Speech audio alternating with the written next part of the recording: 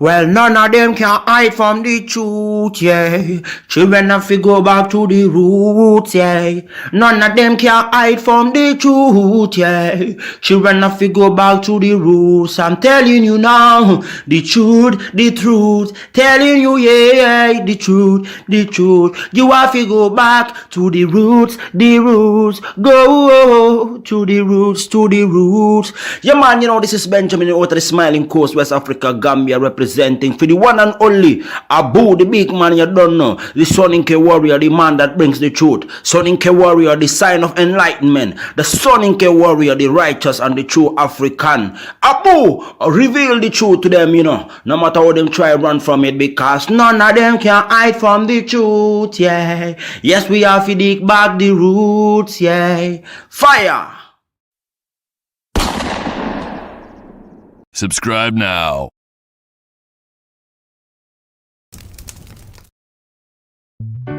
I remember the days, all those years ago that never fade away.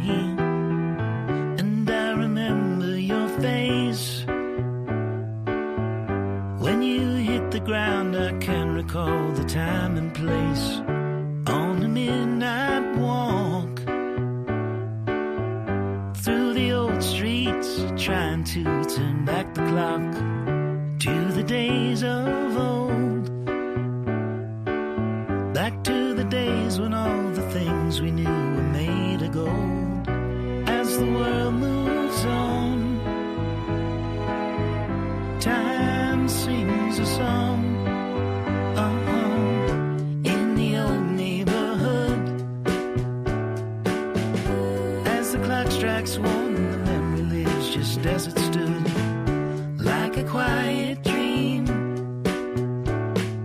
The shadows of that time are cast beneath the streetlight beam. As the world moves on, time. As the world moves on. Ladies and gentlemen, welcome to the Afridamus Report. I'm your host, Afridamus. I want to welcome all of you to another edition of the Afridamus Report. And I hope, ladies and gentlemen, you've been watching, you know, the news, the Afridamus news clips that I've been bringing and breaking it down, you know, to our teeth for people to understand what is happening in this great USA. Ladies and gentlemen, today we are going to be talking about, it's debate news. As you guys know, we do that here, you know, every now and again, but I've been off schedule a little bit. So if you're just coming in, please make sure you hit the like button so that we can inform the rest of the crew that we are live here to break this debate down. So ladies and gentlemen, as you can see on the thumbnail, it's you know, Franc Zanu, a brilliant mind. So Franc Zanu, you know, as you guys know, last time I did a debate breakdown here between him and a guy called Dave Anderson. So Dave Anderson is supposedly, you know, one of these blacks who calls themselves intellectual, but you know, the black is the extreme black intellectualism. They seem to have their own brand of what reality is versus what actually is going on. You know that, you know, you've lost credibility the moment you say you are an intellectual and then calling yourself FBA instead of Black American. At least if you say Black American, there is some, you know, context and, you know, reality to that.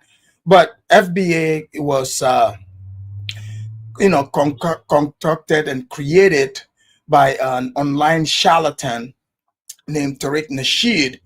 You know, he took the brand, and you know, and all these other blacks now all of a sudden started calling themselves that, which is number one proof that they have no identity. They don't know who they are. They can just latch onto anything. You know, they just want to feel good. But if you remember the conversation, for example, with these FBAs, these people, you know, they get triggered by reality, by the truth. It's not a debate. It's like they invite you in, and it's pathetic. It's like a therapy session for them. It's like they're begging you to buy their lies instead of them proving you wrong. And you would get to see that in this so-called debate. This is not even a debate. Franc went on this FBA platform. I mean, he roasted them like he roasted them like pig feet. Don't let me tell you, like he is going to show it, because you would notice that there are several questions, lingering questions that people have always asked the FBAs. And those questions are always very triggering. It's questions about culture, questions about did you build America? Because the fact is, whenever, it's not even just the blacks. If you make a claim, you have to stand on that claim. I don't need you to try to lecture me, to tell me about your plight. So it's like they bait you in to tell you about their plight. So I don't want to keep you waiting. We will get straight into the debate. So please make sure you grab your popcorns, your drinks, and kick back, because Franc is definitely going to be kicking the back ends of these blacks that call themselves FBA. And I notice, you know what, I'll leave that a secret for the time being. We will just go straight to the to it right here.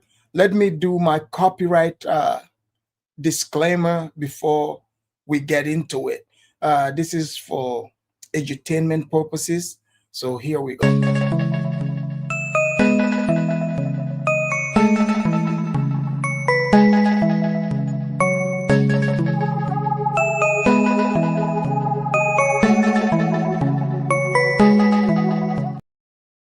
All right, you guys seen that, and you're gonna see a lot of this in this as well. Right, here we go.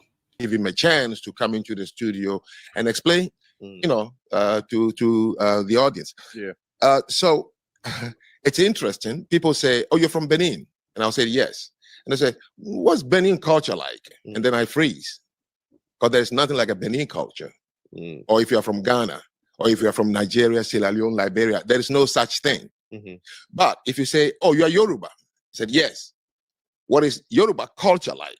Then he or she is able to start to talk about it. So there are.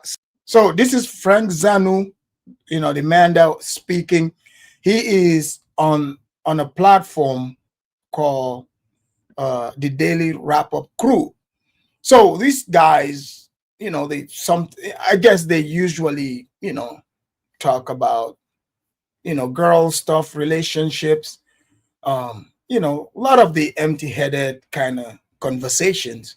So, I mean, they are completely out of their league with this one. But because when somebody lacks knowledge, but they want to force themselves in the public discourse, they tend to be, act like they're triggered by things. So that's what's happening here. He's on that platform because they saw, according to them, because they saw Franc on a platform. So here we go.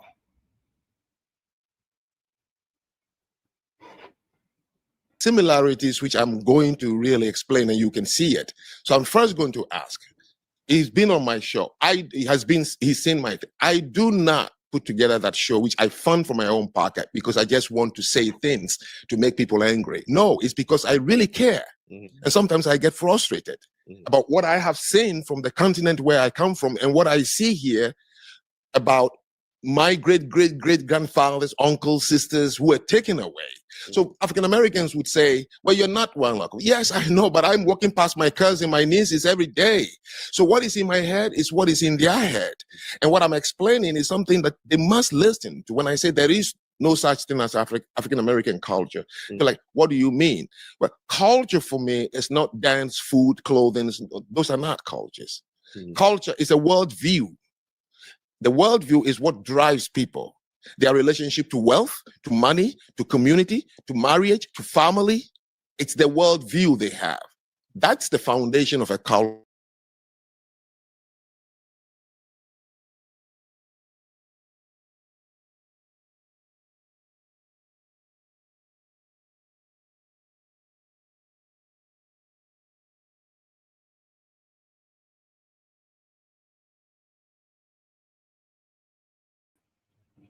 All right, ladies and gentlemen, sorry about that. I noticed, the video that I'm using, there's a delay. So let me stream it directly from YouTube. That seems to be what works the best here. So, and to build free. So give me a minute. Let me African Americans. Let me do it from YouTube directly. So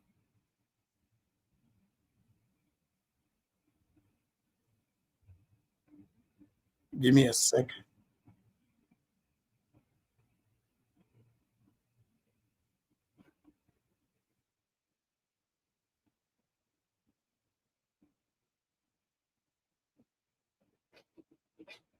Just a moment.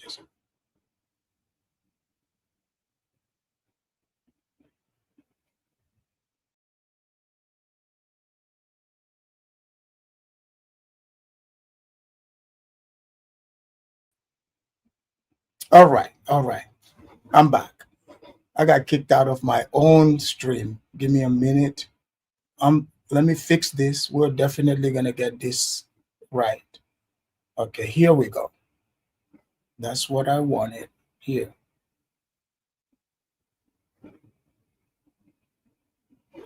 Would say, well, you're not one local. Yes, I know, but I'm walking past my cousin, my nieces every day. So what is in my head is what is in their head. And what I'm explaining is something that they must listen to when I say there is no such thing as African American culture. They're like, what do you mean? Well, culture for me is not dance, food, clothing. Those are not cultures. Culture is a worldview. The worldview is what. So Franc, as you see, this is his opener. He is explaining, because like when you're on a debate, stage, you present your position and you explain what it is. So Franc is explaining. He's explaining what culture is and why he said what he said. So he's giving his synopsis here, and then we will get to Dave. You notice Franc is going straight to the point, and all of you that are listening, you can understand what he is saying. I want you to keep that in mind. So here we go. Drives people. Their relationship to wealth, to money, to community, to marriage, to family. It's the worldview they have. That's the foundation of a culture. And number two, there is no possibility for you to have a culture without having a language. So if you read most of the books written by brilliant African Americans, the first thing you see, the headline is, the traumatic thing about slavery is not merely changing your environment. The traumatic thing about slavery is not merely asking you to work long hours. The Russians had hard labor camps in Siberia. Many countries, Japanese had it, where people work and they die. The traumatic thing about slavery is one thing only, which everyone has written about. They took our language away. They took our culture away. So Franc is presenting the case very well, because he's correct. All the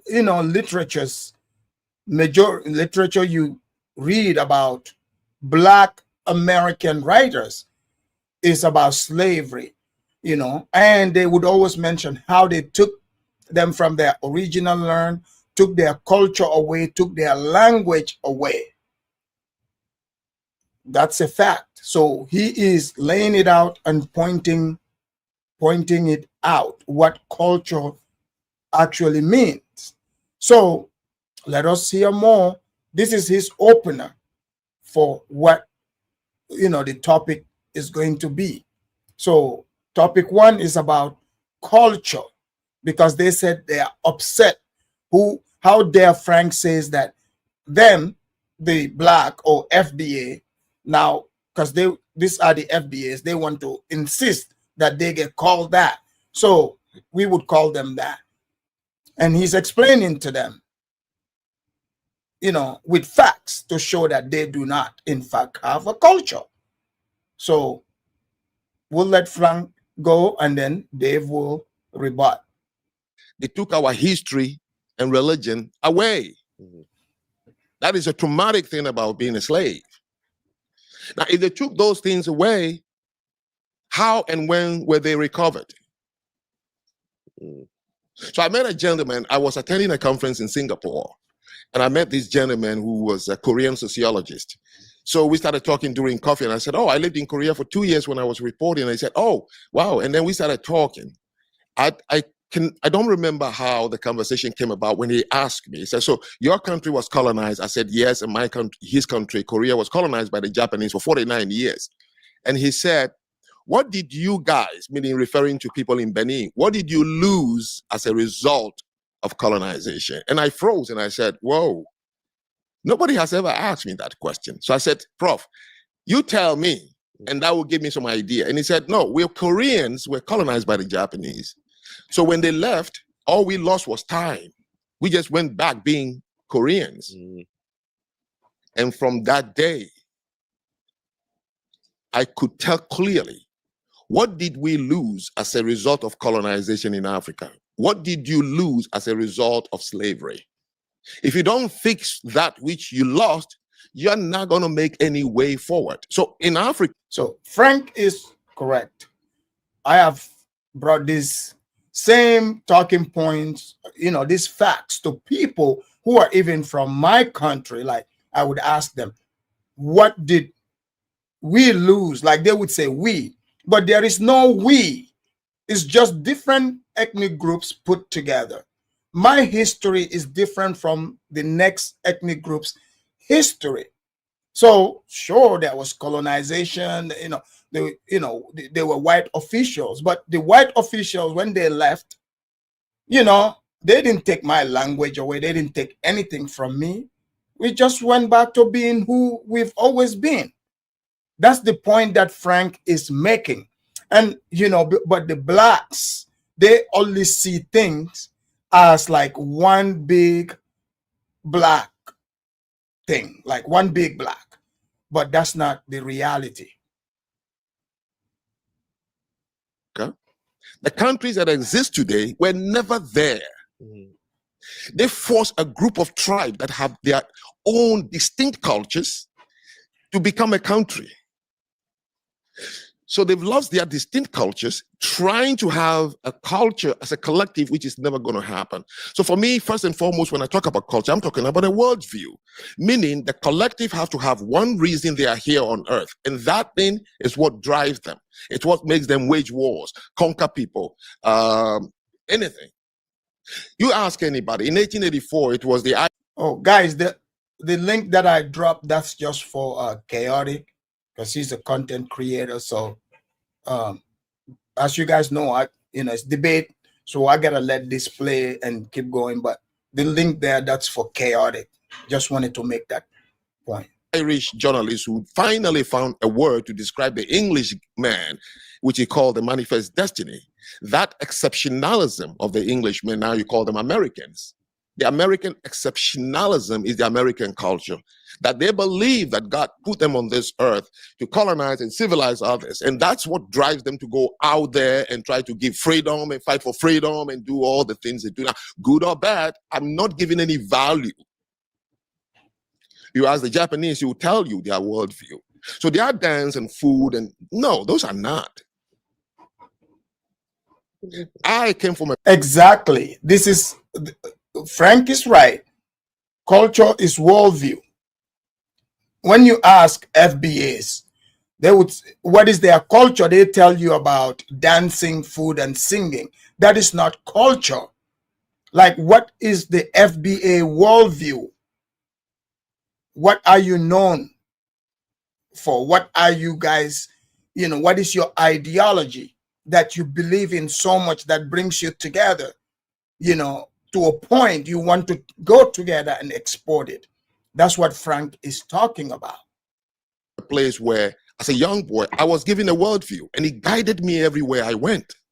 So when you meet me outside my culture, you can tell from my behavior, he must come from a culture that believes in XYZ. So a culture becomes more pronounced when you are outside the group. As an individual, outside your group, people must be able to tell. Okay. Dave, what is your rebuttal to that? It's not so much a rebuttal, it's a difference in philosophy, right? So, see, right then and there, this guy is supposed to be like one of the black intellectuals. How are you going to come in a debate? That's your opening statement it's not so much of a rebuttal. It's difference in opinion. Okay, give that philosophy. So let's hear him, Dave, right here in his opening statement, if he is going to address, his worldview to us. And you will see that he's not going to address it. It would be the usual, forcing trauma. It's like therapy. It's like they've been waiting to cry to people. So here we go. It is, and I think we got to thank Frank for even coming here, because I know for some people this would be very adversarial. Frank and I, we talk all the time. We're very, very good folk. And there's a couple of things that I got to push back on simply because they were not available to us. See, when Frank was born, he inherited a culture. We had to make one with what we had. Some of us, if I were to swab any one of you, you would find some Nigerian, you would find some Ghanaian. Like, we had to hodgepodge, not to mention, out of all of the places that Black people were forced into when we were slaves, 3% came to what we now consider the United States of America. And then we were bred over time. We were buck broken over time. They would take our women and grape them out of respect for your channel. You know what I'm saying? Drop the. So you guys see what he's doing. So he's proving Frank's point that they do not, in fact, have culture. But instead of admitting that, like, everyone can see it, right? No, he's not going to admit it. He would be offended by it and try to explain why they do not have a culture. The topic is not about why don't you have a culture.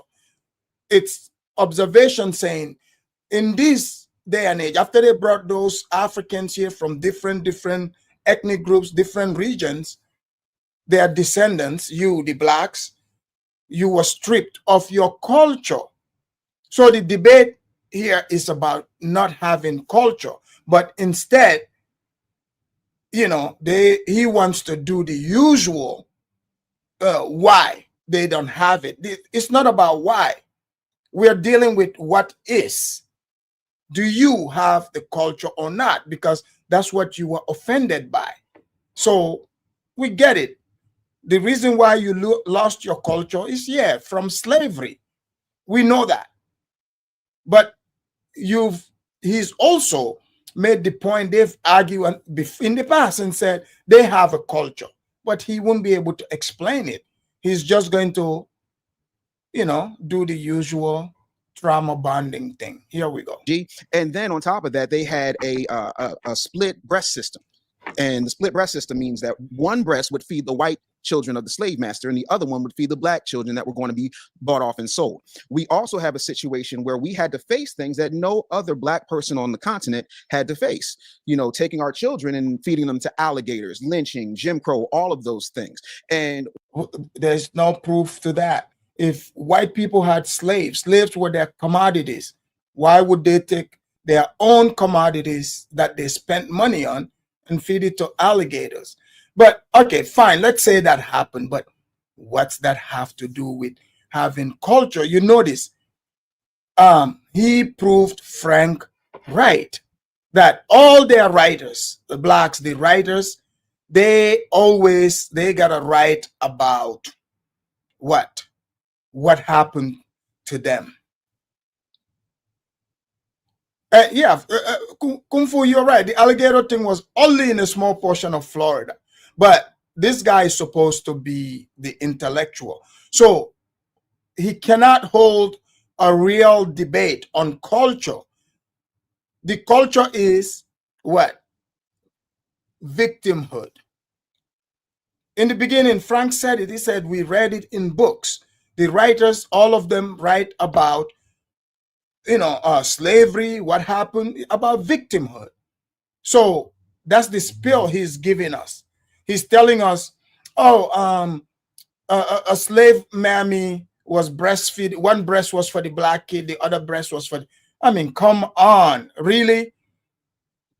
How is that culture?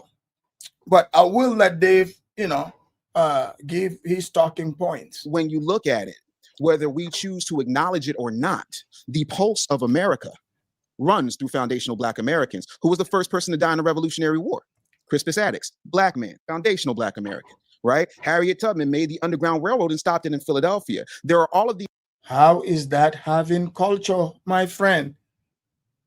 Oh, sure. Maybe, the guy, the first guy that he died, like George Floyd, he died, but that doesn't make George Floyd a hero. I mean, how do we know this Christopher Attucks was not just some black guy who, white people shot, some white person shot? What is that have to do with having culture or not? Are you guys noticing the deflection here? Looking for sympathy.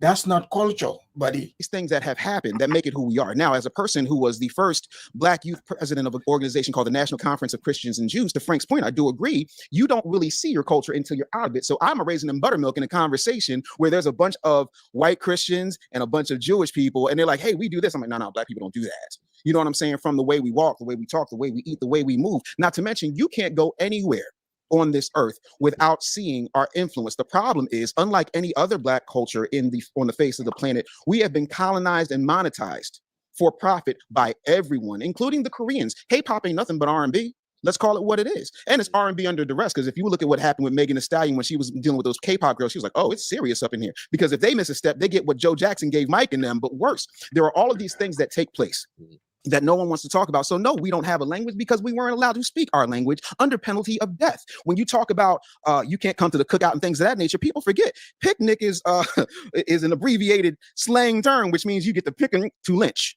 That's not true. Picnic is a form of going outdoor, which they used to do in Victorian era in France. This started way in France, England, where it's just like you take your picnic basket, you go out there, sit with your woman, and enjoy the environment. That's what that is. So, are you guys seeing that's his opening? This is supposed to be FBA intellectual to come and explain about culture. But instead, what he's talking about is victimhood. And he's making up lies as we go. He said picnic came from, I guess picking one of them, and lynching, which is not true at all. It is not true. In fact, while we watch him, I'm going to bring the actual English meaning of what picnic is. Postcards came from pictures that they used to take the back of and mail for people who couldn't see the lynching that they had. All of these things we survived. And the funny thing is, everyone's coming over here and benefiting from the fact that we put out the 13th, 14th, and 15th Amendment. All of those things that started as the Black liberation movement, but then got shoehorned into civil rights because everybody wants to come off of our pain. It's still a part of who we are. American culture is Black culture. The problem is, not only did we have to create it, but everybody else got to. So you notice he goes into the victimhood right away. But let us look at the meaning of picnic. Let's look at what the meaning of picnic is. Here, give me a minute. Let me share the screen. I mean, let's learn directly from the people whose language it is. Are you guys seeing it? It says picnic. The word picnic originated from the French term picnic in the 17th century and refers to a communal meal where each participant contributes a dish or item. The modern meaning is pleasant, informal meal eating outdoors as part of an excursion. The term picnic first appeared in 1649 French book, where it described a group of people gathering for a feast. Are you guys hearing that? So the word is French. As we all know picnic to be, is people gathering outdoor and enjoying themselves, having a meal. How did this man turn that into, something negative and made it about them, the blacks? Everything is about them. So here we go. Monetize it. We don't own major forms of media. So the message that goes out to the world about foundational Black Americans is very lopsided. It's very negative. Even Frank said to Nancy, said, well, what is your culture? Twerking? Negating the fact that twerking started in Africa. Mating rituals, things of that nature. But didn't Dave here explaining culture, wasn't he bigging up Megan Thee Stallion? What is Megan Thee Stallion known for? I don't know any of her songs, but we know that she is about that twerking thing that the blacks do. So now all of a sudden, when people point out what they actually seen, that's a bad thing. It's not like people are picking on the blacks. It's just, hey, we see it. You yourself praise it. 1 minute you love it, another minute you don't. Like, what's going on here? So tying of the hip, stop me when I go wrong. All of these things get put out as if that's who we are. And it's a very limited, very narrow-minded, very sore and very disingenuous snapshot of who we are, because we get put into killers, baby mamas, this and that and the other. And then when you look at how the media is weaponized, right? They'll take people throughout the diaspora and then put them on platforms and then bring them here. I'll give you an example. There's a show on CBS called Bob Hart's Abishola. And she said things that were much more incendiary than what Frank said. Oh, what is it? Gangbangers and baby mamas? Crazy. No. That energy is designed to keep us a certain way. And then when you talk about how the entertainment is weaponized, because that's the message, that's our largest export. It always has been.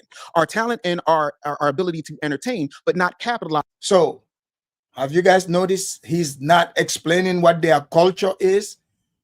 I guess we got an idea. The culture is about crying and self-victimization. So he's supposed to be the intellectual smart guy, right? Frank is presenting the case.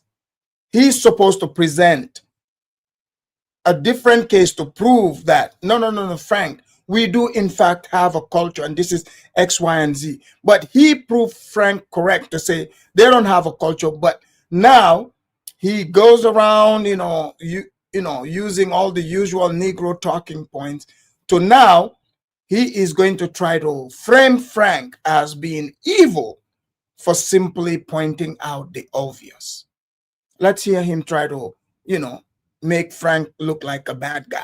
As one said, entertainment. You can't point to one major Black-owned record company. You can't point to one major Black-owned media outlet. You can't point to one major media or technological distribution center that is controlled, owned, and managed by foundational Black Americans. And so the message of foundational Black Americans that gets out is not our message. And I completely reject that. If that's what you think the culture is, I am here to tell you that ain't my culture. It ain't never been my culture. It ain't been the culture of most of my brethren. Do we have some knuckleheads? Absolutely. Of course we do. But do we also have things like COINTELPRO we've still had to overcome? Do we have things like the 94 Biden-Clinton crime bill that we've had to overcome? And throughout history, I have yet to see anybody from any of those 54 countries. This is funny. I rejected, people show that we're criminals, we're baby mamas. I rejected. Then turn around to tell us about COINTELPRO, the crime bill. How were you affected by the crime bill? Oh, because I was selling crack. I'm a criminal. So are you a criminal or not? So you're telling people everything that people see.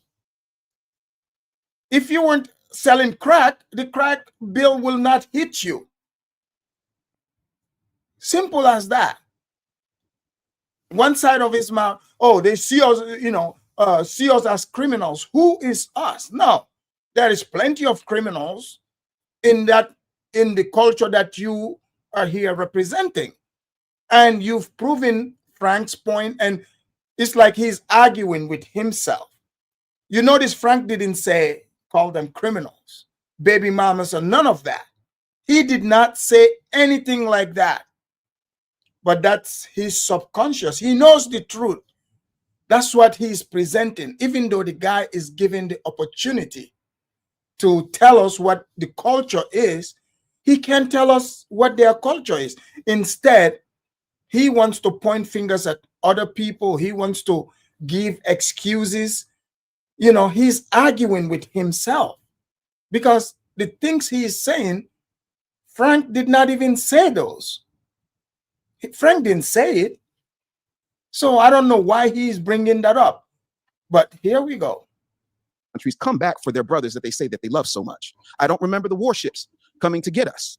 Do you hear another dumb talking point? Oh, we didn't see no warships of Africans coming to get us. Which Africans? Sir, it's called the slave trade. Like you were sold. Like, what are you talking about? When you say African, which African is going to come in a slave ship? So the bottom line is, you guys notice he danced around. He couldn't tell you what their culture is. And then he thinks he's about to fling victimhood onto Franc to show, oh, if you guys say you love us, why didn't you bring the warships to come get us? Sir, slavery have been over for over 150 years now. And those slaves who were brought here came from different locations. They were sold. They were not stolen, like people want to tell themselves. They were not stolen. Those were commodities. They were sold. They were not only sold to America. They were sold everywhere. There was slavery all around the world. So he's lost. So now it's just word salading, just like Kamala does at this point. This is right at the opening. He's supposed to open properly, but he can't do it. The victimhood is too strong. I don't. But what I do see is, oh, well, we're really good at educating. We take the opportunities and we're able to, go and take these American opportunities that you guys squander. Yeah, because you get an immigrant experience. You do not get the foundational Black American experience. You get the same immigrant talk that the Russians get, and the Russians got a lot of nerve because if it wasn't for Alexander Pushkin, they'd still be speaking French. Alexander Pushkin created the Russian language. He was a Black man. So when you talk about where we are and where we've been, you also have to talk about the mind screw, out of respect for your channel, that we have been put under. So no, we don't have an official language because we weren't allowed to have one. But still, if you look at AAVE, it's everywhere. And when it comes out of our mouth, it goes from the hood to the boardrooms to a billboard on Broadway or in Times Square. So we have culture, we have influence. And no, I'm not just talking about taking what's the word I'm looking for? Weeds and turning them into collard greens, or taking innards and turning them into chitterlings. I'm talking about the fact that we have persevered and we are the most copied individuals on the planet. So much so, if I'm wrong, please explain Akon to me. Please explain Burna Boy to me. They all do a variation of who we are. And I'm not just talking about music. So Akon, somebody born in America, mostly raised in America, doing a American cultural music, being himself. How is that a representation of everybody in the continent? You guys notice, and then he's talking about Burna Boy. This guy cannot explain what their culture is. 1 minute he said, they were removed. It was removed from them. Another minute they have a culture, but he can't tell us what the culture is. He just cannot. He keeps going to entertainment, and then another minute he rejects the entertainment. 1 minute, everybody's copying them, but another minute they don't have control over what is put out there. So, sir, that means you don't have anything then. The things that you're claiming then, that you're claiming people are copying, and you're not the one putting it out there, then you can't take credit for that either. So the guy is, he's stuck in a pickle jar at this point. I'm talking about the walk. I'm talking about the talk. I'm talking about the hairstyles. I'm talking about the innovation. Everything we do. We took a construction worker's boot and made it the hottest item for the past 40 years because everybody finds a way to profit off of what we create and then demonize us for creating it and then label us criminals, uneducated, unwilling. We don't care, but they don't talk about all the systemic things that have been set up and profited by people who want to keep us in a certain box. That doesn't mean we can't escape that box, but to act like we were not put under duress for what we had to put together as a culture when everybody else got to inherit it. And that includes Haitians, Jamaicans, everybody else got to be left alone so that they can develop. We didn't have that. And to this day, I have yet to meet one African, one Jamaican, one Caribbean, one Black person anywhere who comes into this country and has automatically ingrained in them before they start going, my country, 'tis of thee, sweet land of liberty, of thee I sing, that they're afraid when the red and blue lights come on behind them when they're pulled over. And I get it. And I'm the son, brother, and nephew of cops. That's why I say, yes, we have a culture, but of course we don't have a language. But let's not be disingenuous and act like it does. Wait, is this guy insane? Is this guy insane? So, in one sitting, in his opening, in one sitting, he's admitted that they don't have a culture. To go into saying they have culture. And then again, he argues against himself. Said the police, the guy is confused. He talks about, he talked about Timberland. Timberland made by white people for construction. Just because you bought it, wearing it to the club, doesn't mean everybody's doing that. Look, I have worked construction before. And the brand shoe that I bought for work, it was a Timberland boot, a steel-toe Timberland. I bought it for $350 because that's for work. That's what they made it for, work. Steel toe. So you're saying, okay, the shoes that the white man made for actual work, you prove to the world that you are not about working. You are just a party person. You took something that's for work. Instead of going to work, instead, you went dancing. So your culture is dancing. Just admit it and move on. See, I didn't drop that amount of money on that Timberland to go to the club.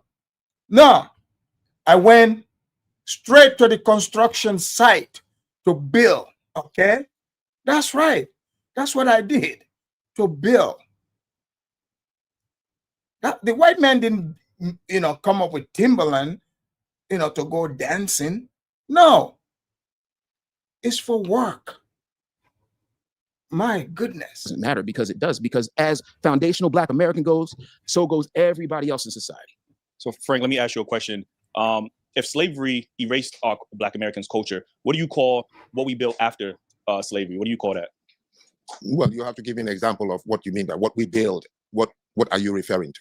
You tied culture back to African and something that you inherit, but you said that got erased during slavery, but we built something. Clearly, Black Americans have built throughout slavery and the culture that we have currently. What I'm asking is, give me an example so I'll be able to respond to that particular thing. Well, like things like gospel is something that we built after slavery. Songs and music, foods that we eat. So you see, like his sidekicks, you can see the body language, folding hand. It's like they're children, literally. The feminine energy, they are being hit with reality. Okay, so he said, the things we built after slavery, it's like they themselves don't know what they are talking about. They want you to pretend to assume that they actually built something. So now Frank is asking him, help me out here. What did you build? What did you build? That should be easy. For example, if you ask me, oh, what did you build? Oh, you see that round hut over there? That's right. I built that round hut with that beautiful thatch on it and the outside kitchen. Yeah, that's my mud hut over there. We built that stuff. But why is he having a hard time saying this? Because they didn't build anything. They didn't build anything. If you can't explain it, it didn't happen. But here we go. That we Sure, consume. songs and music exist in every society. Is that not a part of culture? No. Let me come to that. And first, let me make a little response to David's assertion that we were not allowed. So, in Benin or Ghana or Nigeria, you pick any of the 54 countries in Africa, right? If you had gone into a Yoruba tribe, which is now part of Nigeria, they would speak Yoruba. Now, when we were put together forcefully as countries, today, my nieces and nephews can't even speak my language properly. And the French and English, they can't even speak it properly. Because in one classroom, you have 36 kids who come from different tribes in that classroom. So they can only use English or French or Spanish or Portuguese to teach this myriad of tribes now who don't speak their language anymore. African Americans were not prevented from speaking their language. When the ship arrived, it was one from this tribe, that tribe, that tribe, that tribe. So automatically you can speak to each other. And when you don't. So what Frank is saying here is correct. So when you try to explain this to these blacks, they don't want to accept it. That in Africa, there's different ethnic groups, people speak different language. But why is it like that? Why can't you guys all speak this? No, sir, that's because I don't know their language. They don't know my language. Just like it's like somebody walking up to you telling you, oh man, you live close to Chinatown. Why don't you speak Chinese? They speak Chinese over there. You're like, sir, because I'm not Chinese. I don't know Chinese. You know, I'm speaking my language. But it's like telling a Vietnamese, how come you can't speak Chinese? But I'm not Chinese. I'm Vietnamese.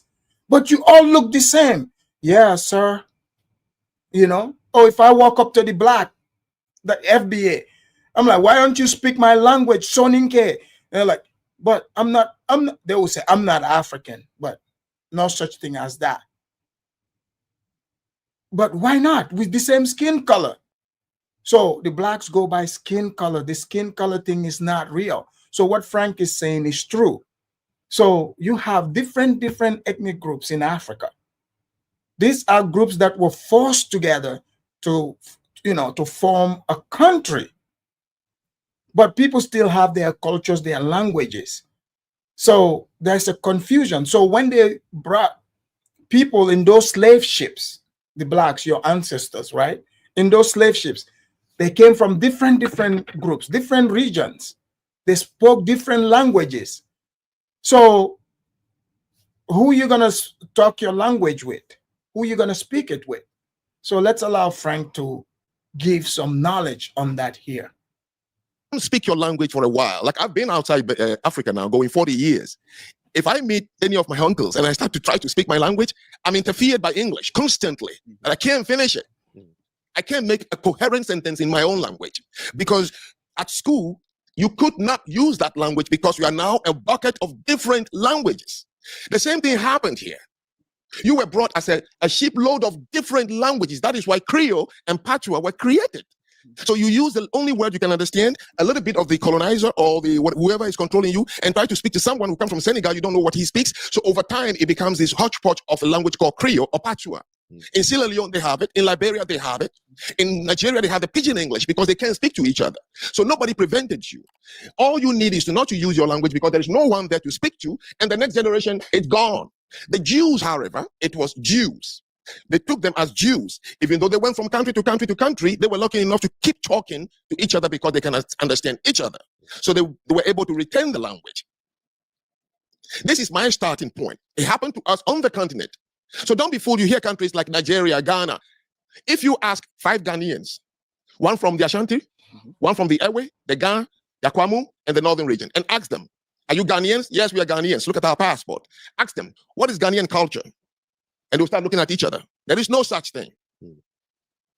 Ask them, what do you speak in Ghana? So You guys getting that? Someone that's asking me what is Gambian culture, I keep telling people there is no such thing, because it's different ethnic groups. No such thing. But if you ask me what is your culture, your own tribe, your culture, now we're talking. So he's correct. You can meet people, he just gave you example, like let's say Ghana, the person, they can all hold the same passport, but they are from different ethnic groups. So if you ask what is the Ghanaian culture,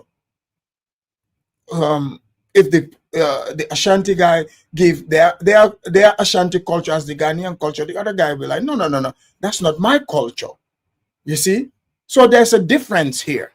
So Frank is breaking it down for you to understand. Like when some of you run around, be like, oh man, I'm practicing, African religion, African culture, Ifa, and this. You mean you into the Yoruba thing? Man, aren't you from Africa, man? You supposed to know that. But I'm not a Yoruba. I'm not from Nigeria. I don't know about that stuff. Man, you're a sellout. So there is no such thing as African culture, my friends. So here we go. You got it from the Afridamus report and Frank. They'll start looking at each other. Ask them, what is the Ghanaian sense of value? There's no such thing. How do you guys marry in Ghana? There is no such thing. But you say you're Ghanaians. So what happened to us happened here. And when I arrived here, I understood it. When I went to Haiti, I was like, whoa. When I went to Jamaica, the same thing. So when I said, I was only speaking here, so I said African Americans, I would have said the same thing about my own countries in the continent. We have no culture. Yeah, but from that video, what I got from it is you put Haitians on a pedestal. I didn't. No, let me correct you. When in comparison to Black Americans, you said Haitians, they have a culture. Like you said no, that out your I mouth. said. So it was a long video about Haiti. And during that conversation, I began to talk about why Haitians can fix Haiti. Because you don't have Haitians. You have just a country forcefully imposed upon you a citizenship, but you are from different places in Africa. But right now, if you go somewhere, you would speak Creole. And somebody would say, oh, that is Haitian. That's what I meant. Not putting them on any pedestal. So they have a language. They created one. So you want to say, and it's not even useful in any way because it's not an international language. So they took French and made Creole, right? Is what you're saying? Spanish, French, and then over 200 African tribal languages.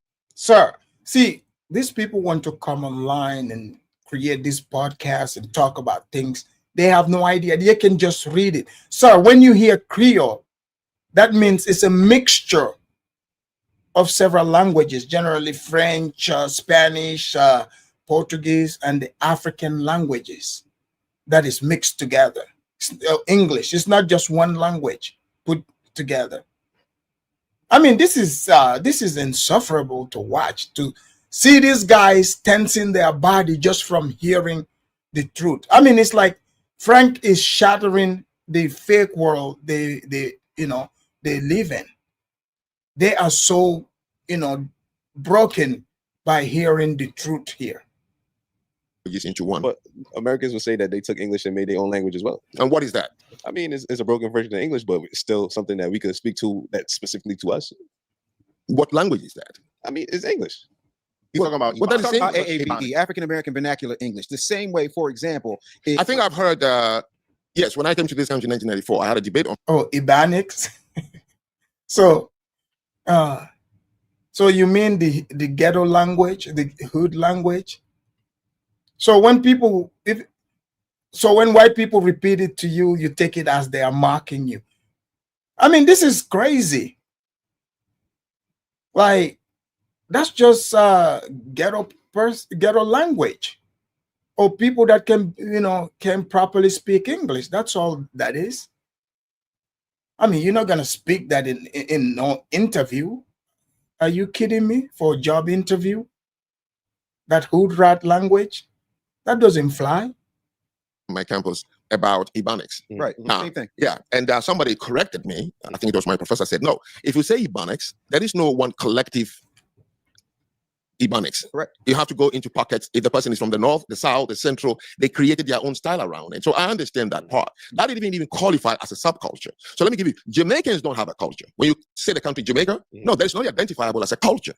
But the Rastafarians have a culture. Now, let me explain what I mean by worldview. The Rastafarians' worldview is that men were put on earth to take care of nature. Okay? That wealth you have to create more than consume. So they live a frugal life. So politically, they are pacifists. They will never go to war. Socially, they are communal and what we call Epicurean. They believe getting high, eat some food, and have deep conversation is what life is about. And then religiously, they are Rastafarians. Hippies are the Western version of Rastafarians. They also had a worldview, and that dictated their relationship with wealth. The hippies believe that humans were put on earth to create and consume, and that living in community and being frugal as to wearing the most inexpensive clothing and using things together is what life is all about. So it guided how you see them dress, where they shop from, why they marry, on and on and on. That's what I mean by any society, if you want to understand them, it's the worldview. The Jews believe that they were put on earth as God's chosen people, that through them, that is a worldview. Now, any child told that, forget hurting one of them, because they are driven by that. That is why they insist on having a community wherever they are. The Chinese, the white community. Do Africans that come from the continent have a community? We don't. Frank is cooking. Frank is 100% correct. Jamaica does not have a culture, but the Rastafarians do. Just like the hippies. White people have a culture because they create communities, with similar ideologies and, religion, holidays, and together. And he's asking a good question. Africans that come here, us, do we have a culture that we call the African culture? I mean, I'm a perfect example. I'm over here. I'm not aware that we have one, but let's let Frank go with this. Why? Because we don't have a culture. If we had, it would drive us to have a community. In the 50 states of the United States of America, African Americans don't have a community. They have neighborhoods. Now, people who got angry with me didn't even ask me, what does culture do anyway? What is it that I say you didn't have, that it makes you what? Nobody asked that question. What is that thing you're trying to hold on called culture, by the way? What is it? You care to elaborate on it then? Now? Now I'm asking. Once upon a time, John Lennon sang a song. Imagine we don't have religion. Imagine a world without religion, without heaven and hell. He believed in what? The brotherhood of mankind. So imagine the people without a culture. Maybe they are striving to a brotherhood of mankind. So you take words out of context, and then you crucify a man. Right. Not knowing that I am a victim of a cultureless country. That's sometimes the risk. I think we get angry too quickly. We're too sensitive. I was giving a live talk the other day, and a gentleman, All right. He's 100% correct. So they think Frank was coming there to tell them that he's from this great culture. He's connecting similarities. These countries you see in Africa. It makes sense why there's like commotion, confusion, because it's different group of people put together. Let me bring in Chaotic here real quick. Chaotic, are you listening back there? Yeah, I just saw that you were live, but I'm very aware of this guy. I've been hip to him for about a couple of weeks now. Oh, okay. Yeah. Okay. Yeah. Well, yeah. I'll continue playing this for a minute here so you can get context of it. The way David is behaving. He wrote the book and he said, my brother Frank, he doesn't know what this means to me. He called me on the phone and spoke with me. And we became friends, like on the phone. And I said, I got to go. Even if it's 3 hours drive, if I have to fly, I'm going to see this gentleman. Because more than this conversation, there is someone here who really is a thinker. But we got to begin to tame down and accept criticism, because that is the only way societies were built in this world. In my live talk, I told this gentleman when he wouldn't get off my case, and I said, let me tell you something. You don't hate the white man. You don't even fear them.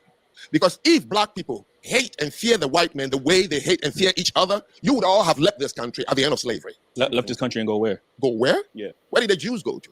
You know how many? Exactly. Chaotic. Is he wrong, Chaotic?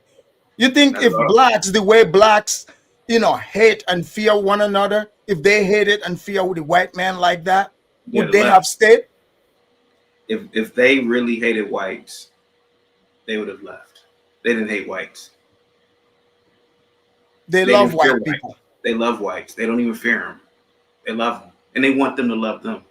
Yes. Exactly. So you notice how, have you guys noticed the guy is asking silly questions? Oh, where are we going to live and go to? And apparently he himself, he's a Jamaican tether. His parents left Jamaica. Do you think they asked where they would go to? No, they found America, sir. lands in Africa was offered to African Americans through the Black Star Line project. It was funded by a British through Marcus Garvey and Kwame Nkrumah, the Black Star Line. Did you go? No. How did you get the Amerigo-Liberia culture moved? So you guys heard it here. Those of you Pan-Africans running around talking about, man, look at Marcus Garvey with the Pan-African movement. He started the business. Did you guys hear? It was a white British that sponsored that whole thing. Chaotic, are you shocked to hear that? It was white man behind it? No, almost anything that deals with some level of complexity when it comes to logistics is a white person funding it, of course. Yeah, because the blacks can, but the blacks like to say, we welcome Marcus Garvey, we gave him money. But I was always wondering, I was like, where did they get the money from? So now it comes out. It was a white British behind the whole thing. My goodness. But 3,400 people only agreed to go to Liberia. What do you mean where to? Plenty of land everywhere. Where did you come back from? How about the Caribbean? See, that in and of itself. But I'm not saying it. No. I said, Hold on, Frank. I'm not. Let me get the day real quick. No. See, the thing of it is, and you got to understand, right? Like my favorite verse in the Bible is Proverbs 4:7. It says, "In all that getting, get an understanding." You got to understand Frank's perspective. In his mind, it's like, well, shoot, why didn't you go? To me, that's no different than when Kanye sat in front of Harvey Levin and this guy, he's like, he super feminine. Yeah, I know Dave. I know personally. Yeah. This guy, you notice how he twisted it. Like Frank is asking the question. He's presenting a point and ask a question after it. Frank is saying, you guys do not hate or fear white people, because if you did hate and fear white people as much as you do each other, you would have left America. Yep. But now he's trying to twist it to say Frank is saying they should leave. That's not, those are two different things. He's saying the point when you guys always coming out here saying you hate the white man, you fear the white man, Frank is calling bullshit on it. Africanism. I hate and fear Negro. Can we use it hard ER? Go for it.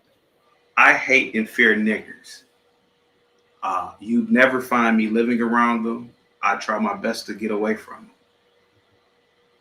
That's what you do with a population of people that you don't want to be around. Right. If blacks really hated or feared whites, they'd be like how you or I are. When we see Pookie moving in, I'm about to get the hell up out of here. We leave. Yeah, this is crazy. I mean, we see the same people that are so fearful of whites. Don't you think if white people are, and if they show up and white people are leaving the neighborhood, shouldn't they celebrate it?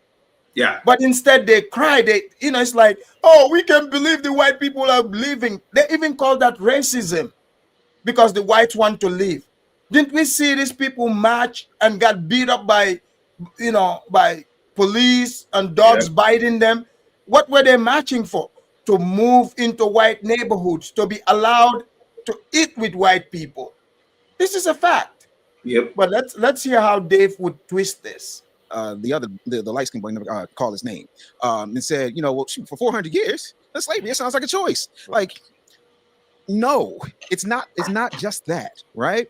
It's bigger than that, because what no one talks about is the psyop that was done to us from 1619 through 1865, and then after 1865 all the way through, right? So if you have been told over and over and over and over and over again that you're less than, that you ain't nothing, that you don't even get the right to call yourself a name, there are certain things that get lost in translation because he does not carry that particular experience. He's got his own experiences, and one of the things that I love, and I encourage absolutely everybody to go to this man's YouTube channel, because when he talks about black on black crime, he does not start and stop the conversation at foundational Black Americans. He talks about what's happening in Nigeria. He talks about what's happening in Liberia. He talks about what's happening in Ghana, and that is something that's happened throughout the diaspora. And the one thing we all have in common is that we were colonized and psyoped, but none more brutally than us. So if you think, for example, there have been so he said, if you guys hear, they do this is the black talking point. They set it up like, oh yeah, this happened to all of us, but then they would make themselves the big Negro, like they suffered the most. This is what the victim Olympics is, because they want to draw your attention to try to get you, not to take responsibility for what what your life like they are refusing to, so that you can believe and say, oh yeah, it was the white people's fault, but then he twisted and said, no, yes, it happened to you, but we were psyoped. See, these things we're doing is not because it's our nature, it's the white people's fault. The white people are doing this to us. Wow. Writings from Frederick Douglass, there were writings from Harriet Tubman. There have been plenty of people who have talked about how many people did not want to leave the plantation because it was all they knew, and they were scared, almost to a point where they had Stockholm syndrome. The idea of going back to a place they'd never been or had any historical reference to because they'd been beaten, threatened, hung, stabbed, lynched out of them. Yeah, no, I ain't going back there. Why would I? Now, me personally. Well, he just proved Frank's point. You're not afraid of the white man. Like, because if everything you're saying, that's what was going on. I mean, you would take a chance and go to a place you've never been to. I mean, come on, you see refugees, from war zones. You think they know about America? They're willing to leave Afghanistan, Somalia, all these places to come here. You think they just did it happily? They didn't know where they're going, but because the place they are coming from, death is hunting them, so they gotta leave. So now I'm beginning to think, what these blacks are saying about what happened, I think it's just sensationalized. That's not how it happened, because if not, they wouldn't have rejected going to Liberia. I know plenty of people who have repatriated, right? And I know plenty of people who love it. I know plenty of people who get called all types of akatas and every daggone thing else over there. I also understand that there's a caste system over there. There are people there have been times when I have been called over there mixed because of the texture of my hair or the fairness of my skin or the narrowness of my nose. Because whether we like to admit it or not, when it comes to a foundational Black American line, you can always find, if you go up farther enough, somebody who played Master got loose in the slave quarters. Right? Or as they like to say, Black Buck got loose in the big house, but it wasn't us getting loose in the big house. You understand what I'm saying? So there's all these things. And to the John Lennon point, that's ironic, and I will tell you why. John Lennon was a part of the Beatles. The Beatles invasion came about because the Beatles were the very first Backstreet Boys. The Beatles were doing what Ike Turner was doing, what Jimi Hendrix was doing, what Little Richard was doing, what all these foundational Black Americans were doing, but because they were palatable. And they told you themselves that they were singing Black music no different than Elvis. So yeah, it's real easy to say, imagine when you're a European, rich, white man with an Asian wife who has more money than he knows what to do with, who had the unmitigated gall to say he was bigger than Christ himself and not get canceled. Yeah, you can imagine that because you're imagining it behind a gated community. And the second he stepped out of that gated community, one of his own people got it. But wow, this guy is supposed to be an intellectual. So John Lennon, a musician singing, chaotic. So if a man says, can you imagine? Yeah. Can you imagine? So a white person shouldn't be able to tell people, can you imagine, just because they are rich? I guess not. So the Beatles, apparently they came, does this guy know that we can even Google and listen to these people sing even today?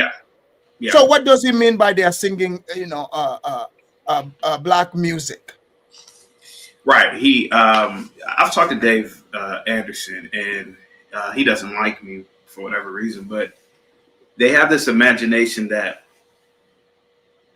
everything outside of America and even in America was inspired by Blacks. And it's the weirdest thing ever, man.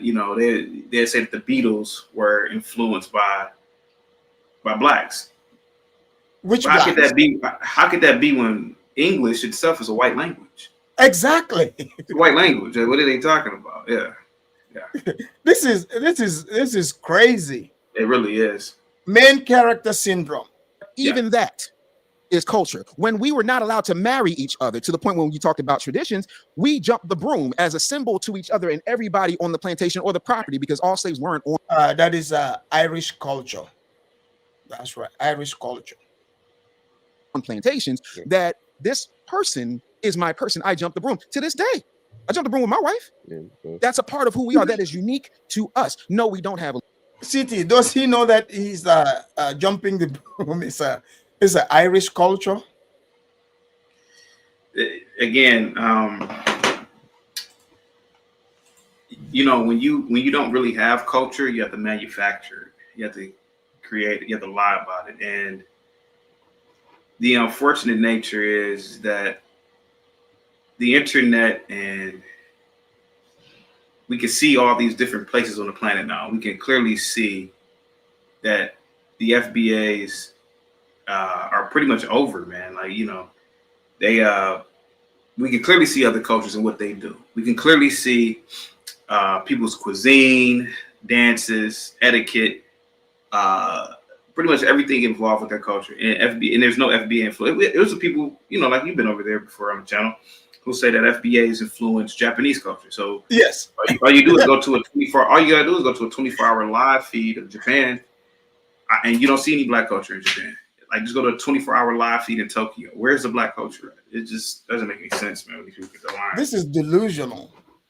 This is delusion. Language, and I'm not going to rehash what I've already said, but we have to have a different level of understanding of what has happened, what continues to happen, and how there is a global conspiracy, whether we choose to understand it or not, to keep all of us separate. Having said that, there are things that happen in Haiti because of what Bill Clinton did when he was president and afterwards. There are things that happen in Jamaica that happen because of the British Crown.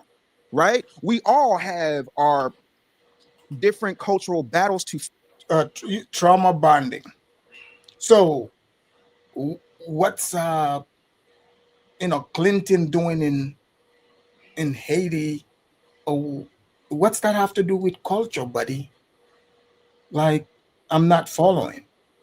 Fight, but we're all still black. However, me saying that I have to take care of my two daughters does not mean that I don't care about every other black woman on the face of the planet. They are my immediate responsibility as a foundational black American. Sure. My immediate responsibility is to foundational black Americans first, not saying foundational black Americans first and F everybody else. I'm saying foundational black Americans first because we're the ones that are bleeding and everybody has benefited from our blood, whether they choose to admit it or not. The 13th, 14th, and 15th Amendment do not happen with us. Civil rights does not happen with us. These very loose, very fun immigration laws that folks are now playing and screwing all of us throughout the diaspora who are here in the Americas does not happen without foundational black Americans. And so all of those things are extremely... In fact, this is not true. Let us fact check him. I'm going to fact check him here.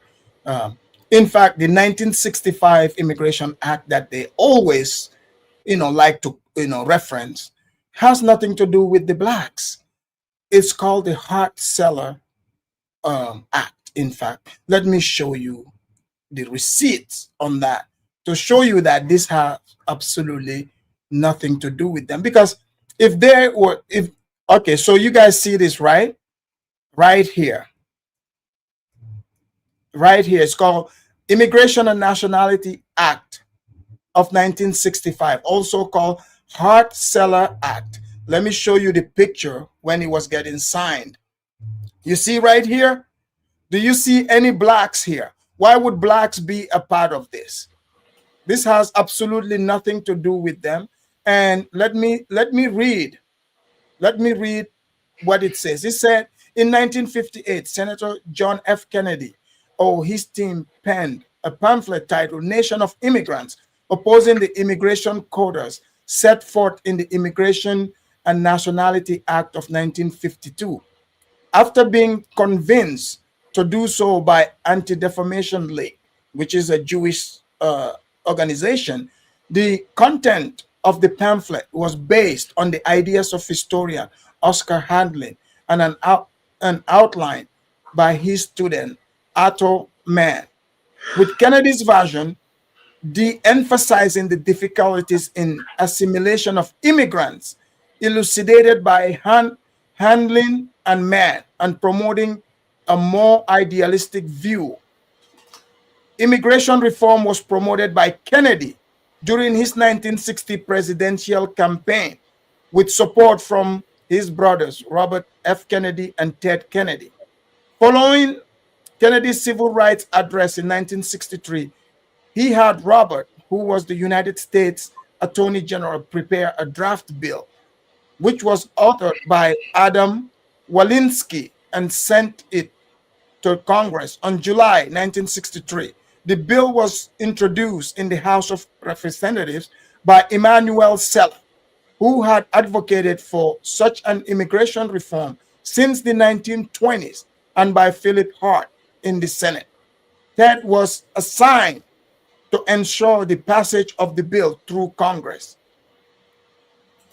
The act had a long history of trying to get passed by Congress.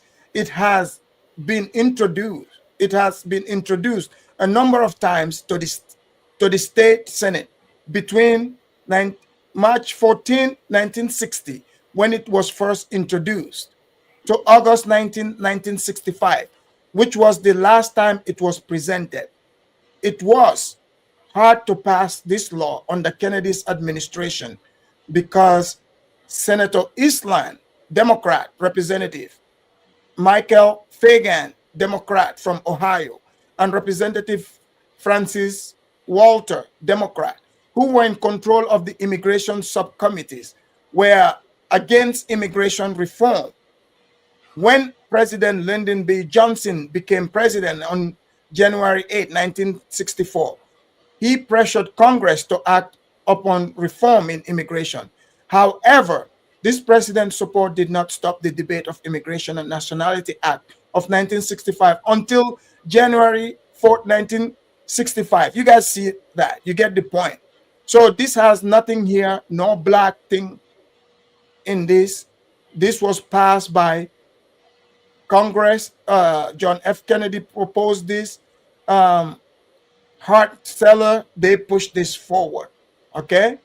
So there's nowhere here, nowhere that has anything to do with blacks. And this actually favored, you see, this, they were banning people from certain European countries. Eastern Europe is not only Africa. You see this right here?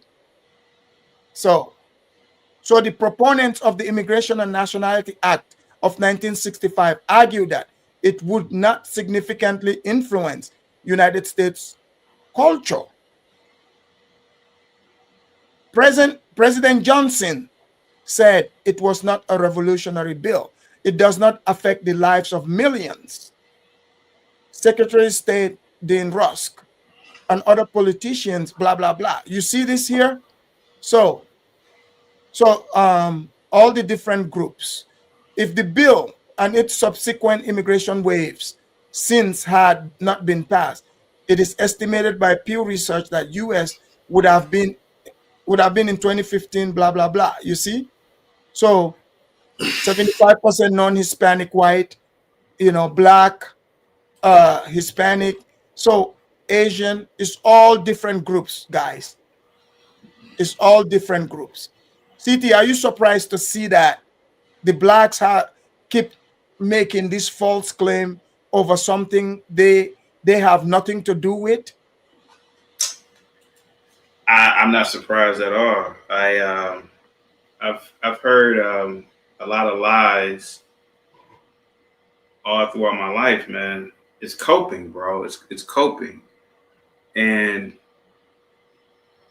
it's gonna get really bad. Afrodimus, me and you've talked about this before. Afrodimus, Nigeria alone. Matter of fact, let me look it up real quick. Let me look it up. Yeah, I'll play this. Nigeria has a population of 232 million people. Right.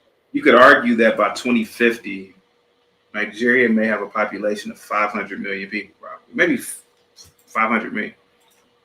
I keep trying to tell these people, Nigeria may not be a Singapore in the next 50 years. Maybe it will.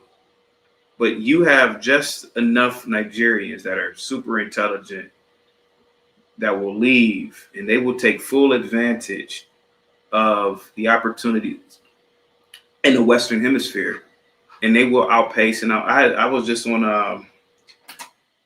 one of these low IQ Negroes panels. His name is Taz. He's called in before. I think you and him talked. He's a big dumb. Sounds familiar. Big low IQ dumb Negro. And I was just on this panel a few minutes ago, and that's why when I told you to drop the link, I could come up immediately. Yeah. Willie calls in, and I'm talking to all of these low IQs, And they're like, well, Nigeria, you said the Africans this, and they ain't gonna be doing nothing. I'm like, dude, the Africans are gonna beat you just on numbers alone. Bro, it's 250 million Nigerians now. Just 10% of them, that's half of the black population in America. What if 10% of them came over here? It's over, man. They're going to get into the stems. They're going to already be. I had to tell Willie, I said, Willie, you could barely speak proper English. The average Nigerian could probably speak 3 different goddamn languages, bro. They speak Ebonics. Yeah, I'm like, you're not even prepared in terms of even communication. You know, I met Nigerians, bro, that speak better English than the damn English people. I'm like, bro, it's over for these people, man. I feel sorry for them, to be honest with you, man. This is cool. So you guys see that? So let's kick out that narrative that, oh, they brought Africans here. No. The 1965 Immigration Act, also called the Hart-Celler Act. This is all by white people. Yeah. No black there, white people. Important to that conversation. So what would be your definition? My phrase. What would be your definition of culture? Frank gave his definition of culture. What is your definition of culture? My definition of culture is traditions, it's style, it's certain taboos, you know, and taboos don't have to be a big, huge thing. Bring raisins in a potato salad to a family reunion. Watch what happens to you. Right? Or if we're going to talk about taboos that still happen but are still considered taboo. What? Can you pause it real quick? This is, you know, this is the tragedy. And me and Dave got into it because he didn't like my viewpoints. Now, this man is almost 50 if he's not 50 years old. He's definitely over 50. Here goes a man who said culture is based on, he said, style. Right. He couldn't explain their culture earlier, but now all of a sudden it's style. It's style. This man doesn't understand the world. He doesn't understand that culture encompasses pretty much everything that a society is known for. Right. He could only talk about style. Man, look at my clothes, man, I'm sagging my pants. But why don't we have a culture of digging oil? Like, how come we are not known as oil magnets? Why are we not known as steel makers? Things that really make this country, this planet go around. Well, he's talking about bringing, taboo, bringing potato salad. Like these are like low level, low level thinking, man. It really is when you sit back and think about it, man. Yeah, imagine a grown man talking like this. But okay, but this resonates with the blacks. Yeah, I'm a white girl. See what happens. You at bare minimum are getting talked about. Not saying that there's not an OJ. Not saying that the majority of professional athletes, entertainers, those types of people who get to a certain level don't still do that, but it's taboo. Curse while the pastor is talking during his sermon. Those are all taboos, right? Walking on the inside of the street as opposed to the outside of the street. I was raised, but again, my grandfather was born in, I think, 1890, and my grandmother was born in 1904. So my dad was born in 35. So I got a different worldview than a lot of people my age. But there's certain things you don't do. You don't hit a woman. Like, there's certain things that aren't necessarily only unique to us, but there are certain things that. So not hitting a woman, that's unique to. That's black culture. And also, and when you're in church, don't interrupt the pastor. That's unique to the blacks. Yeah. Like what's going on here? Talking about? Yeah, it's like it's crazy. This is crazy. Over time, we have built that make up our culture beyond just language. Spirituality was robbed from us. Language was robbed from us. And yes, even with that, with the example Frank gave, and I'll lay my plane on this. Yeah, when you go to school, they got to teach a certain way. Even when you go, I got a cousin that lives in Osaka, Japan, and she teaches English as a second language to Japanese businessmen because they want to come over here. You understand what I'm saying to you? But you have to have a baseline language. But the difference is you're choosing to go to school versus being forced, whipped, chained, bred like cattle, and had anything cultural taken from you. Even the ability to name your child wasn't up to you.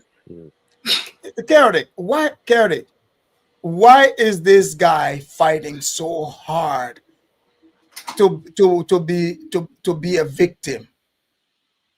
Because that is the actual black culture. That is that's the good question. That is the culture. You have nothing. You've built nothing. So the culture is to lie. The culture is to never take responsibility. And this is what me and him got into it. He actually threatened to beat me up too. Oh, you know what, Derek? In this segment, right? He throws like a subtle threat. Yeah, You know, yeah. That's how he did it with me, but it was real subtle. Yeah, I gotta. Yeah. And Derek, he said not beating a woman. Wouldn't people be shocked if he said that's they don't do that? They don't beat up women. I mean, are you kidding me? My goodness. My last name didn't come from the continent.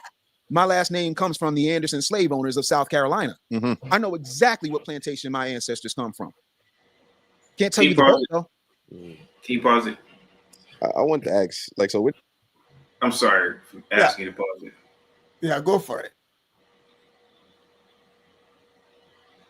This guy is about 6 foot, 6'1" maybe. He lost a lot of weight. He lost like 300 pounds. I don't know if you can tell. I can tell he was a. Imagine being a grown ass man. You are proud to talk about being a punk. Yeah, being beat up. Notice, Afrodamus, if a black person did something to him, he'd be ready to fight. He'd never call himself a victim if he lost a fight. Right. If he saw something going on in the community, he'd never call the police. He'd say that there's no snitching. Right. But you notice these same men, they will be punks openly to white people. I mean, it's that's the culture. I mean, it's crazy. That's the culture, and they don't even catch that. So he's saying that they got beat up to go to school. Are you kidding me? I thought they weren't allowed to go to school according to some of the blacks. But okay. Did you get your definition of culture? Well, my background is mass comm journalism. And if you do advanced mass comm journalism, of course, you are going to do multicultural understanding. And in the study of multicultural difference in understanding, of course, you study how languages were developed, what it meant for people, and so on and so forth. And it's the first thing that allows you to understand how to interact when you move from one place to go to another place. So through that, and then, of course, my column for 13 years was life and culture. I didn't report on politics, economics, or wars. I reported on life and culture. It allowed me to study, and I realized, how would I know? I began to compare it, okay, to where I'm coming from. And I said, something went wrong. I would give me just a little bit to explain something. You know where my interest as a black man became piqued after traveling the world? When I began to hear the slogans we create, the narratives we create, okay? I was speaking in Kenya on a university campus. One young man got up and told me how I missed the point about why Kenya is the way it is, and blamed the white man who came to take their culture and stop them from speaking their local languages and gave us Christianity. Oh, he went down the laundry list of things that happened to them, and it's still happening. So I said, wow, you are a brilliant man. I've never met anyone who have made this list, but I have only one question. Why did it work? And that is what we refuse to ask ourselves. So we always say that they did this to us, they did this to us. But we never ask ourselves, why did it work? See, I've been to the Caribbean. I've been to many cities in the United States. I've lived in the UK. I've seen blacks in the UK. I've seen black in China. I've seen blacks in almost every corner of the world. And I've seen blacks in America and on the continent. And everything we are describing is uniform about us. You really think that the largest number of people on earth in terms of countries, 54 in one continent, about 10 or 13 in the Caribbean, black groups in the UK, in China, in America, and we are all suffering that psychological warfare and responding to it for years? Nothing in the world, use any probability, has ever. Wow. See, Frank is speaking with logic, observation. He's been to different countries. He's interacted with different black groups. So the question is, okay, why these things that blacks complain about all around the world, why did it work on blacks? That's the question he's asking. Like, this is not unique to the blacks here, despite the blacks keep saying this is unique to us. okay, you said you've been psyoped. They've put crack in your neighborhood. Why did it work? Chaotic, do you think maybe there are crackheads there who like crack? Do I think that there are crackheads who like crack? Yeah, in those black neighborhoods. Yeah, they like crack. Yeah, that's why they took it, right? that's why they took it. They're fiends. They're addicts. Yeah. So Frank is saying his observation. You know, it's not only about America. He's right. 54 countries in Africa, in the Caribbean, about 16, I think. He named different black groups in Europe, China. He's seen them, and all have the same conditioning. So now the question should be why? Well, blacks don't like the why. They don't like it. Tossed a coin and it fell on its head 9 times out of 10. Impossible. We need to re-examine us as black people. What is it? And it's nothing we are saying. Because if it is true, and there's something really wrong first with us. Let me tell you something.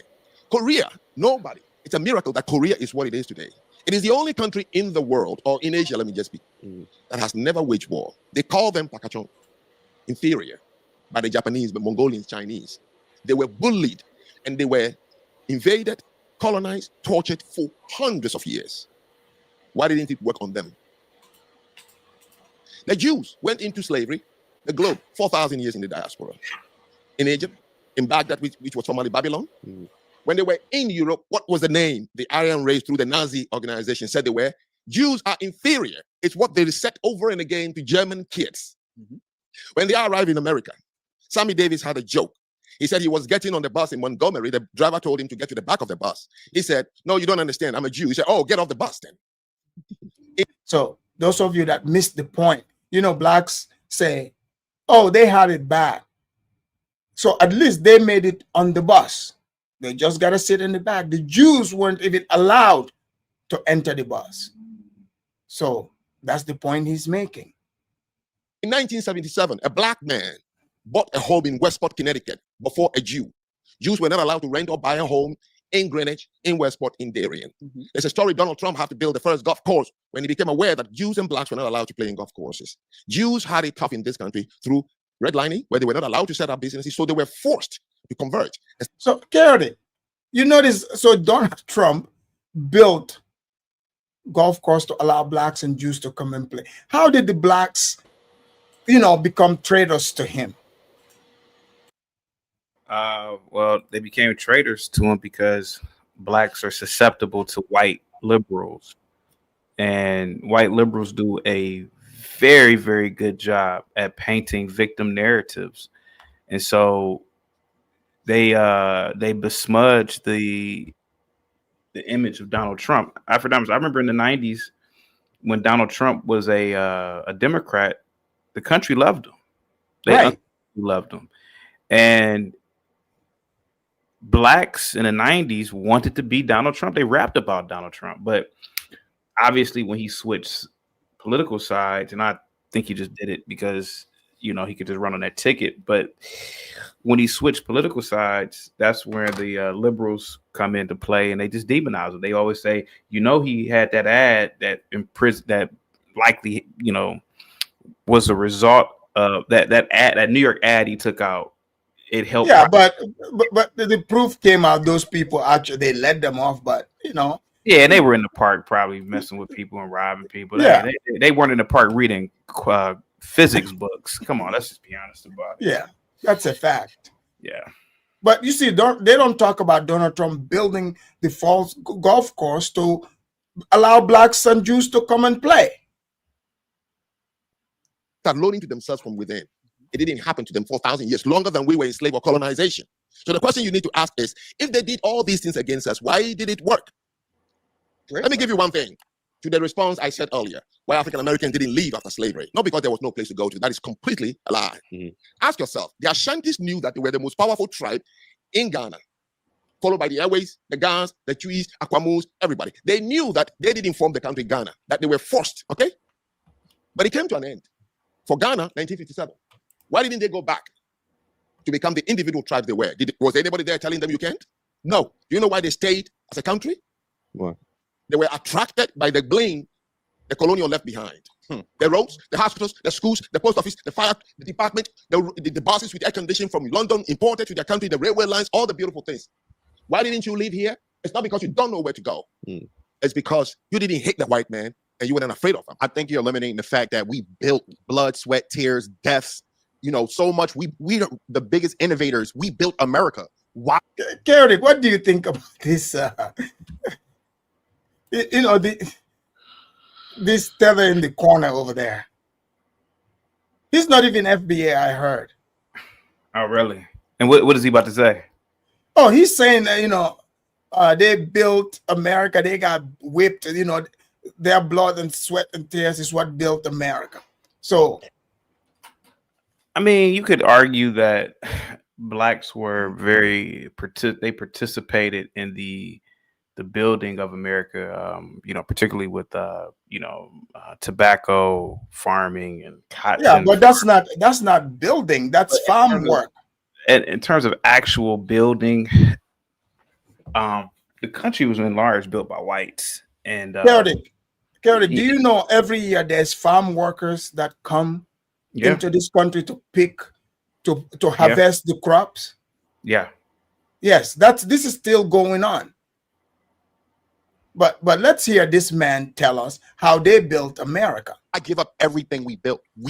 America wouldn't exist off the pains and struggles of Black Americans. You don't just give that up.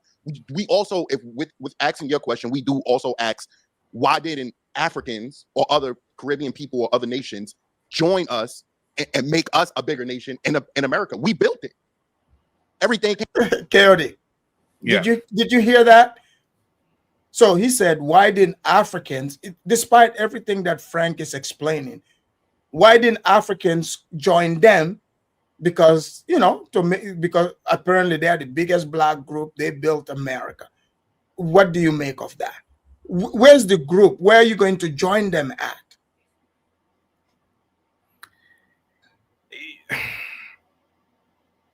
Afrodamus, I'm looking at a guy right here, right? And he's not really a black person. He's probably Arab or something mixed. Yes. He's sitting on this sofa. Well, the sofa didn't come out of thin air. Right. It was built. It was built by, you got to have wood. You got to have screws. You got to have the leather. It comes from a multiplicity of different other industries to make it.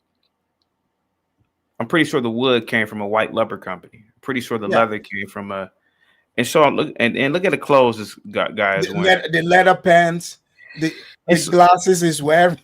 Yeah, and so I look at these people now, and I really think that these people are functionally retarded because he's not living. Hold on for 1 second. He's not living the life that he's trying to say that blacks did. Because if blacks truly built the nation, well, what's black about him? I mean, other than possibly his skin tone, what's black about him?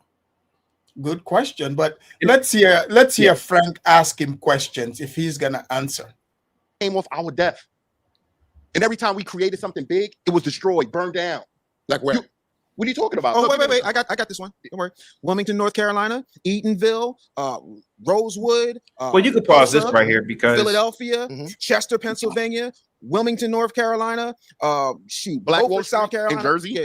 Yeah, there were plenty of places. Anytime we had any infrastructure, two things happened. They decided to integrate it. Look at have you been to Central Park? You know what Central Park is, right? Seneca. No, it's not. Central Park was actually a place called Seneca Village. Sir, it's a park. That's true.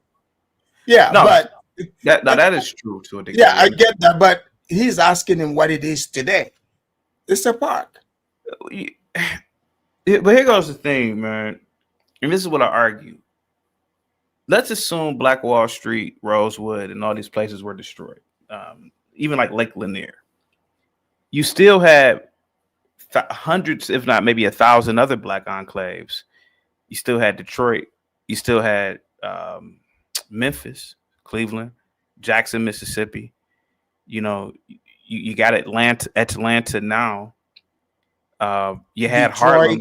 You had Harlem hundred something years ago. So you could argue that is true to a degree. That that what do they call it? Eminent domain, because they wanted to build a freeway or whatever. But again, what about now? Blacks control Memphis. Memphis looks like a dumpster fire. Blacks control. You mean Memphrica? Yeah. Blacks control Detroit. Detroit looks like a dumpster fire. Blacks control Cleveland.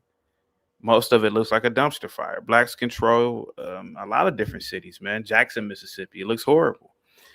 So when I listen to these guys, man, I really just, this is like the tail end of what's next to come, right? It's about to be really mean, man. When the Africans and the Indians really start coming to America, man, it's about to be really over, man. To be honest with you, bro. So I just listen to these guys a lot. Like, yeah, they talk about things that they never even experienced, man. Yeah, it's sad. It was when freed Black people decided to converge in one area, and they decided to redistrict that area, even though they owned the land and the houses that they built free and clear, and they destroyed those people, displaced those people, and built a park around it. There's an old song Joni Mitchell said, "Don't it always seem to go that you don't know what you got till it's gone." They paved paradise and put up a parking lot. They paved paradise and put up Seneca Village. In Georgia, just outside of Atlanta, there's a place called Lake Lanier. It used to be a thriving Black town. They decided to kill the Black folks, get rid of the ones they couldn't kill, and then people right now are boating on it every weekend. That's what happened to us. That's what got destroyed. And it doesn't mean that we don't keep building, but after a while, even if you look at the flea experiment, you familiar with the flea experiment? The what? The flea experiment. No. So the flea experiment goes like this. You take a bunch of fleas, you put them in a jar, you put the top on the jar, and you put holes in the top of the jar. After a while, the fleas will stop at the top of the jar because they get tired of smacking up against the top of the jar. Kerode, I did a show here. It was a video of Pastor Manning, your favorite guy. And Pastor Manning had a guy that was interviewing him. Yeah. And Pastor Manning pointed at all the buildings and asked him to show him one building that was built by Blacks. Can't do it. And there was zero. There was zero. Lake Lanier that he's talking about, Kerode, if that was still controlled by Blacks, do you think people would be able to enjoy it the way they're enjoying it? I mean, to be honest with you, man, it probably would look like Memphis, man. If they were Thank you. Yeah, yeah. So what is he talking about? Now, because you have conditioned the fleas that they're not going to go above the top of the jar, you take the top of the jar off and you never have to worry about them jumping out of the jar because they don't think there's anything above the jar. So if you have been killed, bombed, drowned, thrown out, redistrict, redlined, those are historical facts. I got time. We can Google it. Sure. But that's what that's the part. I'm no expert. No. On all the things he has listed. I'm just saying we shouldn't just talk about leaving. I will we built that. Yes, I will respond to you. I'm no expert on all the things he has listed. I might have read about them, but you see, every time I read something or I encounter a story, my mind works in that way because I'm an critical thinker. All right. I have also known societies in the world that once upon a time were prevented to do anything. They were prevented to do anything. Like the Jews is an example of it. Indians were an example for 81 years by the British. They couldn't build, innovate, do anything. They have to rely on the white people, right? And you can go down Korean the same way. However, I believe in something called the second advantage, meaning when the phenomena is over, you should repeat it. So somebody gave me the first lecture about Tulsa, Oklahoma. And I said, what year was that? Quite a long time ago, right? Okay. At one time in this country, you and we will not have an opportunity to selling things. But if that ability to build Black Wall Street is innate, why haven't we repeated it? Because we cannot. And here's now let's go to your flea experiment. Sure. How about the other? Kerode. So, okay, if they are builders, isn't it if it's innate, how come they can't repeat it?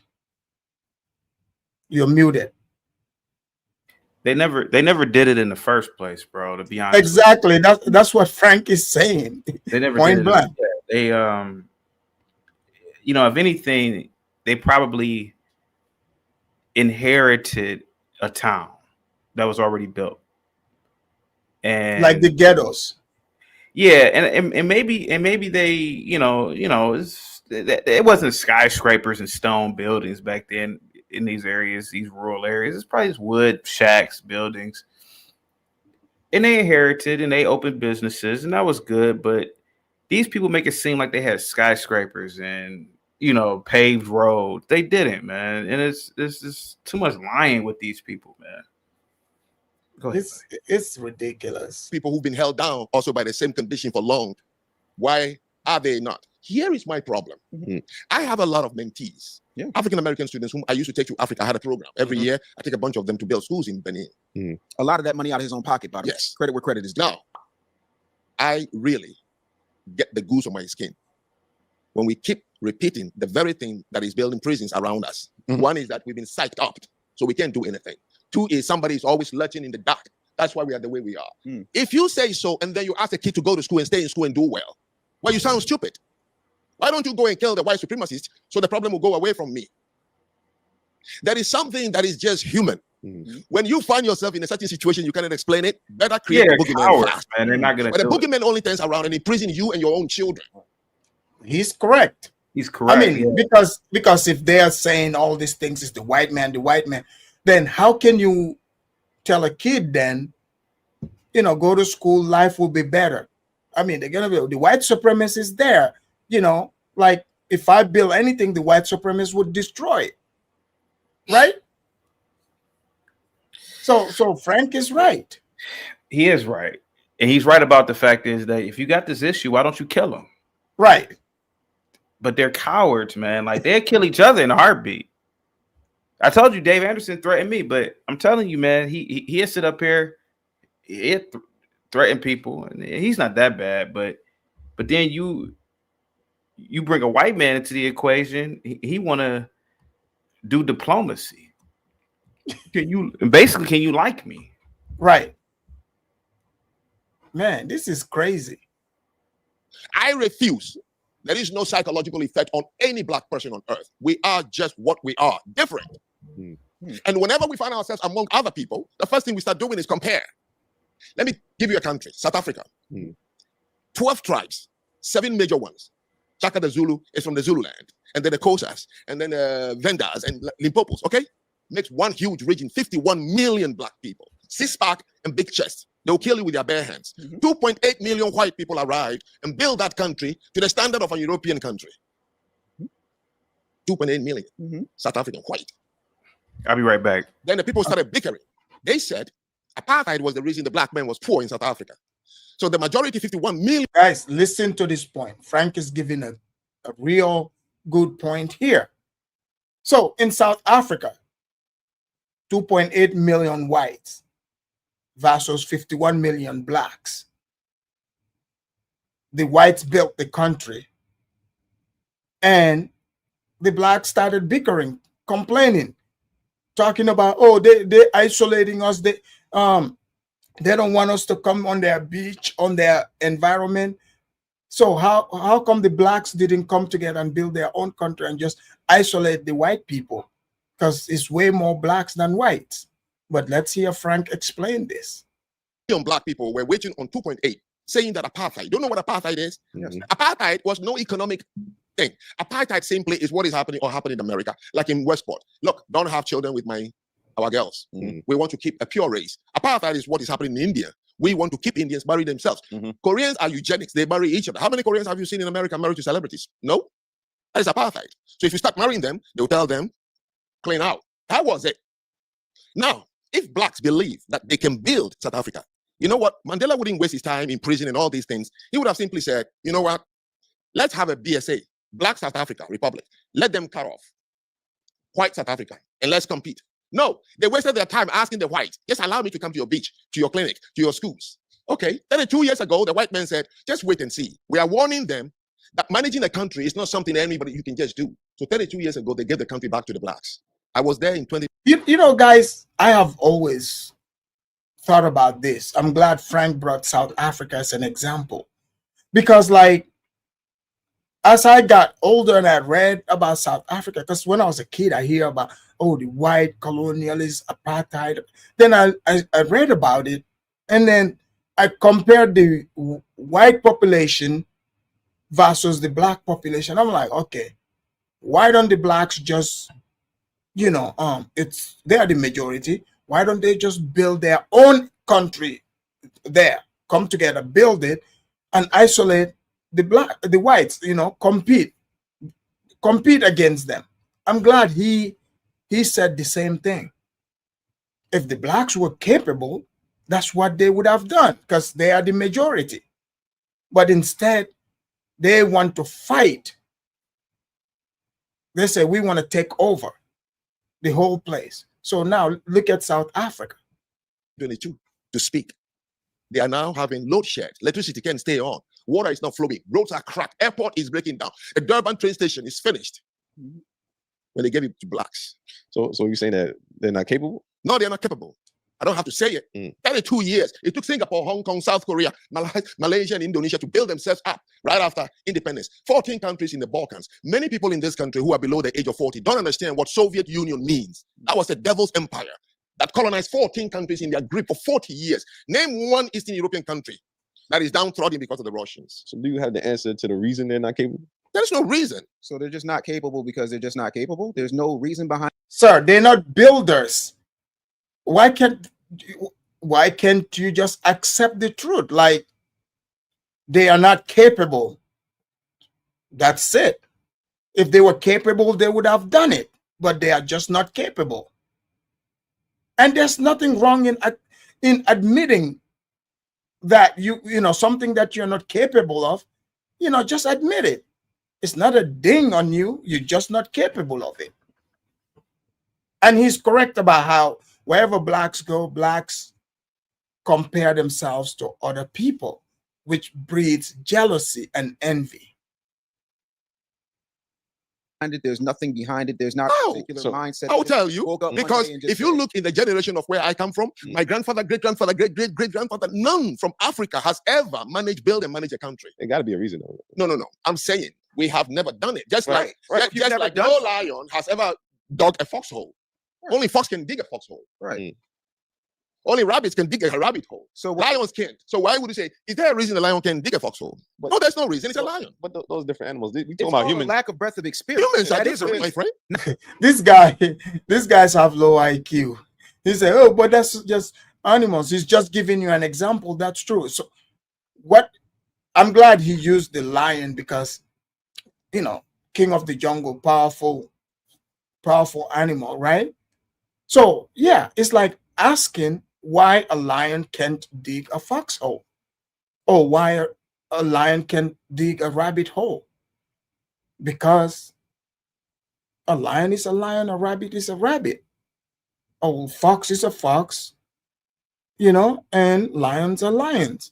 Fox do fox things, lions do lion things. So Frank is correct. Like, none of these tribes have ever built a country, like a sophisticated country, that we see in these modern times. So like, what else do you need to hear? It's just a fact. If you've never done it, there's no other reason. You've just never done it. But to them, that's not a good enough reason. They want to tell themselves that, oh no, these white buildings you see in the white civilization you see, we built those.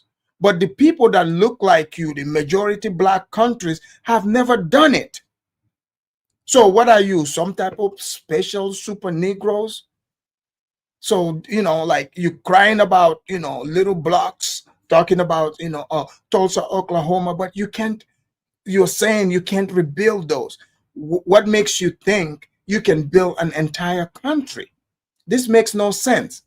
What Frank is telling them is way over their head. Because like Mandela went to prison 27 years, they said, oh, because of apartheid, all that ended. The white people were like, okay, we give you the power. And now the quality of South Africa, is going down, down, down. And he's giving all the different reasons. During the apartheid era that they speak of, they didn't have load shedding, meaning, the electricity going out when the whites control everything. So that means white people, they just are good at doing this. It's their nature. For whatever reason, they are capable of coming together and building massive societies like America, Australia, Europe, like they did in South Africa. And they, why do black people take that as a ding against the black, that because the whites are able to run a country, but blacks can't? Why would you take that as a diss? It's just not your nature. Is that a possibility?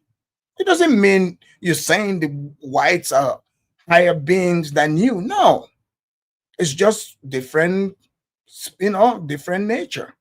That's all, different nature. Not having the experience is a reason. And again, Okay, so maybe we have not had the need.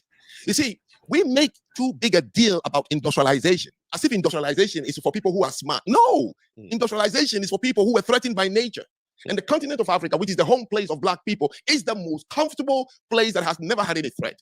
Tsunamis, earthquakes, tectonic plate shakes, winters 10 feet high, springs. No, you wake up every day, the trees are green, a tomato is 365 days, it's right behind your house, the river is there, and you just lie out there, eat something, and just chill. So your brain, for me. So it's true. I mean, all this industrialization you're seeing, okay, is it possible that maybe Africans naturally, the environment even never needed it? That's why, none of it happened, because everything comes easy. So, the African brain never, feel the need to build skyscrapers, to build massive paved roads. Could that be a good reason? But let's hear more about what Frank, how he breaks this down. Millions of years, it's not inventive because There's no need. there's no need. So we build little communities. Africans are communal. The black man by nature is not an individualistic actor. The black man relies. That's why you can't finish a sentence with the black man without him saying, oh, my niece, my cousin. You can talk to a Japanese, a Korean, and a white man for 3 hours, and he's my wife and children. That's all you're going to hear, because they come from that kind of thing. All right. So where we come from, where we evolved, gave us something. And that something is what we are. So what the white person did in South Africa is not because he's smart, it's because just over years, millions of years, they've been in threat from nature. So always their brain is inventive. Oh, how can we protect ourselves? We didn't need a reason to let the water be in some, because it's not going to freeze. And we have to come back to that. But we keep preaching that. Frank is correct. I mean, like, if you look at like in the Caucasus Mountains, in Europe, where white people come from, I mean, your brain you better be inventive if you want to continue living. So it makes sense to be inventive and, prepare, be able to control, the nature around you. But, what he's explaining here is true. In Africa, up until, these modern times, that wasn't needed. That wasn't needed. The people can just go to the river. Okay? They can just catch the animal. You catch the fish. They have their fruits, wild fruits everywhere. So, yeah, that's not a diss. That's just nature. Accept it. Somebody, this weakly white small race, have held down black men.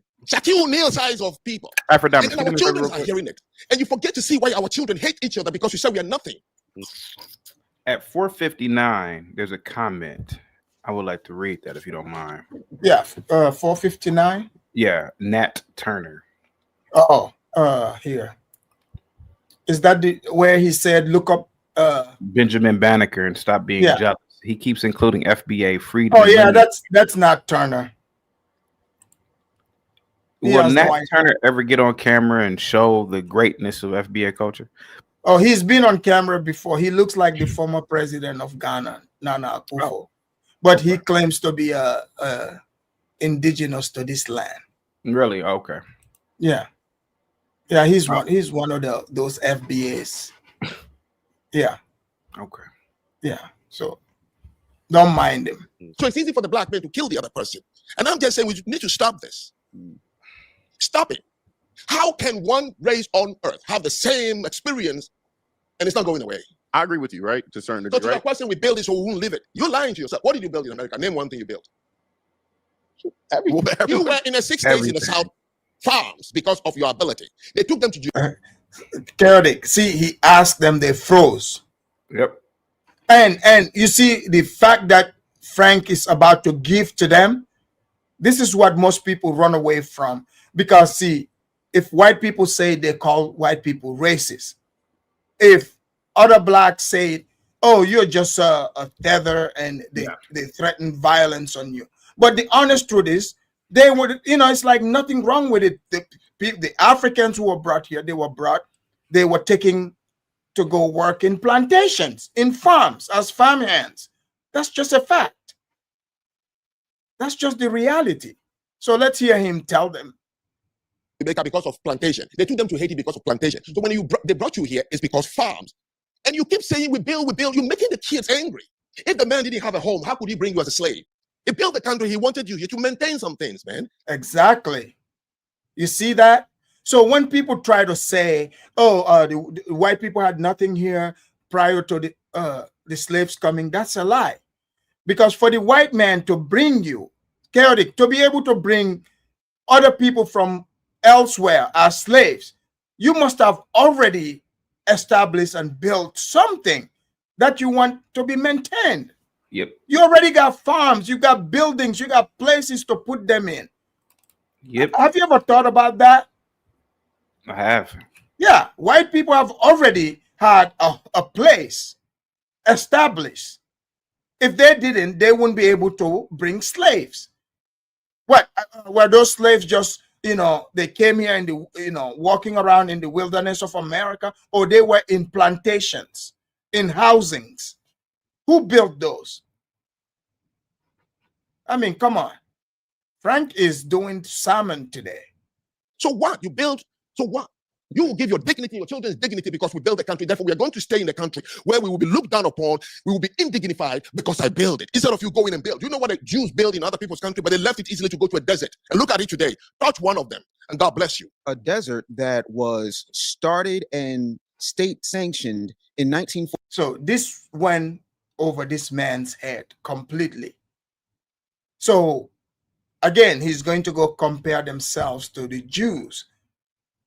So Frank said, yeah, the Jews, they built in various countries. They were in Germany, France, other places they got kicked out of. They gathered up, went to present day, Israel. It was a desert. Look at what they've turned it into. But let's watch him give another excuse here. 46, the year my mother was born, a desert that also came with infrastructure, a desert that also came with banking systems, a desert that also came with absolutely no laws preventing them to build freely. But That I'm is no, saying no, no, no, no, they wait, no, no, moved from the place. Hold on, Frank, Frank. Frank. I sat here very quietly, Okay, intently okay, listening. sorry. I got 2 ears and 1 mouth, so I was listening twice as much as I normally talk.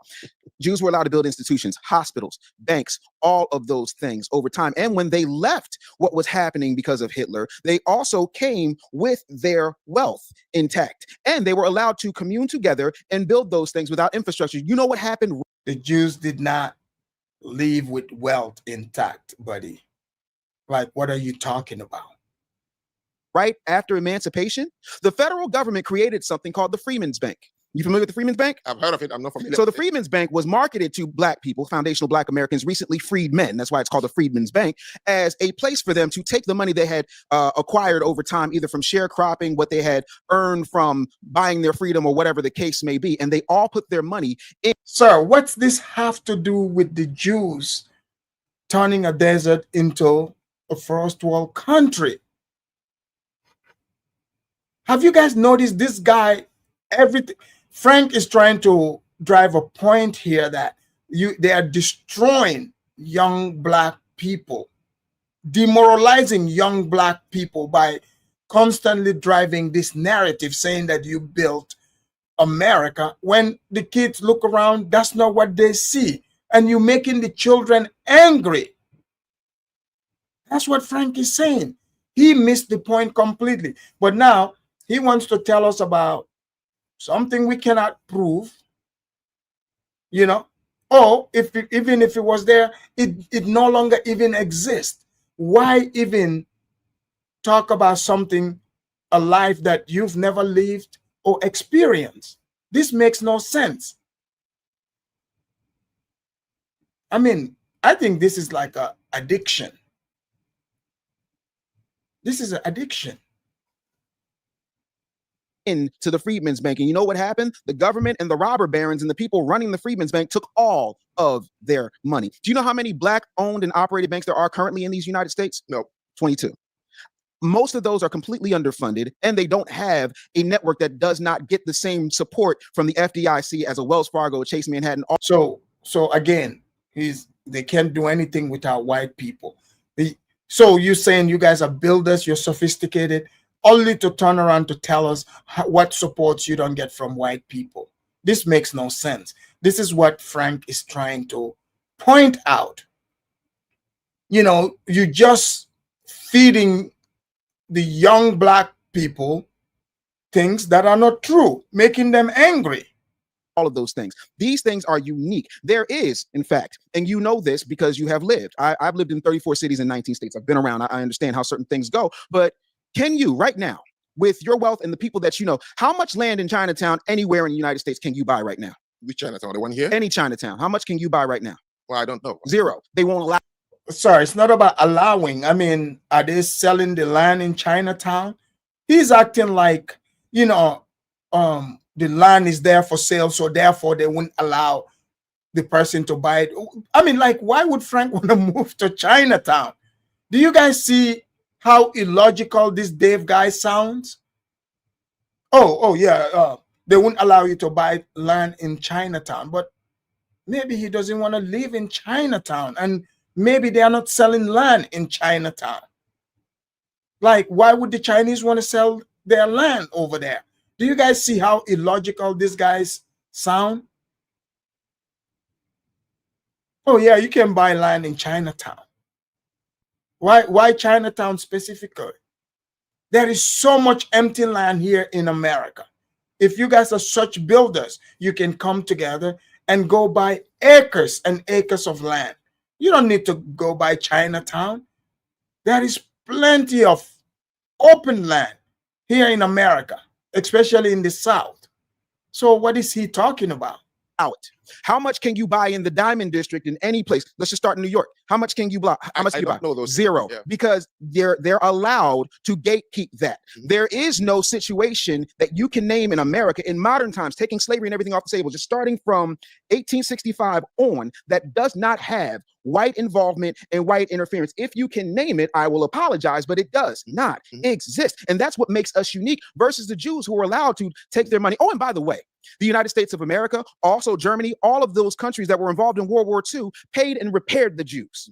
Japanese Americans who were put in internment camps because America allegedly was afraid of another Pearl Harbor, but we all know historically that was some BS because they knew Pearl Harbor was going to happen before it happened and they allowed it to happen, took the Japanese Americans out of their homes, out of their stores, out of their businesses, out of their communities and put them in internment camps. And when they released them when the war was over, you know what they did?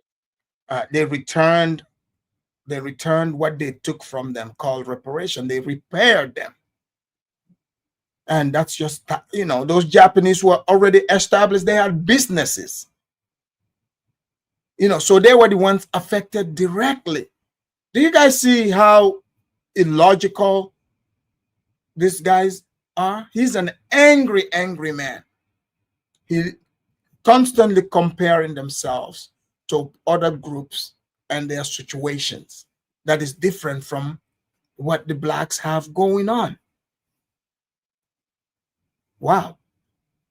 They repaired them financially. They gave them grants, land grants. So it's easy to talk about, well, look at what the Jews did, this, that, and the third, because the other part of that is you can freely, without fear of recompense, without fear of cancellation, without fear of any type of retaliation, talk extremely critically of foundational Black Americans. I dare you to go do that to Edelstein and the folks over at the National Defamation League and see how quickly Frank Zanu gets canceled. See how quickly your bank accounts get frozen. See how quickly you become public enemy number one. But they will back you and make sure your algorithm goes viral to the point where people wrongly are. Oh, here we go. Chaotic.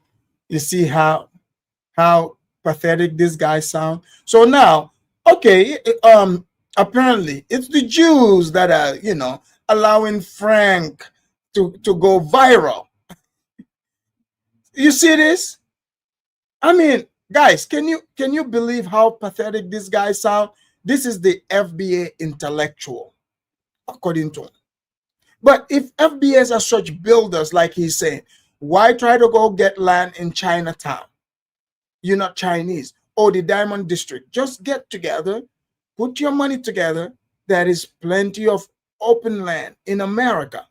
You can buy that land, just like those black women that came together to buy that land, talking about going back black.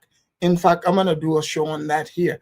I mean, I bet you they haven't even done anything with it because they are not builders.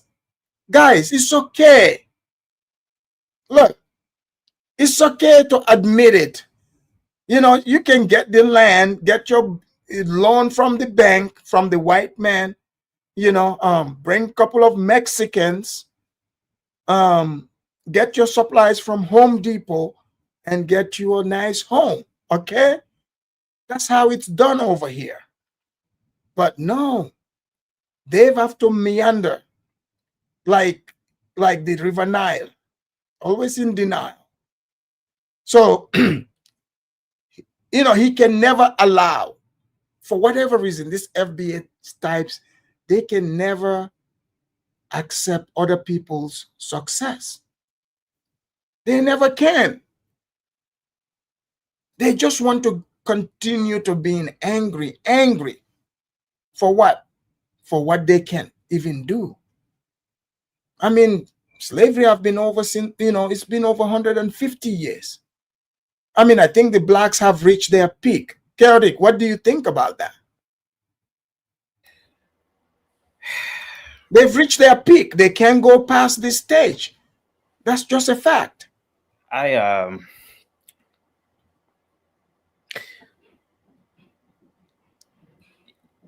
Do you know what a gimp leg?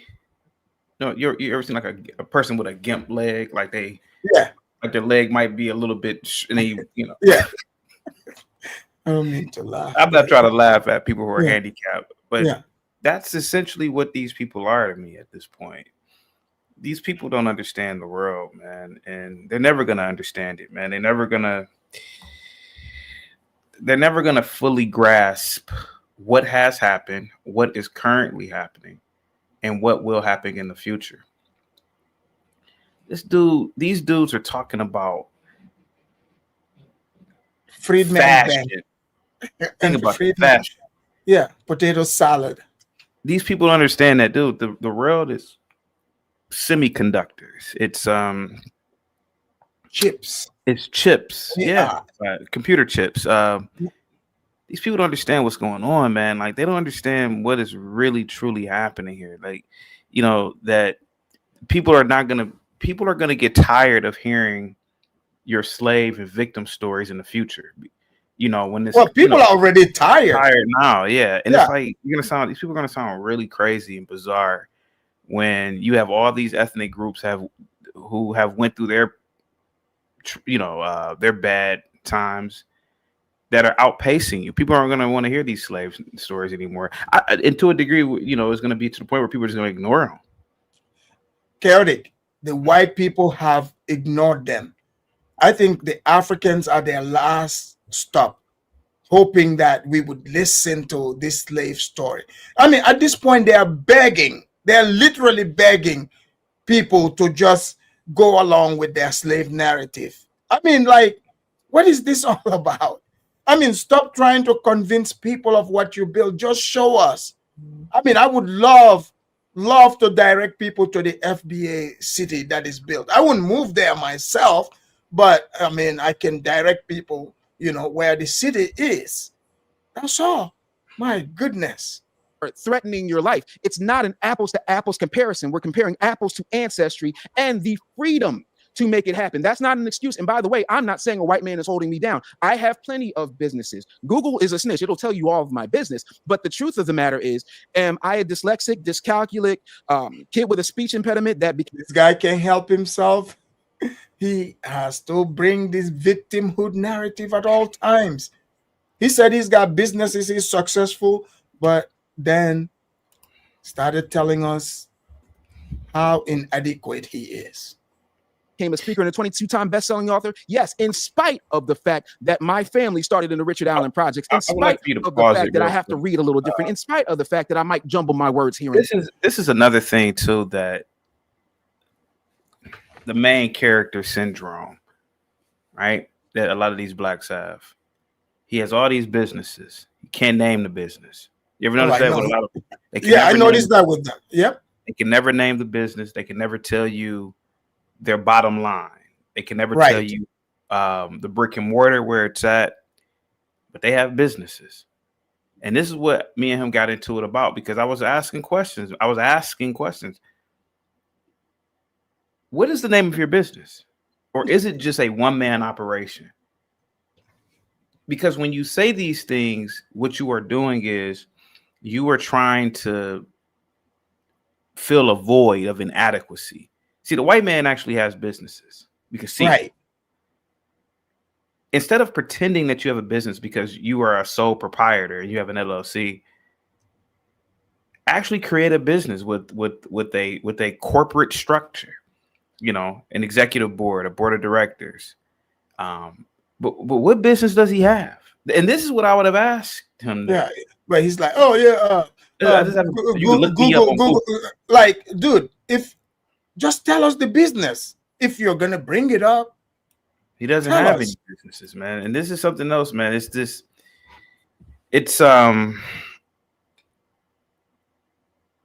imagination land, and FBA culture has been like this for a long time, man. But go ahead, sir. There. It's not that it's impossible, but to me to act like that is the rule, as opposed to the fact the truth is that I am the exception, is not only disingenuous, it's very, very short-sighted. Mm-hmm.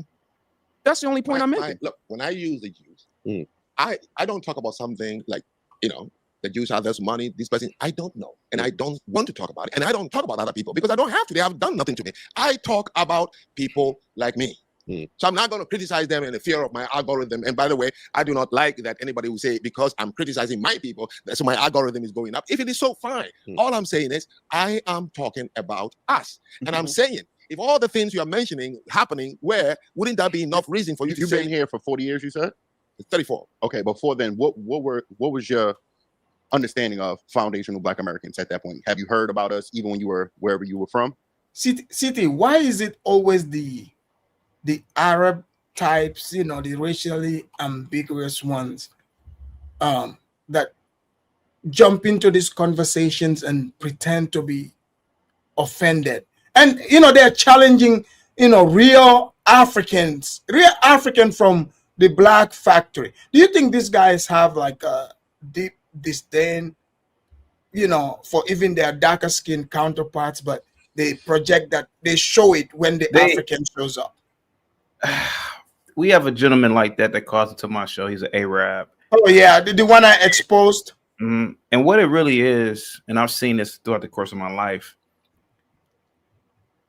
they are not noticed in their own culture. They're not seen. They're just any old Arab, or they're any old person.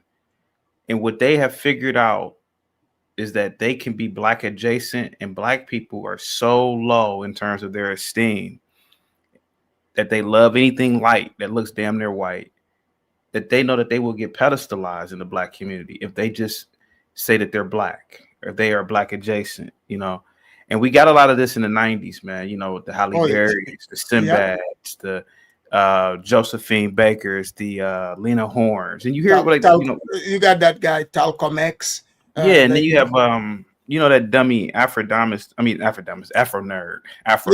that caused the.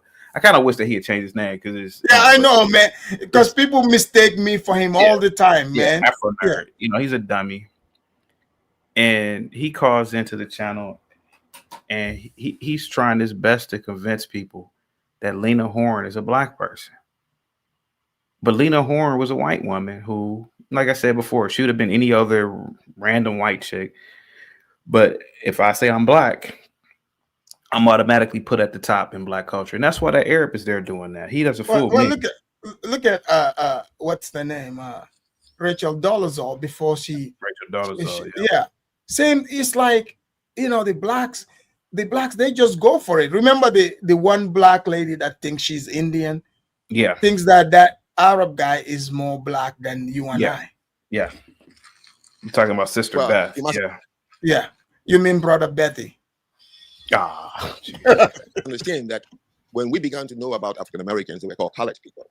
Mhm. Then from colored, it became Negro. Mhm. And then after Negro, it became Afro-American. So we in high school, if you had come to Africa, we call it Afro-American. Right. And then from there became Black American. And then from there became African Americans. And now I'm hearing the new terminology, which is foundational Black Americans. I don't understand it. I don't know where it came from. So if I knew about Frank, don't worry. It came from a guy named Tariq Nasheed. He created it on the internet.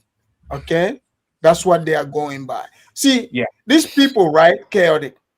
Why do they fish? They want us to see them in a negative light so Yeah. bad. So, like Frank is telling them, no, we did not see you in negative light in Africa. That's not sitting well with them. They want Frank to say that no, they were telling us you guys are criminals, you are this and that. But that's not the case. The white man even did them a favor. The white man, the media that is shown to us in Africa, the blacks are presented as cool. I mean, think about it. Why would America sell, part of their citizens as bad if they want people to come here? Why would they do that? This makes no sense. But yeah, let's hear Frank correct this Arab. African Americans, yes, my name was Superfly. We all have to choose an African American name because we watch Cooley High, Mockton and all these things. We knew the names have changed just as the lifestyles have changed also. So yes, of course, we read it in high school. We knew about. But what was the gist of what? Because my whole point of bringing this up is, the media and the world of the power of America. Let's just like you mentioned those movies. Those movies depicted, black people in a certain way, but we're ignoring the fact that black people are foundational Black Americans are being pictured as criminals, your enemy, everything anger, everything. Sir, Kerry, do you think Loki, this guy just wants to point out that blacks are, he wants to call blacks criminals and all these things, but he's making it seem like, that's what's presented to us in Africa?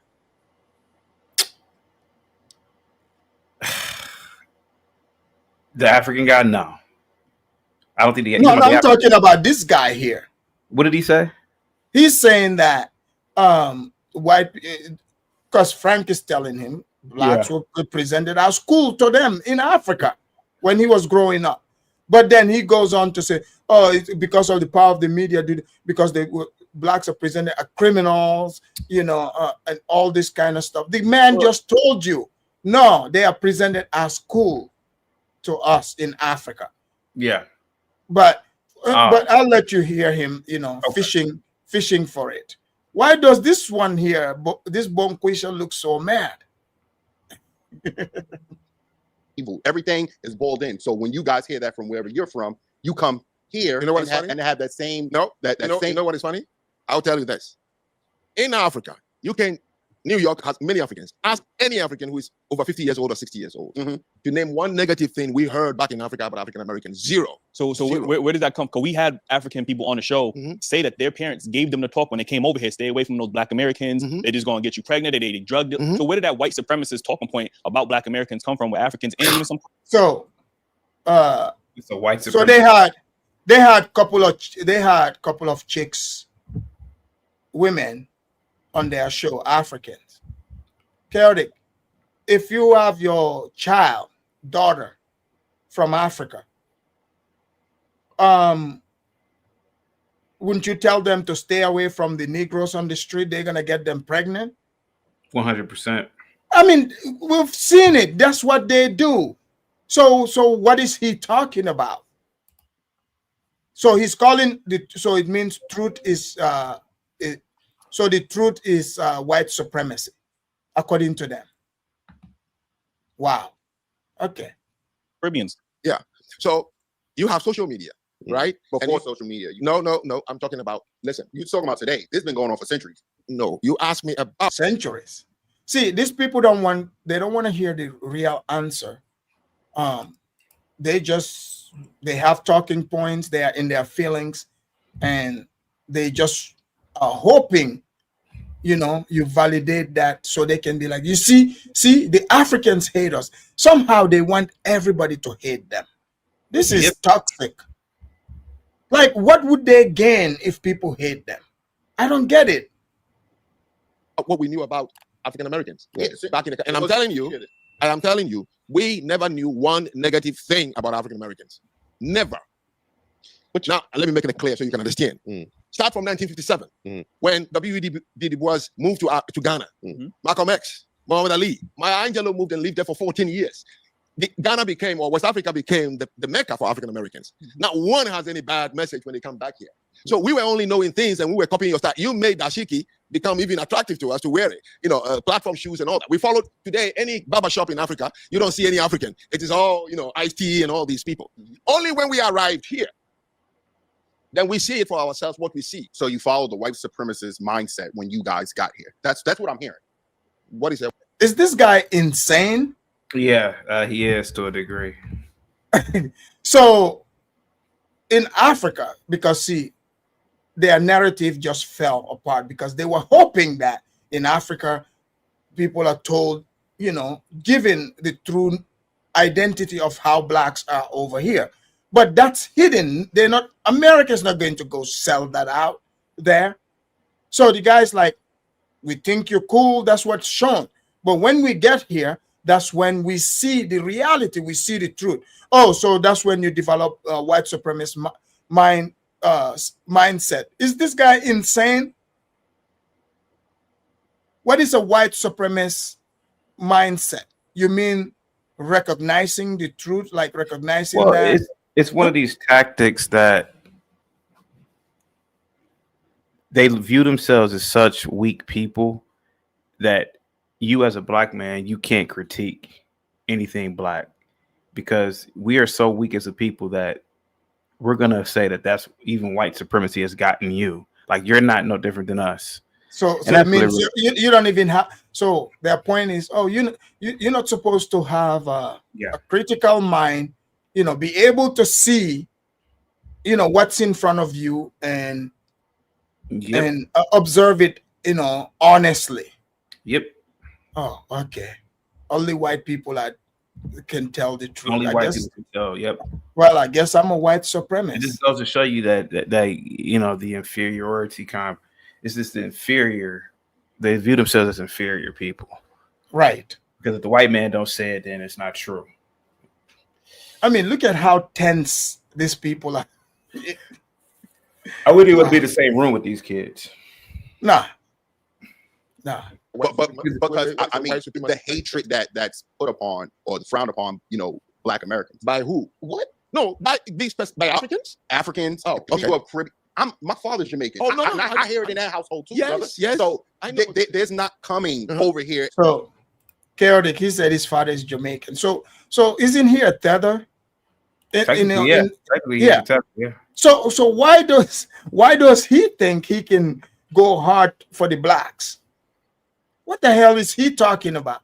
Do you think he's escaping? Because see, there's two things against him. He looks Arab. His father's Jamaican. Yeah. You know what, Chaotic?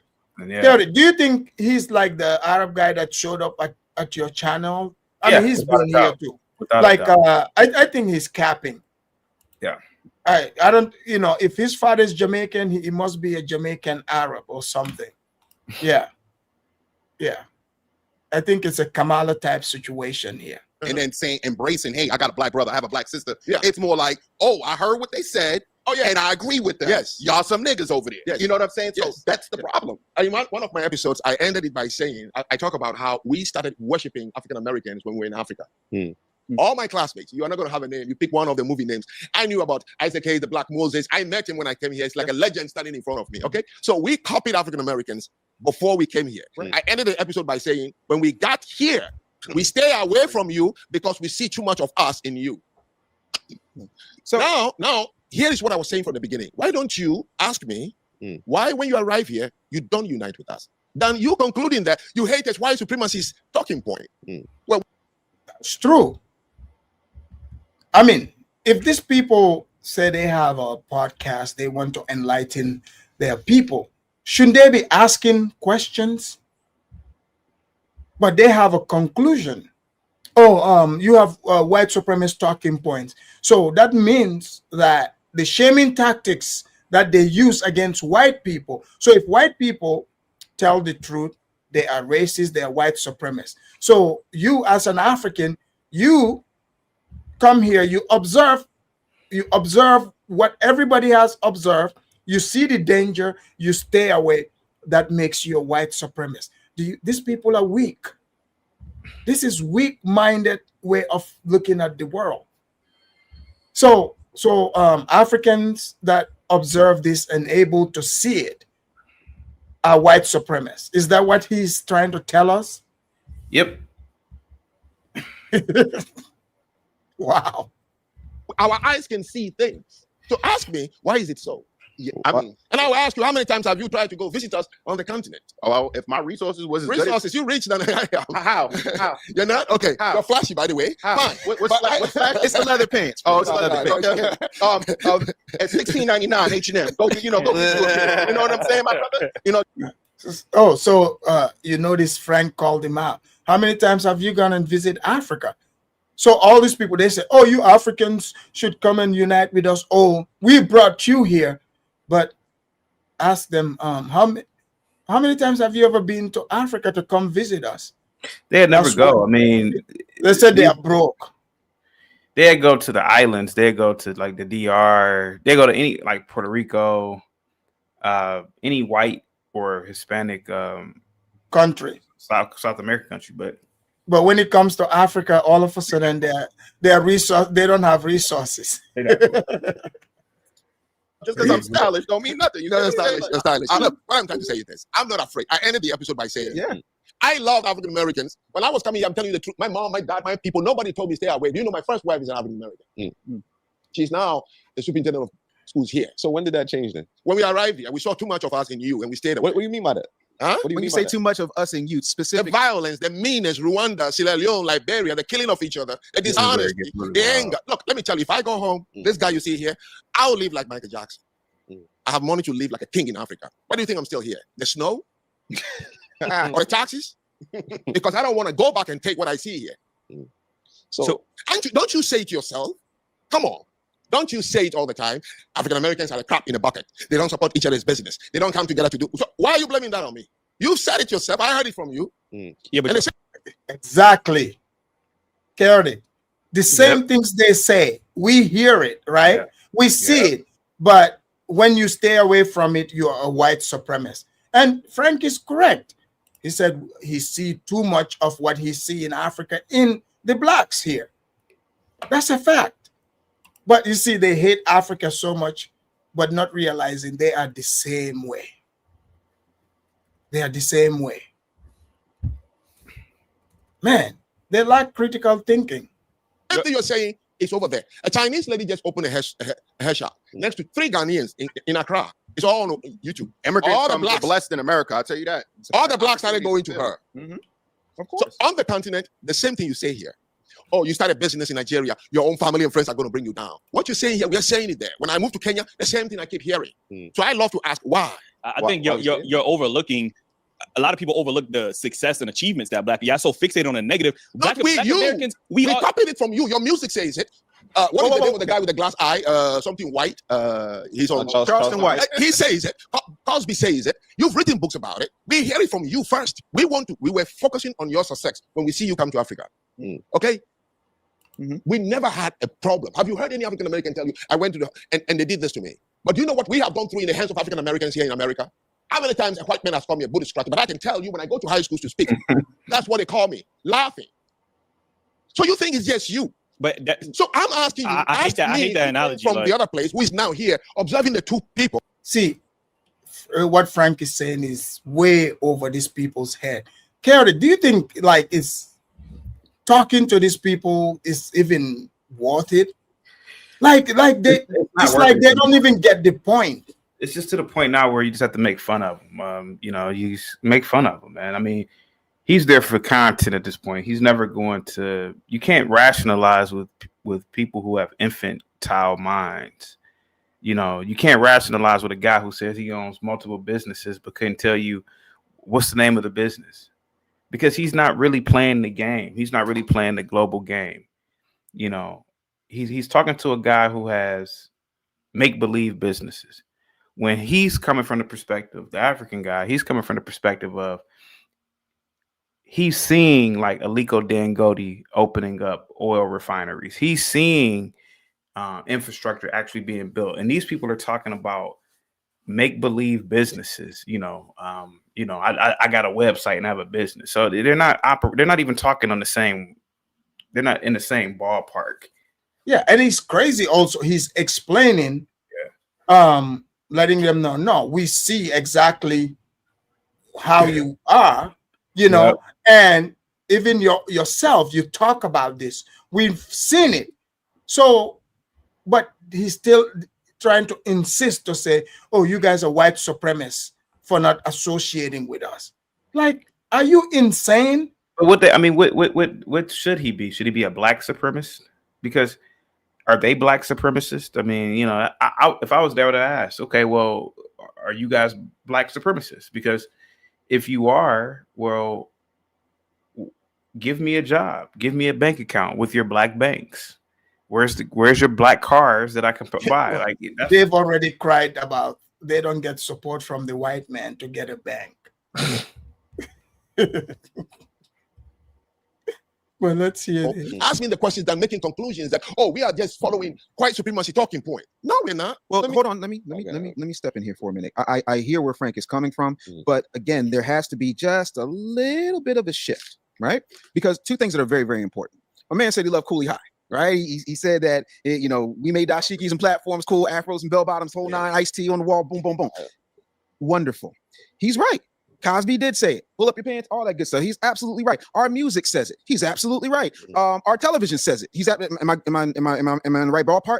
Cool. How much of that did we produce? Of what? All of those things. All the media that you're speaking of. Who media? No, I live in Bridgeport. No. It's a first-hand experience for me. No. I don't want to move the goal. So this guy, Kerry, he argues like that. Those Afro-Nerd guys that come on your show. Yep. Same talking point. Yep. So you notice like Frank clearly is talking about lived experience. Lived experience, right? But he's trying to focus on only what is said on television and then turn around and made themselves victim to say, oh, how many of that do we produce? And they're the builders of America, the super Negroes. Like, what happened to being the super Negroes? I mean, this is insane. Sad to watch. I mean, like, I was having a headache watching it, but I'm like, look, I gotta bring it to the show so people can see why, people don't want to associate with these types. This is insane. So I'm going to talk about exactly what you said when it comes to the music, the books, the TV shows, the movies. Those things are media. Okay, sure. How many of that? How much of that did we produce and distribute? Oh, I don't know who wrote the lyrics for Tupac or who wrote the lyrics for B.I.G. No. The producer is saying, bring your product and I will just produce it. You went with smoke niggas like a cigarette. He produced it. You blaming the medium. No. David, let's get real. Oh, I am getting real. Here's what I know. Chaotic. Yo. Chaotic. I'm sure you've listened to rap. I've listened to it. And we've been around blacks. Chaotic. Those lyrics that we're hearing. Chaotic, do you think white people wrote those lyrics from what we know these blacks to be? No, it's blacks, man. So what is he talking about? I have no idea. Frank said, they have the opportunity to talk. I mean, like, Chaotic, you cannot present something that you are not. The blacks are presenting who they are in their music. Plain and simple. When 50 Cent was talking about Mini Man or getting shot 9 times, that's what happened to him in his neighborhood. He's telling us about his neighborhood. He wrote those songs. When Yeah.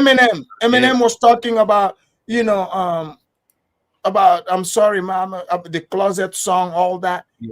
He's telling his experience. You think when he came to the producer, they told him he cannot produce it? No. So what is this Dave guy talking about? I mean, this victimhood thing is not looking good for these FBAs. So I come to you and I bring my lyric. Right. Glad Davis produced what is her name? Whitney right? Houston. Okay. Either she sang people's songs, you could say, no, this song I don't want to sing it because I want to protect the dignity of my people. Oh, But you write your lyrics, you take it to the guy, he said, great, your people love this. He said, yes, I produce you. I wish would that do the was the same. truth. But here's a fun fact you don't know about me, Frank. When I was a kid, I used to sing backgrounds for Teddy Pendergrass and people like that. I grew up in the music industry. Teddy, wow. Yeah, Gerald Levert. Wow. I'm the youngest person to re-record the Twist with Chubby Checker. Like I've been around the music business for a very formidable part of my life. I also was a radio programmer. I also ran CBS in Austin. I also put Ricky Smiley in the syndication. I worked with Wendy Williams, DJ Clue, so on and so forth. I can tell you from firsthand experience, and I defy anybody who watches this to tell me I'm lying, that we do not get to pick what records make. See, when somebody makes a Sir, how many Don't make your own damn records and distribute your own thing. It just Yeah, exactly. I mean, Chaotic, this guy was literally telling us about Koreans. He's claiming that Koreans were emulating Megan Thee Stallion, a female naming themselves after a male horse. So she should be looked at, checked for prostate. But I'm just saying. But they are saying, so Megan Thee Stallion, wasn't she the one that did the song called WAP, the WAP thing? She did. So what does it mean by they get to tell you can pick your own song? So you mean to tell me Megan Thee Stallion showed up there and she wanted to sing the Lord's Prayer and they're like, no, Megan, you should do the WAP song.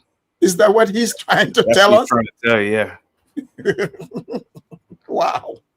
Record. You might not know this because you're not in the industry. When somebody makes a record, they can make a bunch of songs. Marvin Gaye and Barry Gordy, because Barry Gordy was answering to palm-colored people at this particular point in history, had an issue because Marvin Gaye wanted to sing what's going on and start reaching his people a different way. And what Barry Gordy wanted was, I wasn't bit as nothing. He wanted the fun stuff. He didn't want anything, too controversial because he didn't think it was going to sell. When you make an album, it's usually anywhere from 30 to 100 songs. Out of that 30 to 100 songs, they pick. So they don't have black producers. Is that what he's telling us?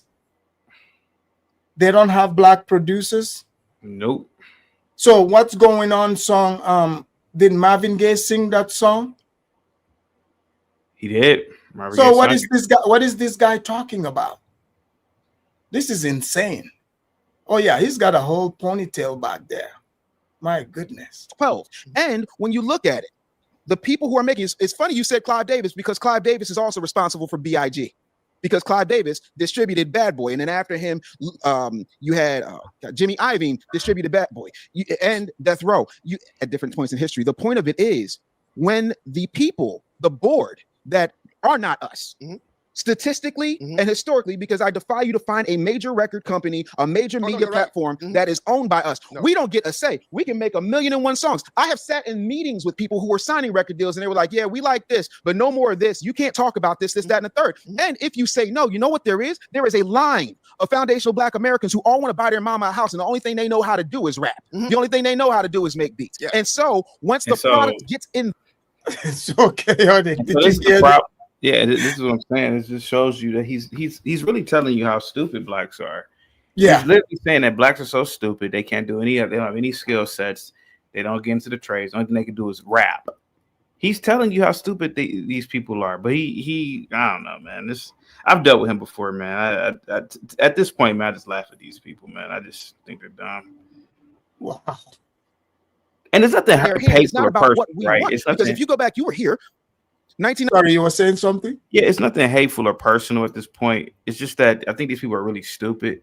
No, I'm seeing it. I'm seeing it. And it's nothing like about his personal life. It's just that I feel like these people, like, they really don't understand the world. Like he doesn't see the problem in what he just said.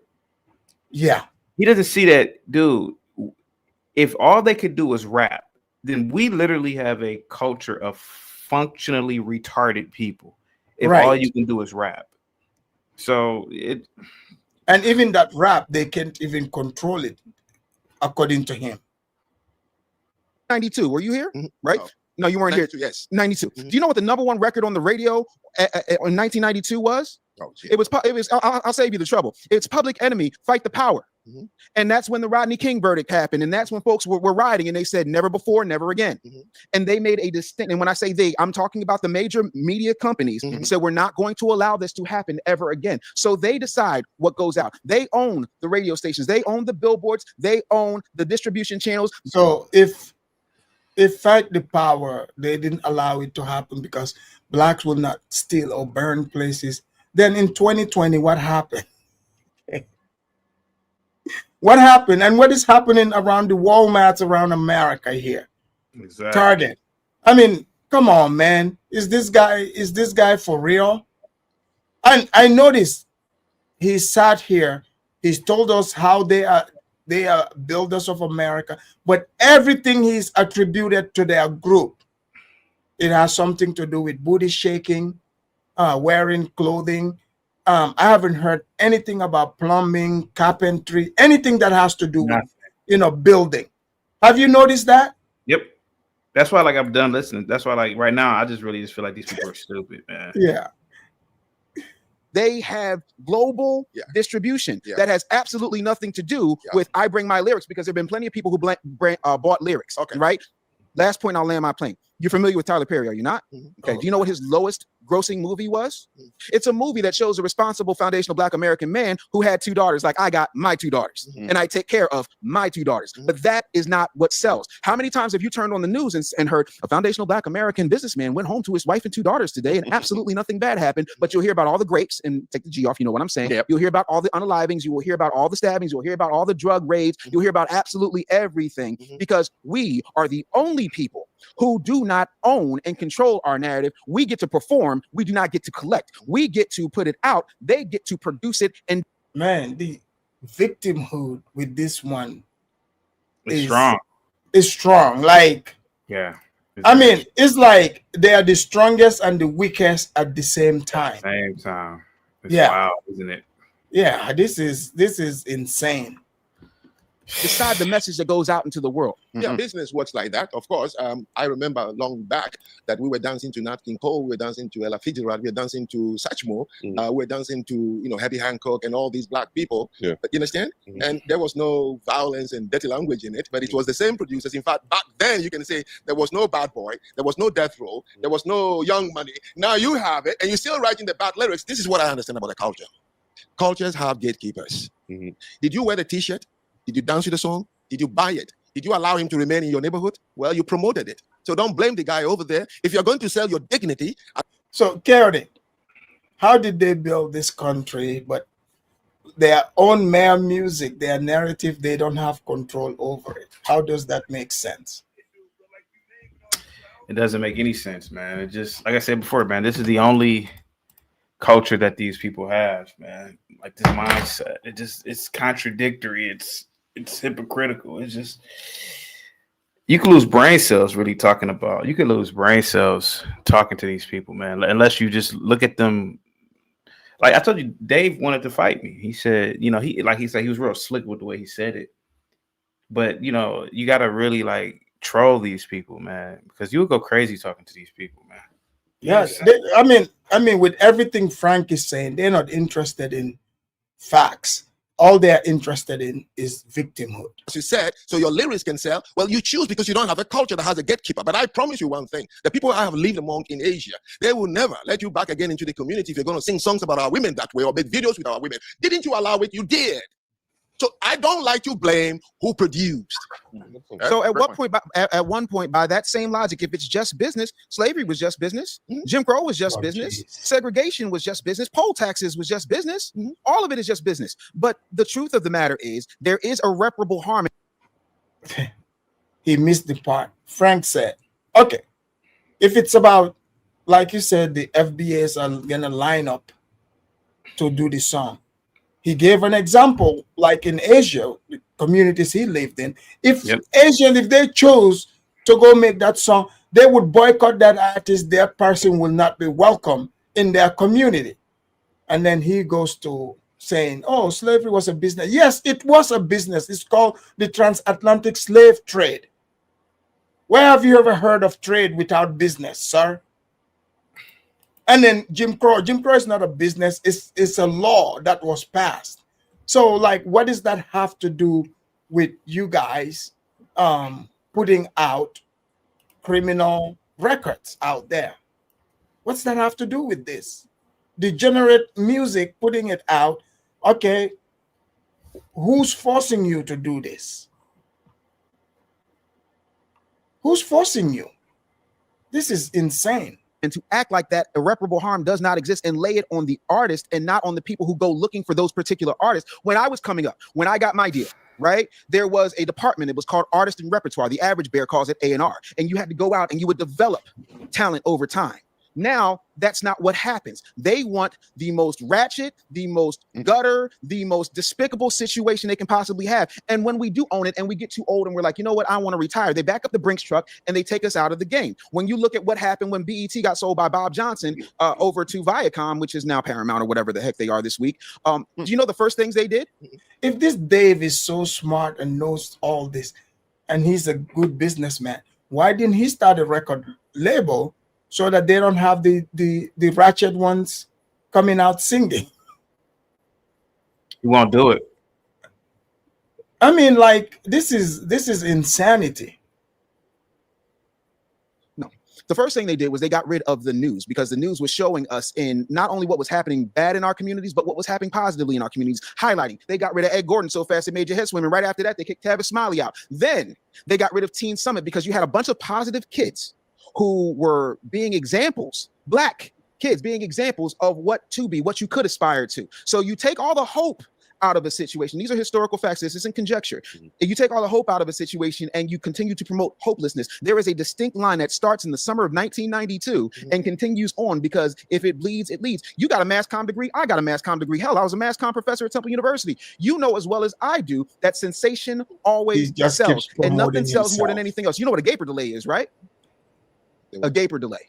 So pretend you're in traffic, right? Whether you're on 95, the Tappan Zee Bridge, wherever you are, and there's a delay in traffic, and you can't figure out what it is. And so you're driving up, and all of a sudden you see that there's somebody with a and you're the one making it that the kids are demoralized by these narratives. And I refuse to participate in that, because the day I knew I'm just a different person, I'm an accidental citizen of this earth. I didn't choose my skin color. I didn't choose my tribe. I didn't choose my nation. I didn't choose my race. What is there for me to defend anyway? Knowing that I'm an accidental being here, I get along with anybody based on me. That's it. And I'm tall, handsome, and happy. That's when I respond when people ask me, how are you? What is the headache? What is it? I think what is wrong? I think the issue is the lack of respect that we get from you. Feel it. You said so. See, what is this obsession with? They said they get lack of respect. They feel less than the way. I don't think they understand, like, you know, what is coming out of their mouth. Nope. I don't think they understand.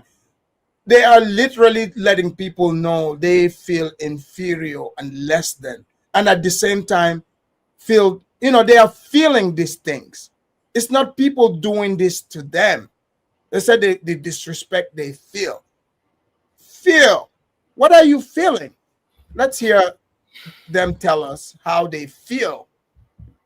When I came to this country, there was one word common among gangbangers. Yo, you disrespected me. What the heck is that? It's an abstract noun. You can't even see it. You hang on to abstract nouns and kill people over it. How do you know you've been disrespected? What does it do to you? Did I pinch you? Did I hit you on the head? I mean, what is it? Wait. Only because you mentioned being called African booty scratcher affected your mindset. No, I didn't. I didn't end by saying. Oh, Chaotic. Another thing I noticed, they like to lie. Yeah. They like to lie blatantly. The man never said that affected him. He's just giving you example. Like it's like they twist and try to get you to feel like a victim, like they are. They lie a lot. I mean, what's with the light-skinned ones that join in with them? This is crazy. The man never said that. He sure didn't. Yeah. I said, only African Americans did it to me. Did I tell you it affected me? It didn't. I still took kids. Okay, so You Africa. take you out of it, right? You talking about the millions of Africans is here. It didn't affect them because that's the one thing they always come and say. I don't know. It's a through line. I'm But- only telling you about what happens. I was in Kenya, and this Sudanese girl, I was online, and I met her online. So finally we met in person. And she said to me, you know, I knew you're from America, but I knew you were not an African American. That's why I agreed to meet with you. And I said, why would you say that? And she told me her story. She's a refugee in Kenya, tall. And so she got a scholarship to come and play here in Maryland. I don't know which school she went to in high school. She said every day she cried. She can't go to the locker room because of the black players, basketball girls. So one day they played against a white team. One of the white girls saw that she was not in a good mood and asked her, and she told her. Her mother, the white girl's mother, came to the school and made sure that she took this girl out to go to a different school. She said the last 2 years in America, among all white, not that I didn't miss my black people, was the best I ever had. They call me Doc. They call me names. They call the one Blackson used to joke about. He said all that. He said, I cry every day. Listen, I am not blaming. I'm only telling you, same it is back home. This is my people I'm among, and I can tell you, I have a credibility. I'm from the continent where my great-grandfathers and mothers were taken from, and I'm among them. So I see more than you see. But you say disrespected us. What disrespect? Why should that matter? It doesn't matter. But the thing of it is that I need you to understand, if any other group in this country gets disrespected by whatever measurement they feel. For example, Kyrie Irving. You familiar with Kyrie Irving? Oh, here we go. Here we go. Guys, I mean, there's no way to rationalize with these people. Like, there's no rationality, you know, in dealing with them. No common sense. Like, I remember one time there was a black person, you know, we're just talking, and then it was like, where are you from? And I told them, and it was like, yeah, I know this person from Kenya. You know, you would probably know them. He's African too. I was like, yeah, Africa only has about 1 billion people. Yeah, I would possibly know. You know, this person, you know, their brain is not even working. They actually believe that they missed the billion part. Like, I'm letting them know, like, you're dumb. Like, how would I know the person just because we all African from Africa? You see what I'm saying? Yep. Like, the connection in the brain is not there. And and when you tell people this, they say, oh no, it's only online. I've seen this in real life. So now he's telling us certain group, if they feel disrespected. So he's talking about the Jews, right?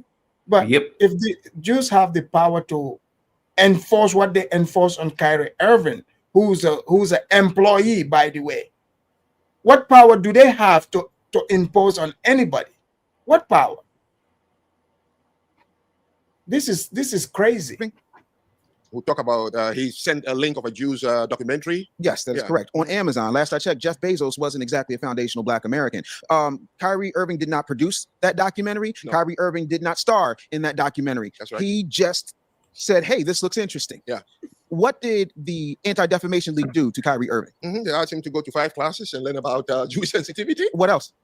Pay some fees, become friends with the rabbis, take a lesson. And he was like, yes, sir, yes, sir, yes, sir. All because they felt disrespected because he tweeted something. So, Dave, do you guys have the power to enforce that on anybody? But here goes the thing. Blacks are... He's more or less talking about why do blacks critique other blacks? Because whites and other groups of people get canceled when they could do this. Exactly. What is he talking about? They get canceled. They get fired. What are he talking about? Blacks. Yeah, I think that's what it is. Like he wants to police what black people have to say. Yeah, so, this is ridiculous. Oh, look at what Nat Turner wrote. He said the Donald Trump administration is getting rid of you, Afridamus, and your tether because your third worlders are dragging this first world country down. Bro, how long you gonna be live, man? I gotta take care of something, man. You gonna be live for a couple more hours? No, I mean, go do your thing. I'll be here like maybe another 45 minutes to an hour. Okay, yeah. I'll be back, man. If you're back, yep. Okay. Peace. All right. Thanks for coming. Because there is an infrastructure there in order to punish people that feel that they feel like have disrespected them. And the irony is these are the same folks who will say that we're not like that. We don't run this. We don't punish people. We don't terrorize people. And then they go out of their way to make demands and sanctions on the very people that they say are disrespecting them or anti them by forcing them to do certain things. Therein lies the difference. And so I want to answer the real question you asked, and I'm paraphrasing, so forgive me, but it's like, well, what is the problem when it comes to this? If we can do all of this, then what is the issue? Are you familiar with Eli Whitney? Give me a look. Okay, Eli Whitney was so, like I was saying, this guy, all he's doing is like venting. It's like a venting session for him. Mind you, guys, this was supposed to be a quote unquote debate. So he's telling us all about what the Jews were able to do. I mean, the Anti-Defamation League, let me be correct here, was able to do about Kyrie Irving. So now, what power do they have to enforce anything? It's like they are always comparing themselves to other people. So this was, instead of debating about culture and what they've built, it's turned into, this trauma session. So pretty much, he wants Frank to sit there and listen to him talk about, the power that the Anti-Defamation has to cancel people. I mean, these people, they literally cancel white people. I mean, hell, white people can't tell the truth about blacks without there being consequences. So what is he talking about? So in many words, in this debate, so he's saying, okay, I don't like what Frank says, so that means we feel disrespected. So they wish they have the power to cancel him. That's what he's saying. This is crazy. A landmass slave owner who said he invented something called the cotton gin through no fault of their own, who were forced into that situation, and the fat black kids who were in the back singing. When you don't control the media, when you don't control the message, when you don't control the invention, when you don't have the ability to freely monetize the creation, how can you ever dominate? No, I don't know. I can't answer that question. I do want to interject because we still got a couple more questions to go. Yeah, sure. Jew, I know you had a topic that you wanted to get into. Okay. So when you hear the word tether, do you feel like, or do you believe that is a word to just, separate non-Black Americans from foundational Black Americans? Or do you believe it's more of on the line of a hateful speech? No, I don't consider anything as a hateful speech. I don't. I know that people, use words. Would you consider yourself the same along the lines tether? The tether? Yeah. It's a grammar. I mean, I don't know how people. So do you guys hear how insane this question is? These people are low-level thinkers. The way they think, is like the names they come up with, they are hoping and praying that, these words they are saying, is affecting you like it's affecting them. And it doesn't even mean anything. So he thinks that's a real question. A smart individual like Frank, you think asking him the word tether, that actually means something? They are hoping that, you would feel hurt by it. They truly believe that you are as sensitive and moist like they are. I mean, this guy is like a child in a grown body. I can't even believe he thought that's even a relevant question. But they go out of their way to fish for you to,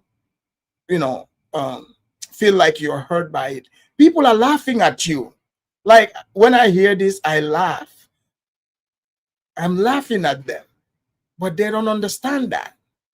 What do you find it? Well, basically they say on the lines of non-Black Americans that benefit from Black Americans, but talk down on Black So that's Americans. what tether means? Yeah. Oh, okay. They must have a Tether. Yeah, they must have a reason to say that. Yeah, I mean, I wouldn't be offended by that. but I'm saying, would you consider yourself that you benefit from the labor of Black Americans being here, the opportunity, and then Oh, I don't know. and you speak down on Black Americans No. as well as Okay, let me go to other the tether. people. Let me go to the tether words. Yeah. You see, this is the problem. Mhm.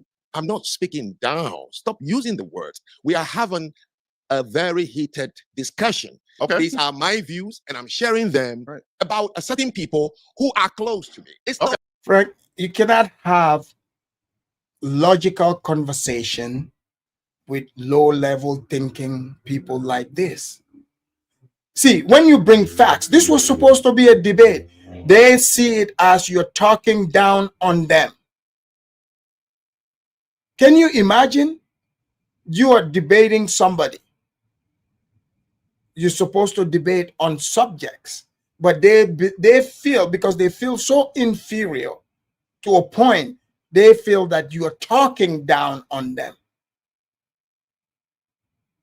Frank is not talking down on them. They already feel inferior. So now he's confidently sat there and accused this man, like they accuse all other black people, black immigrants, that they are benefiting from their labor. Now let's see how Frank is going, because in the beginning I've shown the Hart-Celler Act, which is the 1965 Immigration Act. I've proven it to show you that the blacks have no hand in it to begin with. They have no hand in it. They don't have the power to change those laws. So I have proven that, and I still have it up.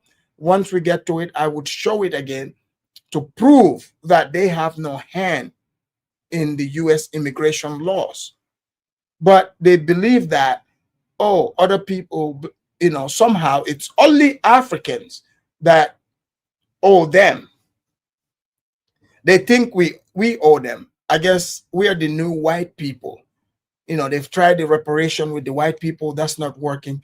Now they have to concoct another lie to say the Africans, oh yeah, you're benefiting from our labor. This man literally sat there in 2025 and looked Frank in the eye and say those words. This is crazy. But let's hear Frank, dismantle, his worldview. speaking down. This is where the violence starts. So let me answer to your factor. I came to this country with money. My school fees didn't come from the United States government. It was paid through my former employer. So I brought $148,000 to the University of Bridgeport to study. All right. And I have remained in this country. I raised my hand and I swore oath to the white government to say I want to be a naturalized citizen. And he accepted me. I've worked my butt off, incorporate my own. Bingo. They don't want to hear that. You guys heard this? Frank came here as a student, like most international students, showed up here with 148,000 American dollars. Went to school, finished, decided to stay, naturalized. When you're naturalizing, you raise your hand and say an oath to uphold the laws and constitution of this country to the white government, okay? Not to some FBA government. The FBA government doesn't exist. But let's just say to the United States of America. Everybody, it's not about skin color. Anyone that's naturalizing here, whether you're from the Congo, Senegal, or from China, wherever, everybody has to do it. But these people, they can't take it. He said Frank has white privilege. Oh yeah, that's what they would say. Only non-profit and now my destiny. So I don't know what you mean by benefit. No, I worked myself, just like I work in many countries, places where there were no black people, but I succeeded. I lived in Japan for 4 years. I've lived in China, Malaysia, Indonesia, everywhere. So it's no different from my hard work and my attitude to be in this country. So I don't want anybody to tell me that I came here to benefit from anybody. So if somebody called me a feather, I'll say he must have a good reason to call me that. That shouldn't make an enemy at all for me and another person. But I mean, it's still a benefit to come to the country because you wouldn't have came here if it wasn't a benefit, right? What benefit? Well, why did you come here? I came here to go to school and I stayed, just like any place. That's my freedom to choose any place, including the desert, if I want to. But you came here because there was more opportunity there. I came here to go to school. Do you guys hear this dumb exchange? So they presented that, oh yeah, you benefited from us, and he destroyed that narrative. So now he's like, okay, why did you come here? Because of the the opportunity? He's like, no, I came to school here. But then you said, yes, I can. See, I understand the argument they are trying to make. These people think they have like some sort of, because you have same skin color as them, and they feel inferior. So therefore, you should feel inferior like that. They think all black people should think alike. They are the real terrorists because they are doing the thinking, attaching themselves to you, believing that you should be thinking like them. So isn't this the same people that said America is a racist country? Isn't that what they are saying? It's a terrible country. So if a black person from somewhere else move here without their effort, without them having anything to do with it, who are they to question that person? Why did you move here then? Do you guys see how dumb this is? Okay, even if it's the opportunities, are they the ones that provided that opportunity here? They are not. So, but they cannot humble themselves. They can't humble themselves enough to accept the realities of America. Acting like it's only Africans that come here. Why don't they walk up to European immigrants and ask them this? Oh, Chinese immigrants, Asians, everyone comes here. But they want to fixate on Africa because they are begging Africans to try to align with them. But it's not about skin color. We're not the same people. You just got to accept that. You are Black American. Your ancestors came here as slaves. You have a slave history. Even the civil rights, all that stuff, that's for you guys. That's not the immigrant story. It's a complete different story. So you don't have to try to force it. But that's what they are doing. But I'm glad, Frank went there and cooked them and dismantled this view that they have about the world, because it's not real. I told you, I could go home and live big. But I don't want to deal with the headache of what I'll get at home. So this is the country I choose to live in. Okay. Go ahead. There's 2 points I want to make, actually. There is some Black Americans that have come to this country, and like you said, you was already well off financially. So your employer paid you. You already came over here with over 100 grand. You said, right, to go to school. Yes. So you already was established coming here. There's some black immigrants that are the same way. They come here established already, and then they come here and then look down upon the Black Americans, just like something we say in Black America. You didn't get it out the mud like how we did. So now some people come over here in the diaspora that are already established, and now they want to say, damn, you know what? You didn't work as hard as me, and they already got a pass. Like, you get what I'm saying? Wrong. But that's the type of rhetoric. That's when we have the panels. So you see how dumb they sound again. So if you're from here, born and raised, and somebody else that traveled to come here as an immigrant, why are you comparing yourself to the immigrant then? To a point that you're saying they're looking down on you. Again, that's a feeling. That's a feeling. Is it because maybe you're looking at yourself and your situation, and deep down you're comparing yourself to that individual, and you're like, damn, man, why can't I achieve what this individual is achieving? No African is walking up to you telling you how you are not doing well here in America. Like, why would they? And he said, oh yeah, we're getting it out the mud. Well, good. If that's what your story is, stick to it and keep getting it out the mud. But again, comparing themselves to other people, that's the sign of envy and jealousy. You will lose constantly if you keep comparing yourself to other people. Your story has to be unique to you as an individual. You know what's best for you. But why are you comparing yourself to complete strangers? Just because the same skin color, we are not the same people. I keep telling people this. We are not the same people.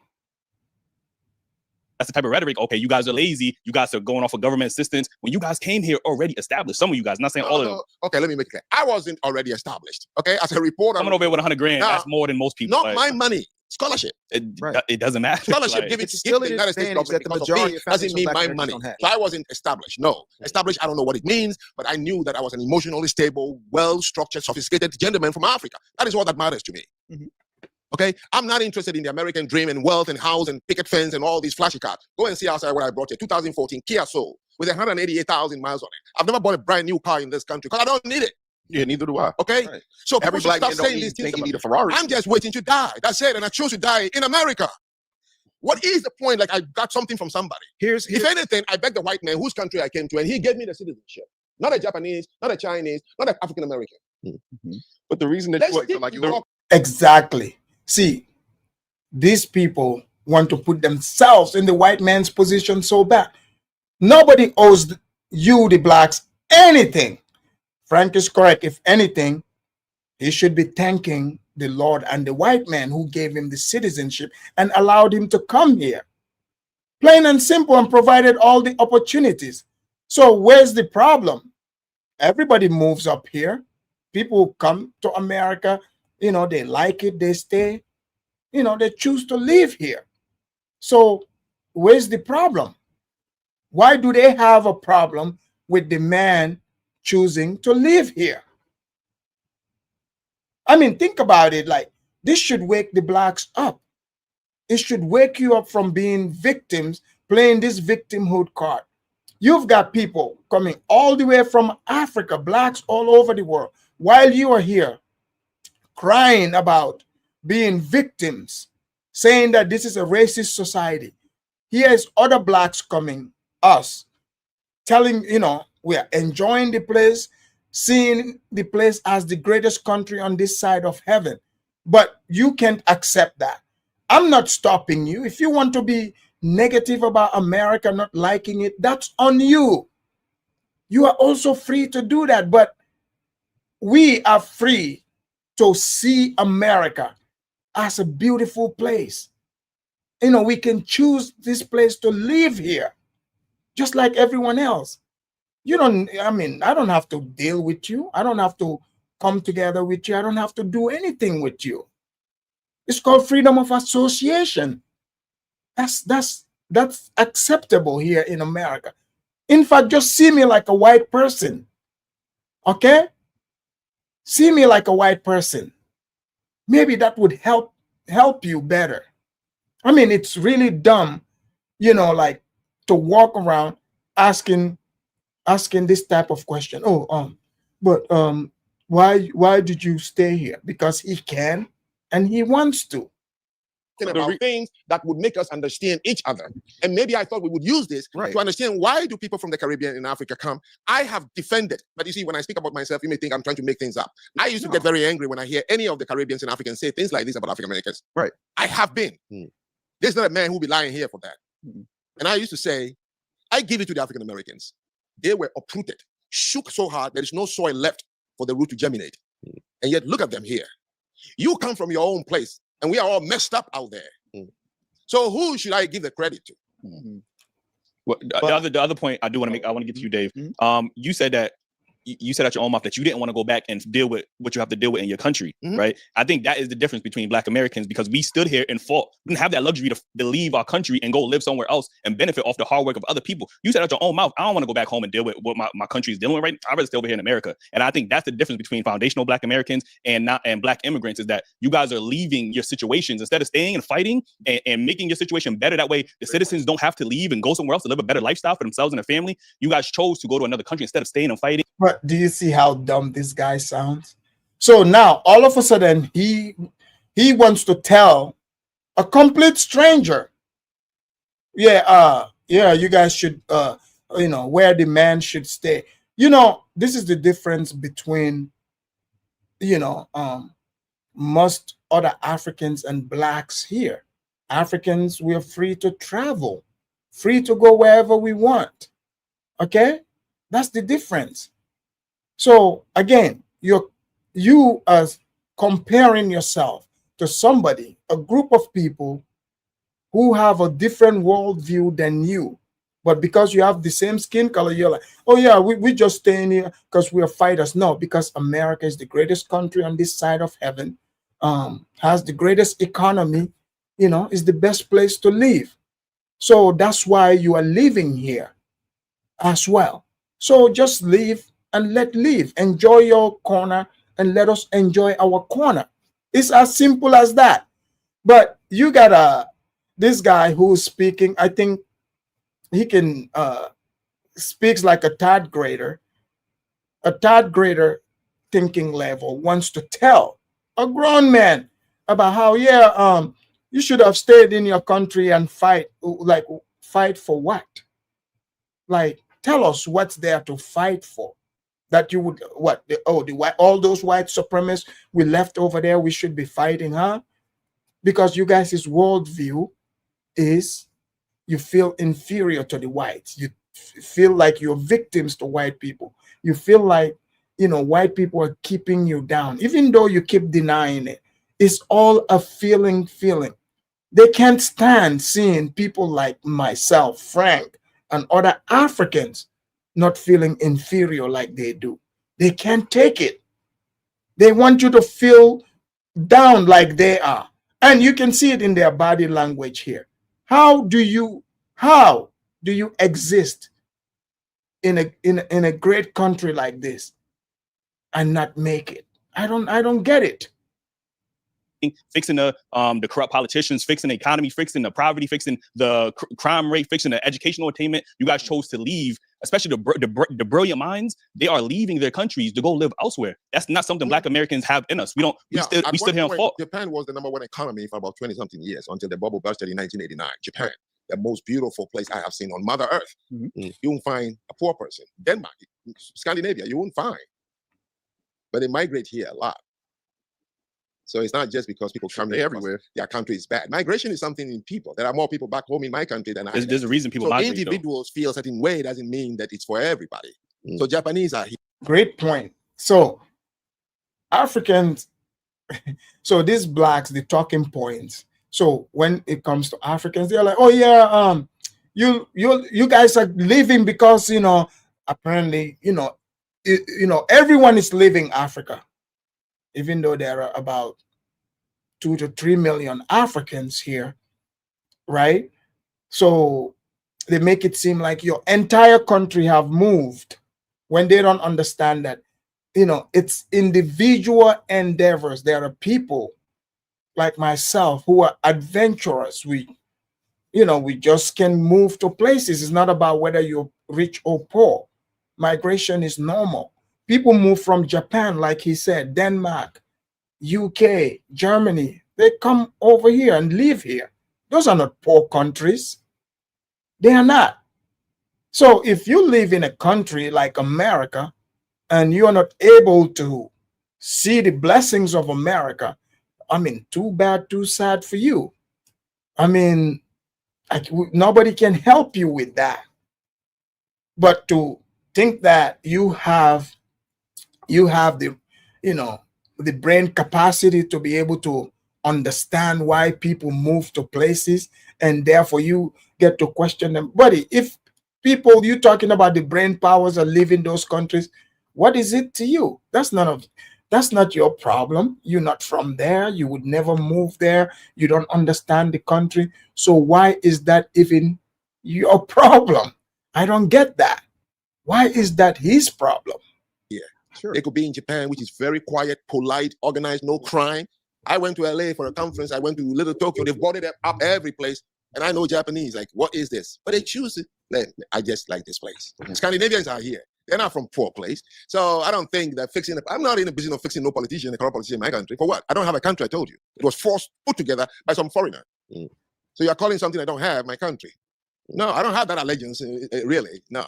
But I think where the benefit lies is that you were able to come here with what is here you're talking about? America. Who's America? I didn't think I was going to a black country. I would have gone to Japan. But the reason I came to a white man's country. When I went to the embassy, I saw the United States of America and read about it. Wait. But the reason of black. See, that's the fact. They don't want to hear this. I'm glad Zanu is saying this. I have been saying this, and these blacks keep getting upset Do you think when I was coming to America, I thought I'm going to a black country? If it was about blackness, I would have stayed where I was or go to Nigeria. I came from the black factory, just like Frank is telling you. Okay? When we are coming here, we know we're not coming to no damn black country. We're coming to a white country. America is a white country, whether you like it or not. That's what it is. If it was about black thing, like he said he would have gone to Jamaica.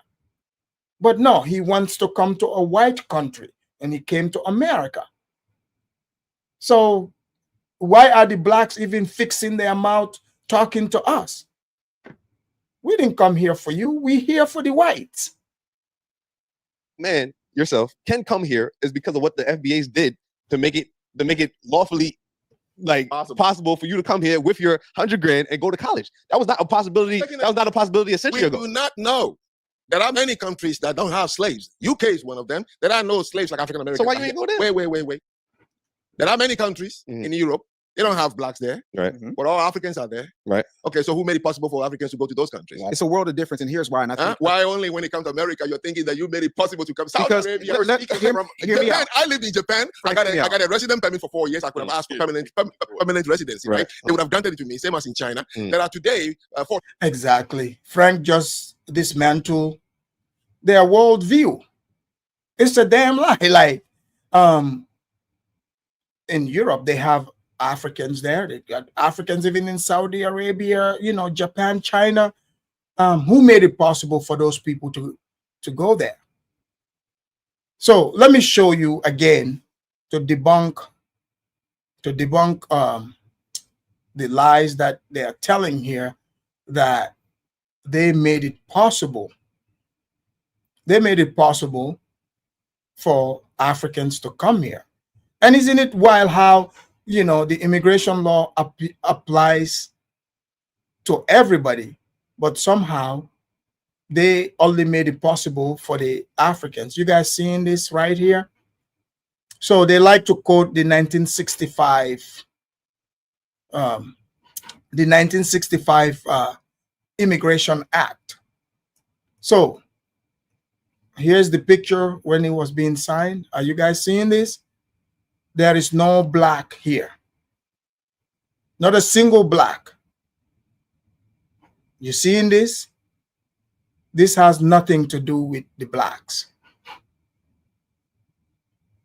So they need to forget that narrative. From here on, when you hear them say this, remind them that when they say 1965 Immigration Act. I mean, let's be real.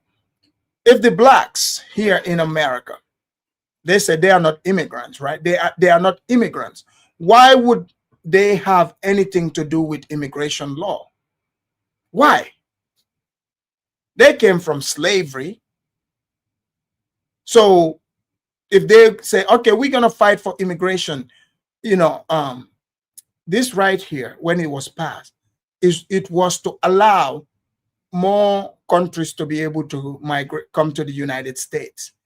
In the past, they even restricted, certain even Europeans from coming here. And then they allowed chain migration, meaning people to be able to reunite with their families. They'll be able to bring their families over. So if you were from a slave background, who is your family that you are bringing over here? That's what I want to ask. Who is your family that you're bringing over? What, you just got, you went to the white people and say, hey, allow some white random Africans to come here. See, the thing is, the blacks should have, been curious enough and at least do their research before making themselves look like fools. But they don't count on people actually, looking into this. They hear one black say it and they all repeat it like parrots. You're seeing it here. It says Hart Seller Act redirects here. not to be confused with loose. Okay, we get that. The Immigration and Nationality Act of 1965, also known as the Hart-Celler Act, and more recently as the 1965 Immigration Act. So you guys heard that, right? So Hart-Celler is not a black person, has nothing to do with blackness. Hart is not, and Celler is not. These are, one of them is a congressman, the other one is a senator. So that's what this is, man. This has nothing to do with the blacks. So it says the Immigration and Nationality Act of 1965 marked a radical break from U.S. immigration policies of the past, since Congress restricted naturalized citizens to white persons in 1790. Laws restricted immigration from Asia, Africa, and gave preference to Northern and Western Europeans over Southern and Eastern Europeans. So you hear that, right? So Africans, Asians, Southern and Eastern Europeans were less preferred. And back then, even if you naturalize, you cannot bring your other family members here. So Hart-Celler, Hart being of Italian descent, and this is why the Jews themselves were the ones fighting hard for this, because they wanted to be able to reunite with their families that are back in Eastern Europe, in the South, and you got Chinese, Japanese people here as well. So that's who they fought for this. How who are the blacks going to fight for? That's what I'm curious about. Who would they have fought for? Because immigration, that would mean you have a connection to a group of people outside of this country. But if you have no connection to any group outside of here, what is your immigration petition going to be about?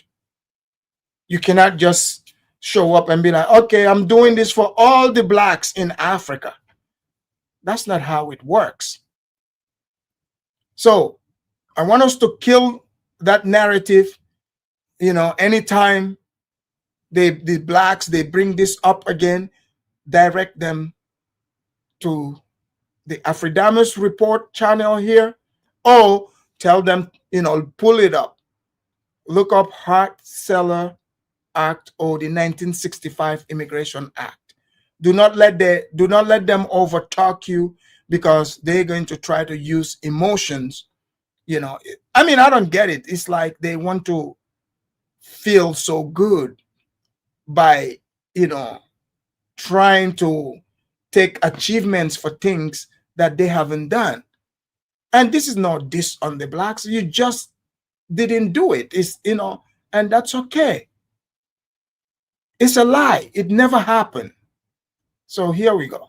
14,000 something of Africans living in China. Right. Okay, what I'm saying is, you go to the 46 countries in Europe, you find almost in every one of them that Africans are there thriving, working, doctors, students, and everything. Right. It wasn't no black person that is there to make it possible for them to come. So we can't say that if you were not here, therefore blacks wouldn't come to America. So that one is not a good point. But you have a question. No, it's not. It's not even a question. All right. So the 13th, 14th, and 15th Amendment. The 13th probably really doesn't apply to you too much because you were never enslaved. But that he's quoting, amendments that refer to people who were enslaved. Immigrants are not slaves, sir. Like, why do these people? So you see this. This is where the problem comes in, because it's the blacks themselves who believe that all people who are black skinned, that if you're black skinned, so therefore you have been a slave. No. The 13 and 14 apply to you. Especially the 14 is for the children of the slaves. It's written there. So why would you bring that argument to an immigrant? An immigrant is not a slave. There's a difference. So it's like, are you trying to just explain your condition to me? oh, you're trying to convince me to believe that because they give that to the slaves, so therefore even I, who's not from slaves, and now all of a sudden, I'm benefiting from it because of my skin color. That's not reality. Different laws, completely different laws. Abolish slavery. 14th Amendment, just because I want to make sure I get this right, is birthright citizenship, right? Because we were denied rights after slavery, right? The 15th Amendment is voting rights. The Civil Rights Act that got put into law was because my people, my mother's generation, my father's generation, fought for you to come over here. No. Yeah. No. Yes, They fought for their freedom.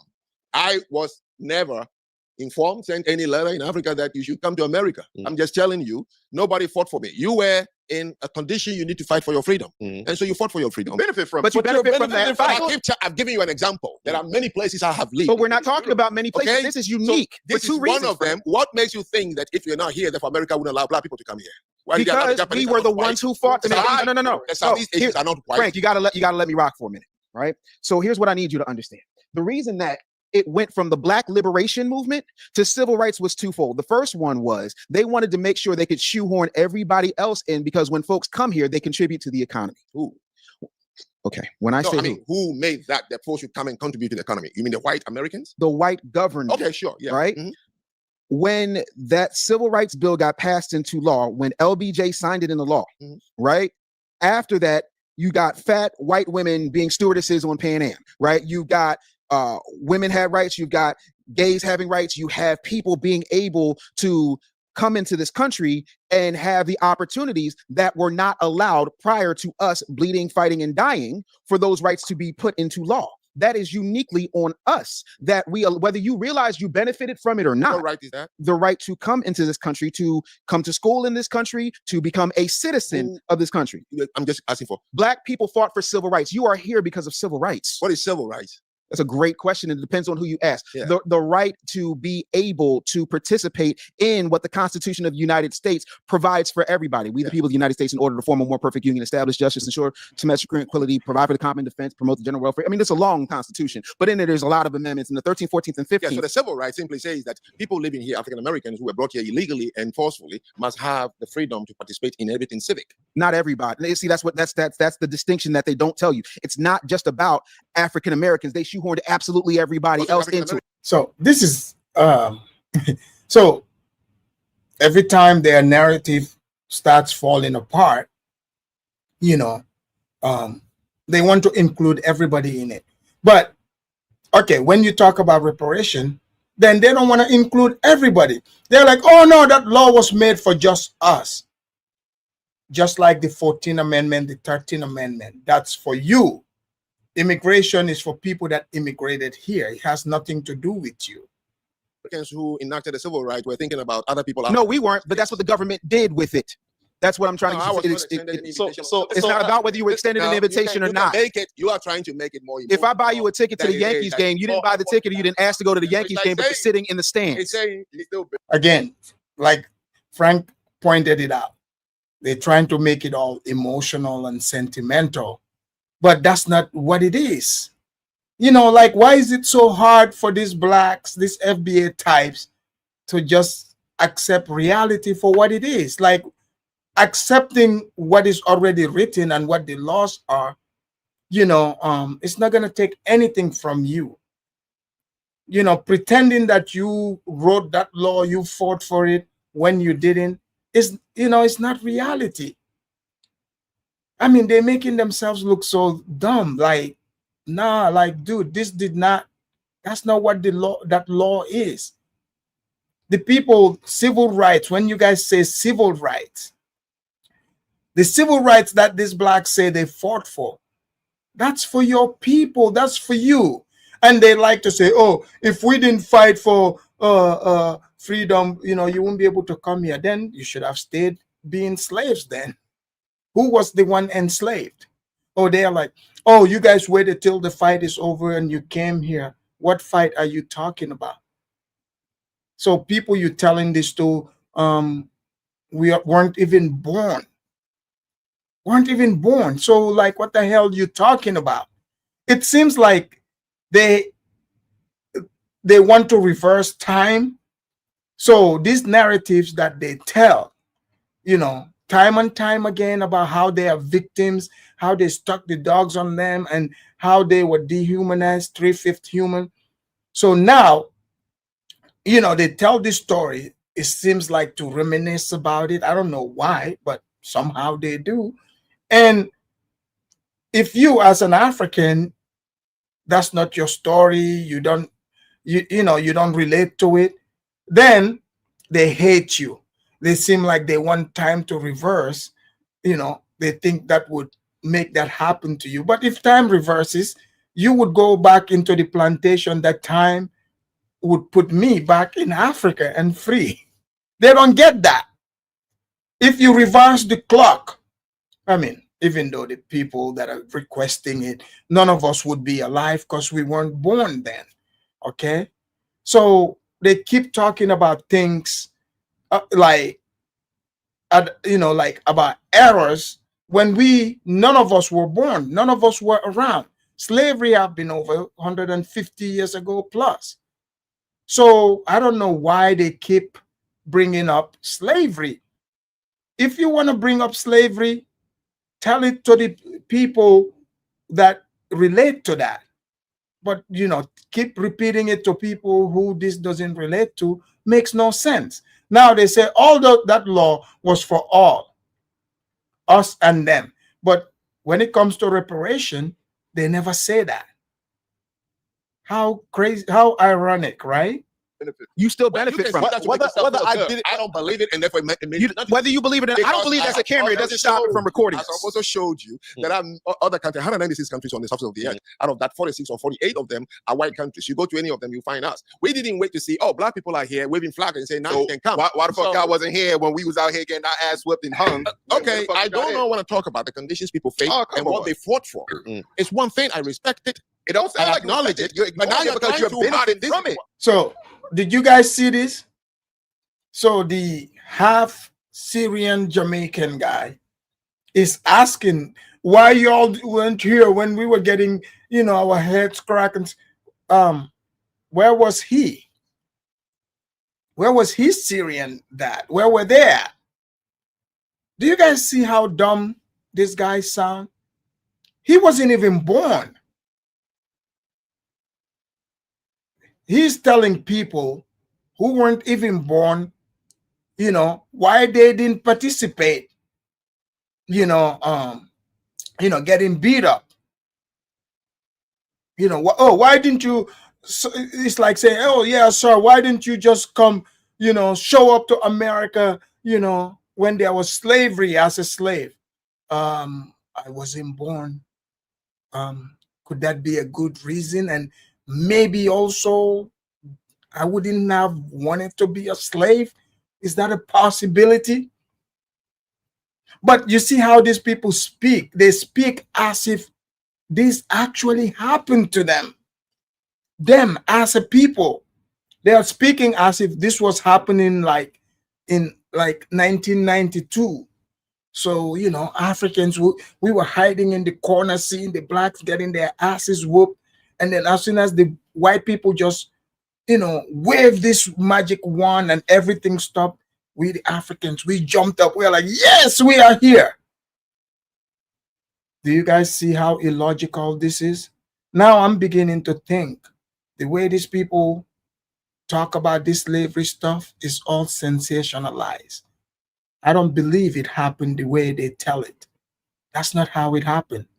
These people love white people in America way too much. Okay? Because I don't see that. They talk about, we fighting. No, you fighting because you want the white man to love you. Because the background is from slavery, right? So, slaves in the plantation, you see them, I can see where they would look for masters, favor, like the new slave who would come and have all the talent. I saw it in that movie with Jamie Foxx. Was it Django? Django, Samuel Jackson was there. He saw when Jamie Foxx came with the master, he's riding in the carriage for the master, and he was jealous of him.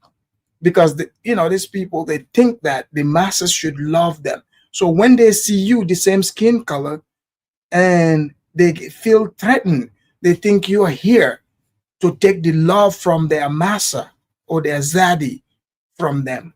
This is why they hate on Africans. That's what it is. They think it's a competition. So that's why when you push, they wish that, oh yeah, why didn't you show up when they were, cracking us with the whip? Because I wasn't born, sir. Next question.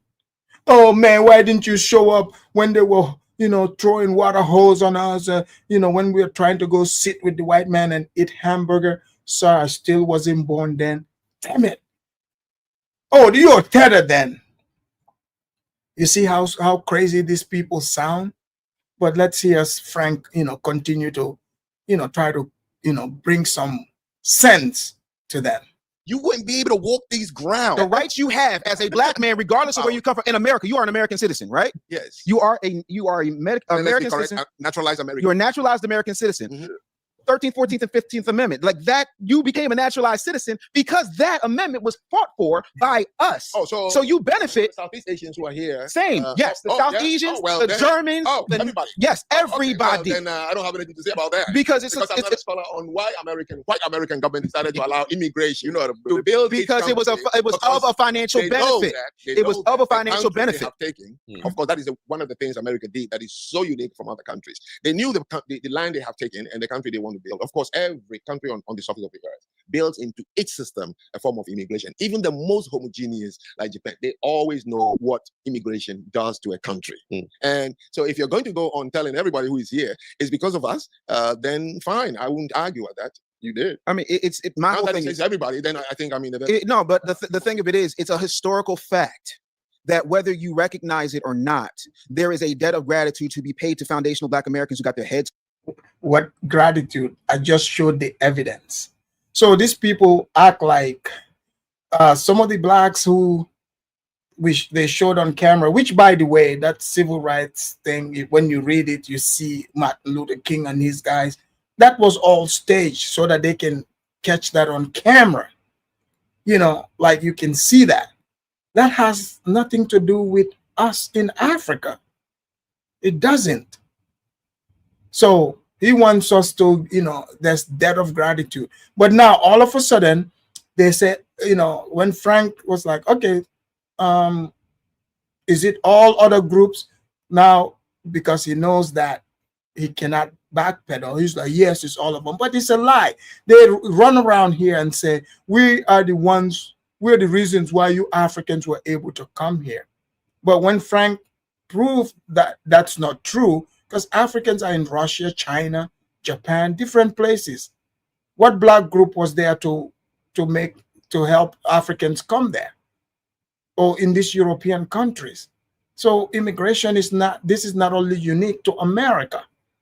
Cracked in, who got beaten and lynched and had dogs sicked on them, still happens, where that right would not have been available to you. That privilege would not have been something that you would have been able to have taken advantage of. You would have wound up in Oxford if it wasn't for that. That's a historical fact. It's not. I don't know. And again, government of America. And by the way, that's not true. Kwame Nkrumah, other Africans have come here in the 1940s and went to school. So what is he talking about? These people don't know. I don't think they know what they are talking about. So 1 minute they are super victims, another minute they are like, they want to be seen as heroes, to Africans. But look, just be a normal American. White people don't run here talking about we're the reasons that you came here, and white people would be correct, but they're not doing that. So you two just humble yourself, chill, and enjoy America with the rest of us, okay? White government of America have in mind in terms of immigration. Right, and I don't know. And I think that's why that's important for us to have these conversations, because it's about learning both ways. There's certain things that I know Europeans migrated here. Sure. I know Arabs migrated here. Migration is migration. So I don't know. So I can't speak about it. But if you want to take the credit, but you understand how black people was treated in this country, right? Understand? It's pointless. You understand, accent. It's right? Giving backhand. So you understand how they were treated before we fought for civil rights and the right to vote and the right to. You understand how black people were treated before all these laws is passed. I do not have to. If you What's that have to do with the conversation? Do you guys see what I was saying from the beginning? This is about, you can never do debate with these people. It's like a therapy session. So you have a guy, you can look at him, he's young. He's asking Frank, oh, you do understand how black people were treated here. Even he himself, he doesn't know that. He wasn't born. He wasn't around for this. Why are these young people running around here pretending like, in fact, they witnessed this? This happened to them. Oh, you do understand, sir?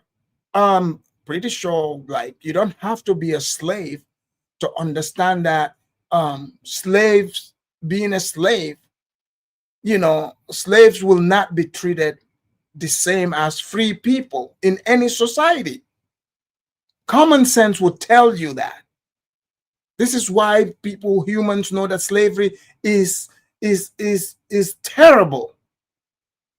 What kind of question is that? Oh, you do understand how black people were treated here. Sir, yeah, if they were slaves, yeah, that means they were not treated like everybody else.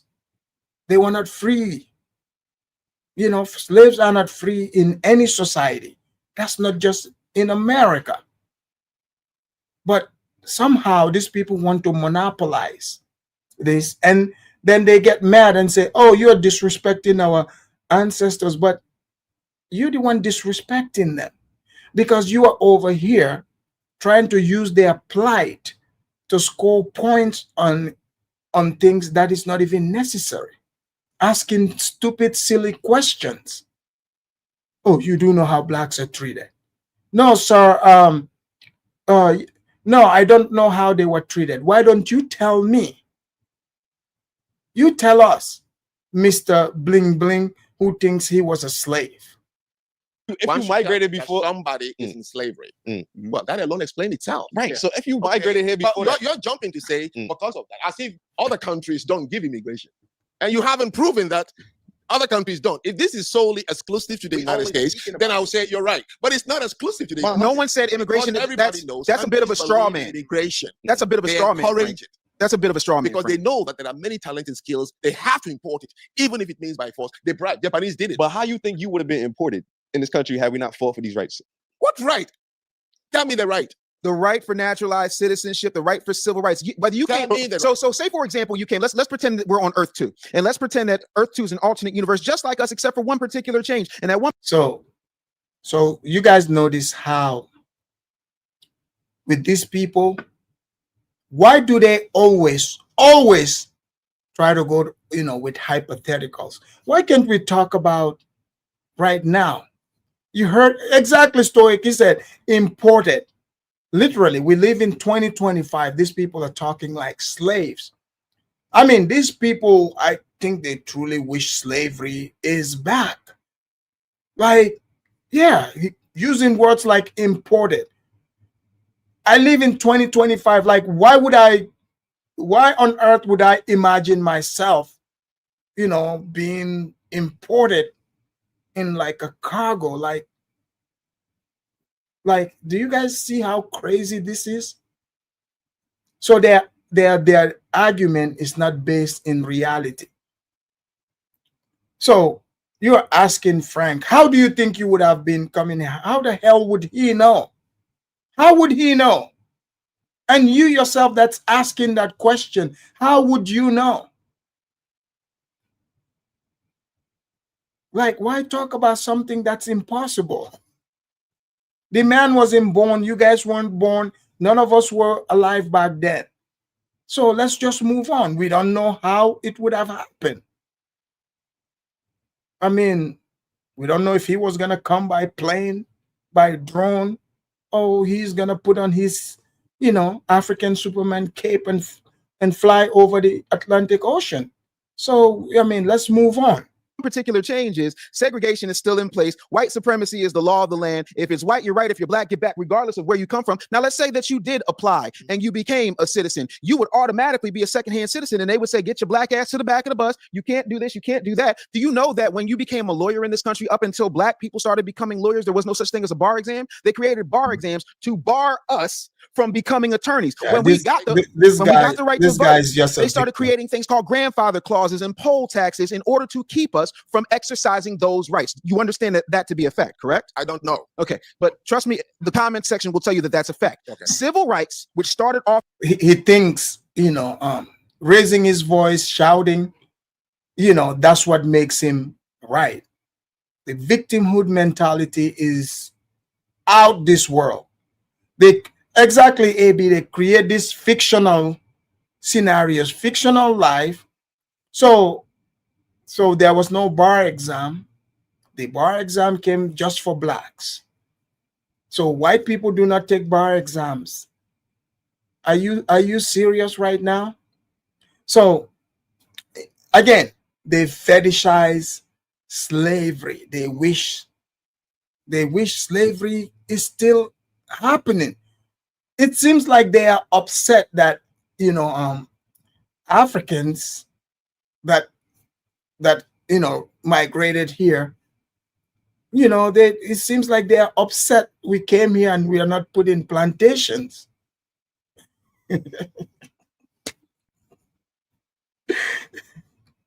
Yeah. Said, yeah, they would say, get your black ass in the back of the bus. Hey, I would have gladly sat in the back of the bus. I enjoy sitting in the back of the bus anyways. But then when you go and read, during those times, those eras, there were black bus companies in the South, in black majority areas. So why didn't Rosa Parks, if it was so bad, why didn't she go just ride in the black bus if this wasn't a setup? That's all I'm asking. But let's hear this victimhood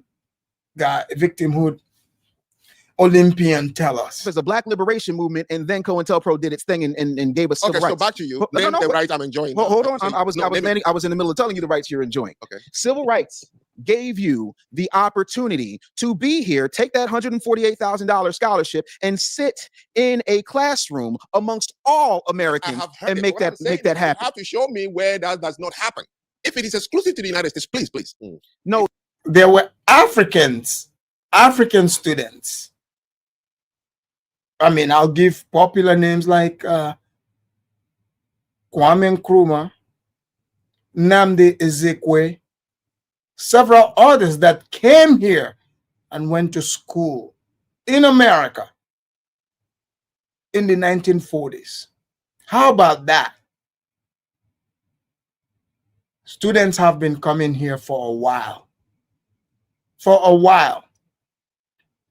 So these civil rights you're talking about, what is even civil rights? And you notice Frank is asking him, tell me what rights that he's enjoying. He's like, oh, you bring your 148,000.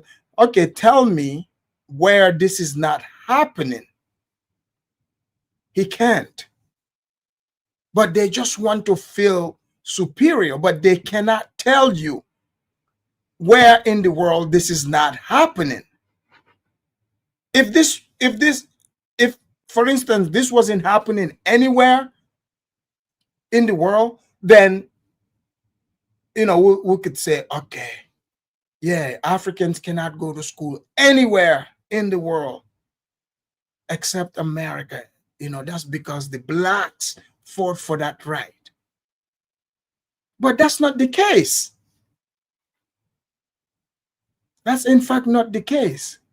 And if African students weren't coming here, prior to the 1960s, then we can say, sure, but they have been coming. So what is he talking about? That is not if it's exclusive to the United States. You're straw because I manning the lived argument. in many places before I Were black people If- getting burnt and brutally killed Yes. over those places? No. Were they black people shipped over there, burnt, killed, destroyed, and abolished every opportunity they have? Was that happening in those other places first? You talking about these other places? Yeah. The American experience is unique. Yeah. You can't compare to these other places. There is something you're missing. I think You understand? Hold on, let him- When let him- you let him- take let him- somebody as a slave, as it happened in Northern Europe, the Sure. whole of Northern Europe slaves, right? Absolutely. As it happened in Africa between tribes, Mhm. as it happened in Asia with the Mongols, as it happened in the Middle East with the Ottoman Empire, slaves have been taken. The condition is never something anybody is ever comfortable with. So what you're describing, my head was busted. Yes, you are in a slave condition. They took you and they said you're going to be my slave. Let's not begin to say what they did to me. But you're trying to make an argument that when slave. In many words, let me translate for these people. Frank is saying you guys are super dumb. So you were brought here as slaves, and you're telling me your master was whooping your ass if you're not working. Oh, they treat you less than. Like, yeah, you were a slave. I didn't expect you to be treated as a first-class citizen. That doesn't mean I'm saying I approve or don't approve, but that's how slaves are treated, which is why they say it's a terrible condition. So he's the dumb guy. His argument is, tell us where else they've been whipping other slaves' ass. Sir, there's plenty of places, but why do you want this to happen so bad? Why do they want this to happen? I don't get it. It seems like they are fetishizing, going back into plantation. It's like these things they are reading, they want this to happen to them, or they will be more satisfied if us present day Africans, they put us in plantation so they can watch it on their YouTube channels. Doesn't it sound like it? I mean, this is wild. They can't answer the question the man is asking, but instead they start talking about victimhood, being victims of something that they did not witness. Was over and I fought for civil rights. It's why you came here. I would buy that argument. I'll bow to you if you told me that was exclusive to the United States, because other countries do not allow black people to go to anywhere, which is not in the case. Now tell me what I'm benefiting.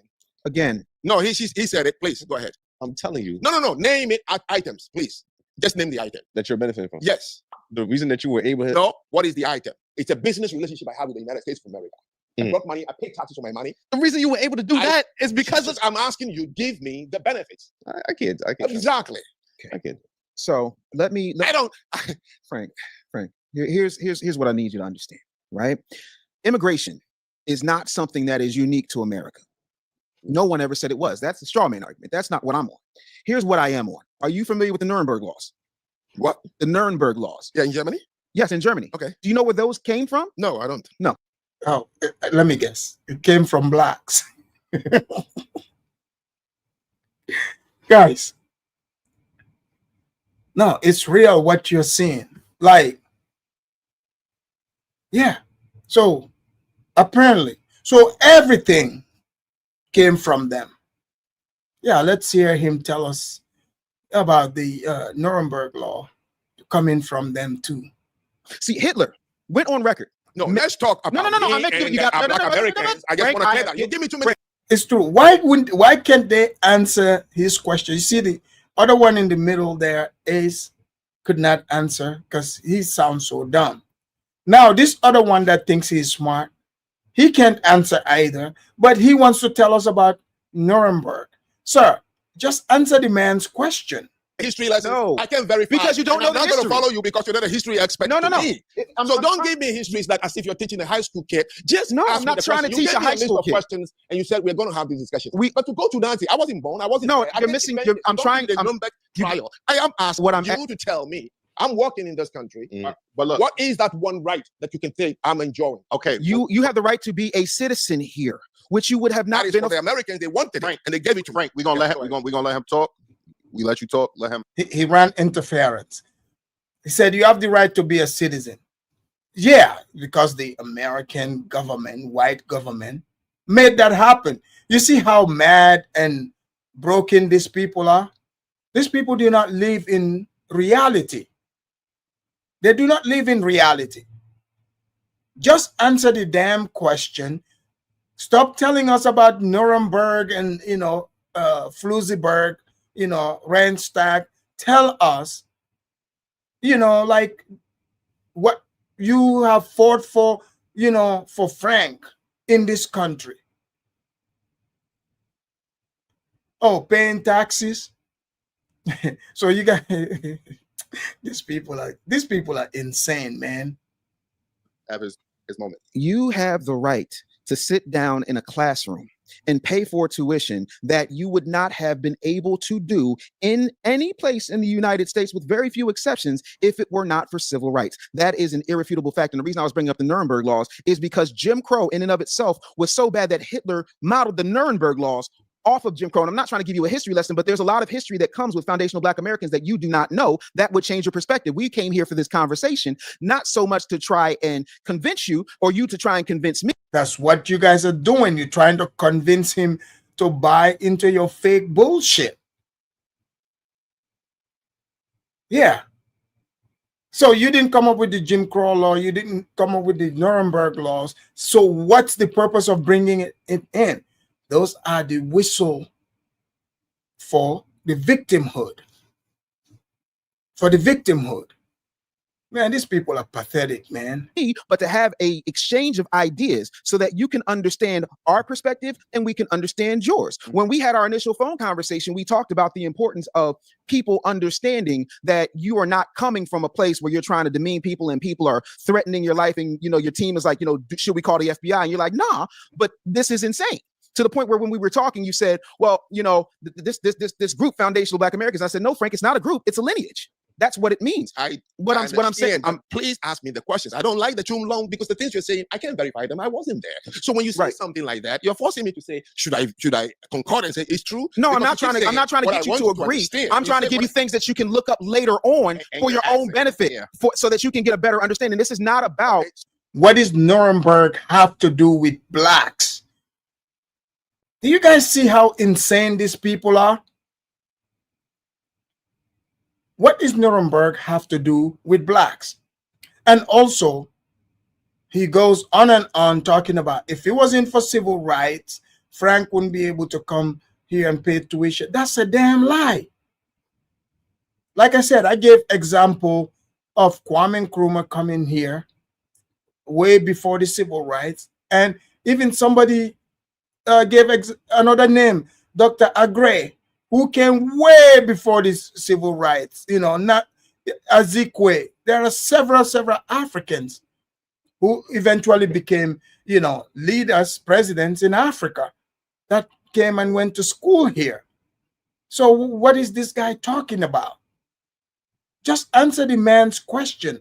They cannot, because what it is they like to push the victimhood narrative and then try to get you to come on the table on a kumbaya with them. And before this conversation ends, I promise you, you will see that happen.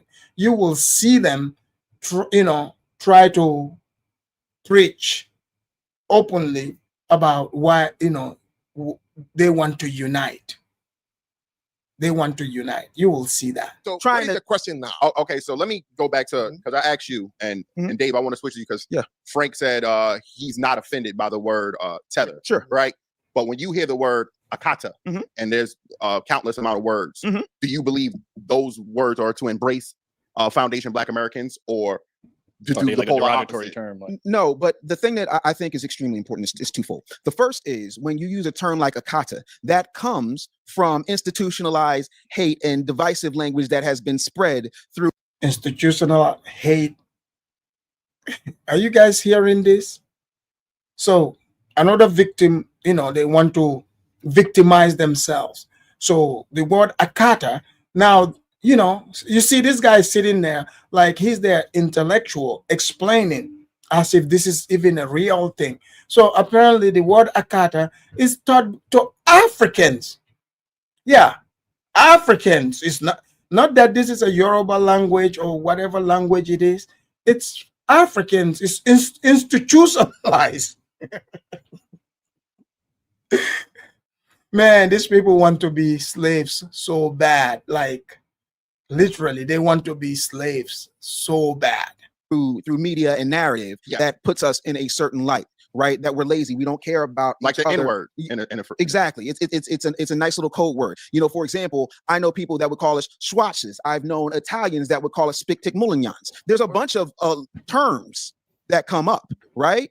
The thing that people don't understand when it comes to the tether word is it's not every single person who is black who decides to become a naturalized citizen and take the oath. That is extreme ignorance. A tether is somebody that goes out of their way to disparage, disrespect, and not understand the heritage, the sacrifice, and the contributions of foundational Black Americans to the fact that they are here. You are tethering yourself because the average person, we had this conversation the last time I was here, the average person can't tell an African from a Jamaican, from a Ghanaian, from a foundational because they don't have a basis. It's just like many Black folks don't know the difference between a Japanese, a Chinese, a Vietnamese, or a Korean. Sir, can you get to the point? Are you guys hearing this? So they say other people cannot tell the difference. Okay, so who's why is that our problem? Do you guys see how unintelligent these people are? So it's one group that is always painting themselves as the victim, which is them. They paint themselves as victims. So all other Africans are calling them Akata, despite majority don't even speak that language, don't know what the language is. So now all of a sudden Akata is equivalent to the N-word. It's equivalent to the N-word. Wow. So I don't even know what kind of tirade he's on, but I know you are having a headache listening to it. Me too. But we've come to this point. I want you guys to see the rest of it so that we see how crazy and insane these people are, which is why they don't get along with anybody. Because if people are living on planet Earth and they live like, okay, we all here on Earth, but we live in 2025, but they live in 1825. So that's where the disconnect is, meaning they still fetishize slavery. They want to be slaves so bad. They don't know. They just put us all in one boat. So when you come here, they're just like, you're Black. But our unique distinction is we did fight for the right for Franc to be able to come over here and sit in the classroom, to be a citizen with all of the rights that are imbued in us, life, liberty, and pursuit of happiness by the U.S. Constitution. We fought for that uniquely, and that part is unique. Immigration is not unique. Having people come and become naturalized citizens is not unique. But Black people and other people, other marginalized groups who are not white Anglo-Saxon Protestants, being able to take advantage of the same freedoms, the same benefits, the same laws that are inalienable God-given rights according to manifest destiny in the U.S. Constitution is uniquely because of what we fought for. Therein lies the difference. Do you agree with the term Akata being used in a way to disrespect or harm in a harmful way? Oh, no. You know, so many things happen with that word. Okay, even some of us, if you use the same word in the Ghanaian, one of the Ghanaian languages, or one of the Nigerian languages, on and on and on. It was a movie with Wesley Snipes, I believe, that poisoned that word. Because when he said something in Yoruba language and the guy asked him, what did he mean? He translated to him and said, A cotton picker. Yeah. And then Wesley Snipes swung at him in that movie. I hated the whole thing. Okay. But if you go to any of the West African countries, especially Ghana, in the airway language of Ghana, your name is Amayibo, Yovo, the black white man. The black white man? Yes. Why is that? That's the name in the airways. That's what they call African Americans. And What do y'all call the Caribbeans then? Why do we have a specific term? What are the Caribbeans called? There you go. Comparison. Sir, they don't see the black rednecks. They think this, so they are mad that that's what they are called. But that doesn't necessarily mean you're white, meaning you're coming from a Western world. But these people, they pretend to hate white people so much.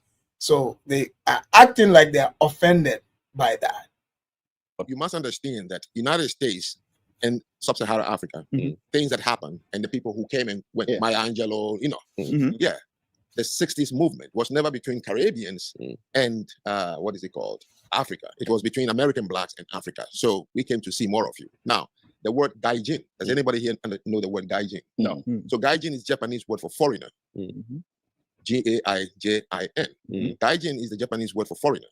Do you know when you are a foreigner to Japanese? I prefer to be called a foreigner than No, black you know white man. when or where they will refer to you as a foreigner. When you're not born there? No, what I mean is when a Japanese, anyway, when the Japanese definition of the word foreigner is not when you visit his country. What is it? If 4 Japanese come to the United States, they refer to everybody here as gaijin, the foreigners. Because gaijin means those who are not like us. Okay. So it's not only when you go to their country. When they are in your country, all of you are gaijin. Okay. So you're asking me, why do they call you, the black man white? Well, in Africa, we don't say that skin color is what identifies you with an ethnicity or a tribe or this. We don't. It's more of traits. Listen and listen carefully. This is what I kept telling the blacks. It's not about skin color. Okay? It's not about skin color. It's about how you act, your mannerisms. Even though it's like you might think to yourself, oh yeah, I'm different, from white. But when you land in Africa there, people will know that you're not from there. They will know from your mannerism, the way you speak, the way you act. It would be similar to, whites. Similar to whites. So you better get your white on. Perfect your whiteness. Stop with the anger because you're black white, okay? So get your white privileges on. Personality, character. Yes. So if you have lived among the whites and you're from a Western country, yes, you wear the same skin color, but we know that if we interact, we have to learn how do we interact with this person. Okay, you wouldn't go to Ghana and feel comfortable sitting on somebody's lap because the public transport is full and sit on his lap. I don't have any problem with that because we don't have spatial communication. Exactly. Like, Frank, thanks for reminding me of that. Yeah, I mean, in Gambia too, like I remember, like, the public transport, if it's full and you still want to go so bad, like, they would have you come in and, you sit on somebody's lap. That's normal over there. But over here, people are going to freak out about that. But in our Africa, our culture, that's normal. That's normal, So obviously, if that's like abnormal to you, we will know like, okay, this one is a white person. Okay. So you have that, you're bringing that white culture. So get your whiteness on, okay? Stop pretending. Get your whiteness on. Be a very good white man or white girl. Stop with all that, ghetto stuff. Perfect the white man's English. Because when you come to Africa, you will be treated like a good white man. Only Westerners have spatial communication, which means that you don't get to, When we were in high school, we hold each other's hands, boys. Here in high school? Yeah. For what? Like walking home. Okay. You see what is going through your mind now? He's like, pause. I remember my best friend, always we're holding hands. We put hands on each other's shoulder and walk home. Yeah, I mean, but why hold hands though? You see? There you go. You see, Frank is right. So, again, he's helping you unlearn what you've learned. Everything is skin color to these blacks here. It's not skin color. People have different cultures. He's correct. I remember like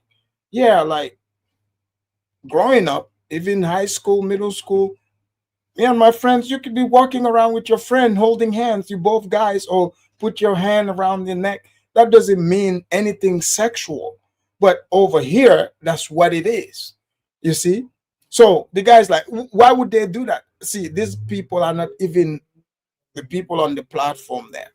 They are not even open to learning They are not even open to learning cultures, to understand cultures.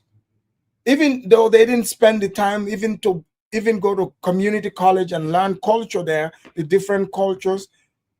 I mean, they having free education in Franc here, but they are all defensive because, you know, they think, oh yeah, you know, their neighborhood, you know, the way the blacks act there, that's how all blacks around the world supposed to act. No, he's explaining to you why you would be classified different because you are not of that culture. See, once he told them, yeah, we holding hands, then all of a sudden it was like, oh, why would they do that? Because that's normal in our culture there. It's nothing sexual. You're asking why about some people's culture. Well, yeah, it's a cultural behavior. difference. I'm just asking. Why are you asking why? I'm asking what's the reason? Like, is What there do you mean reason? Oh, there's no reason. I just No, go he's ahead. saying expressing love. That's how they.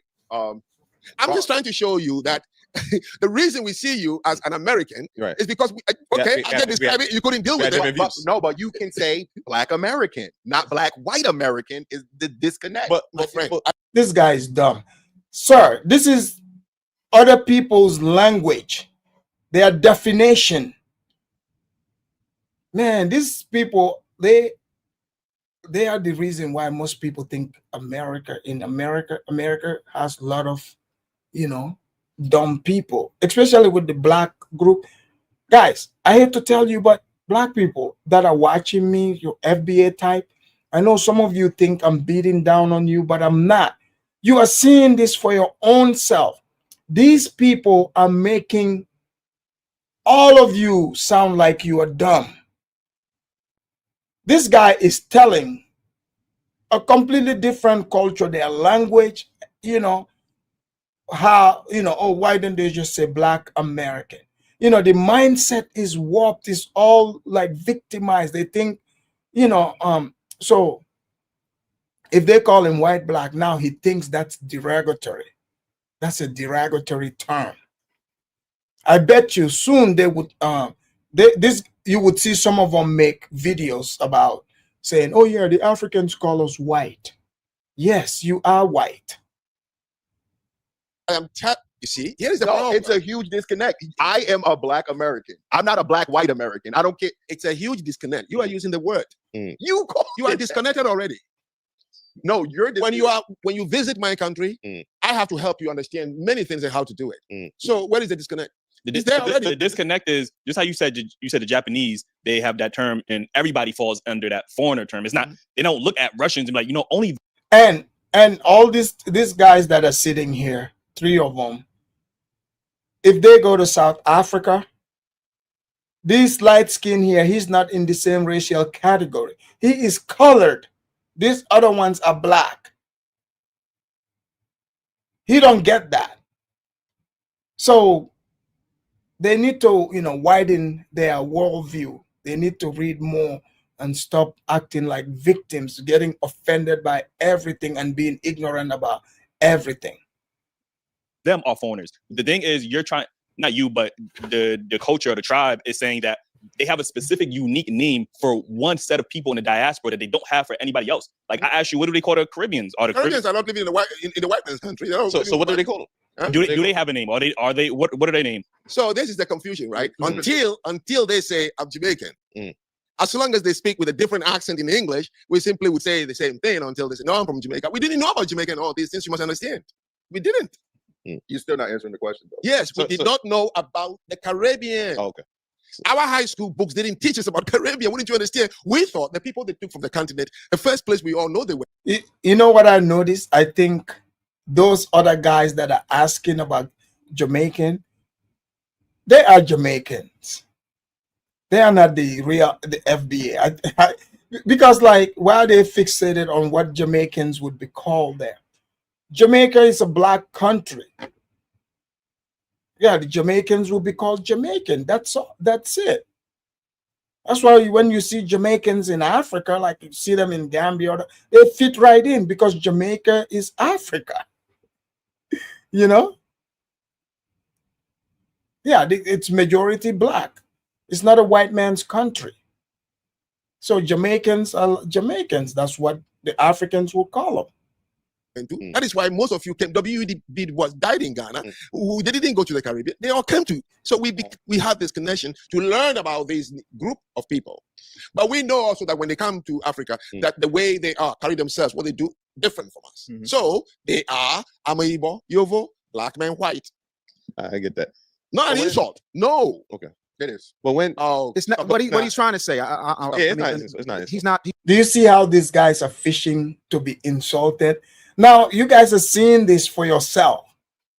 I mean, there's something broken about some of these people. So they want to feel insulted so bad.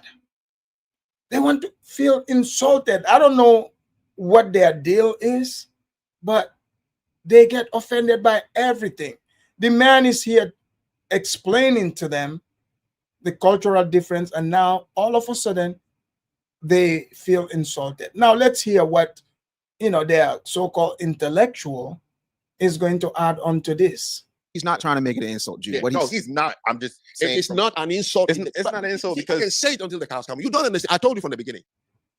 If you come to Ghana right now, my Ghanaian family and friends and neighborhoods will drop everything to protect you more than they will protect a citizen. I've seen it. Okay. But you don't appreciate it. And this is the problem that is causing the disconnect you have. No, you don't. What you mean you don't appreciate it? You don't, because my Angelo lived in Ghana for 14 years. Okay. What did she write about Ghana? Have you read it? No. Exactly. But he can quote me all the way to Nazi. Why didn't you read what she said about living in Ghana for 14 years? So that Great point.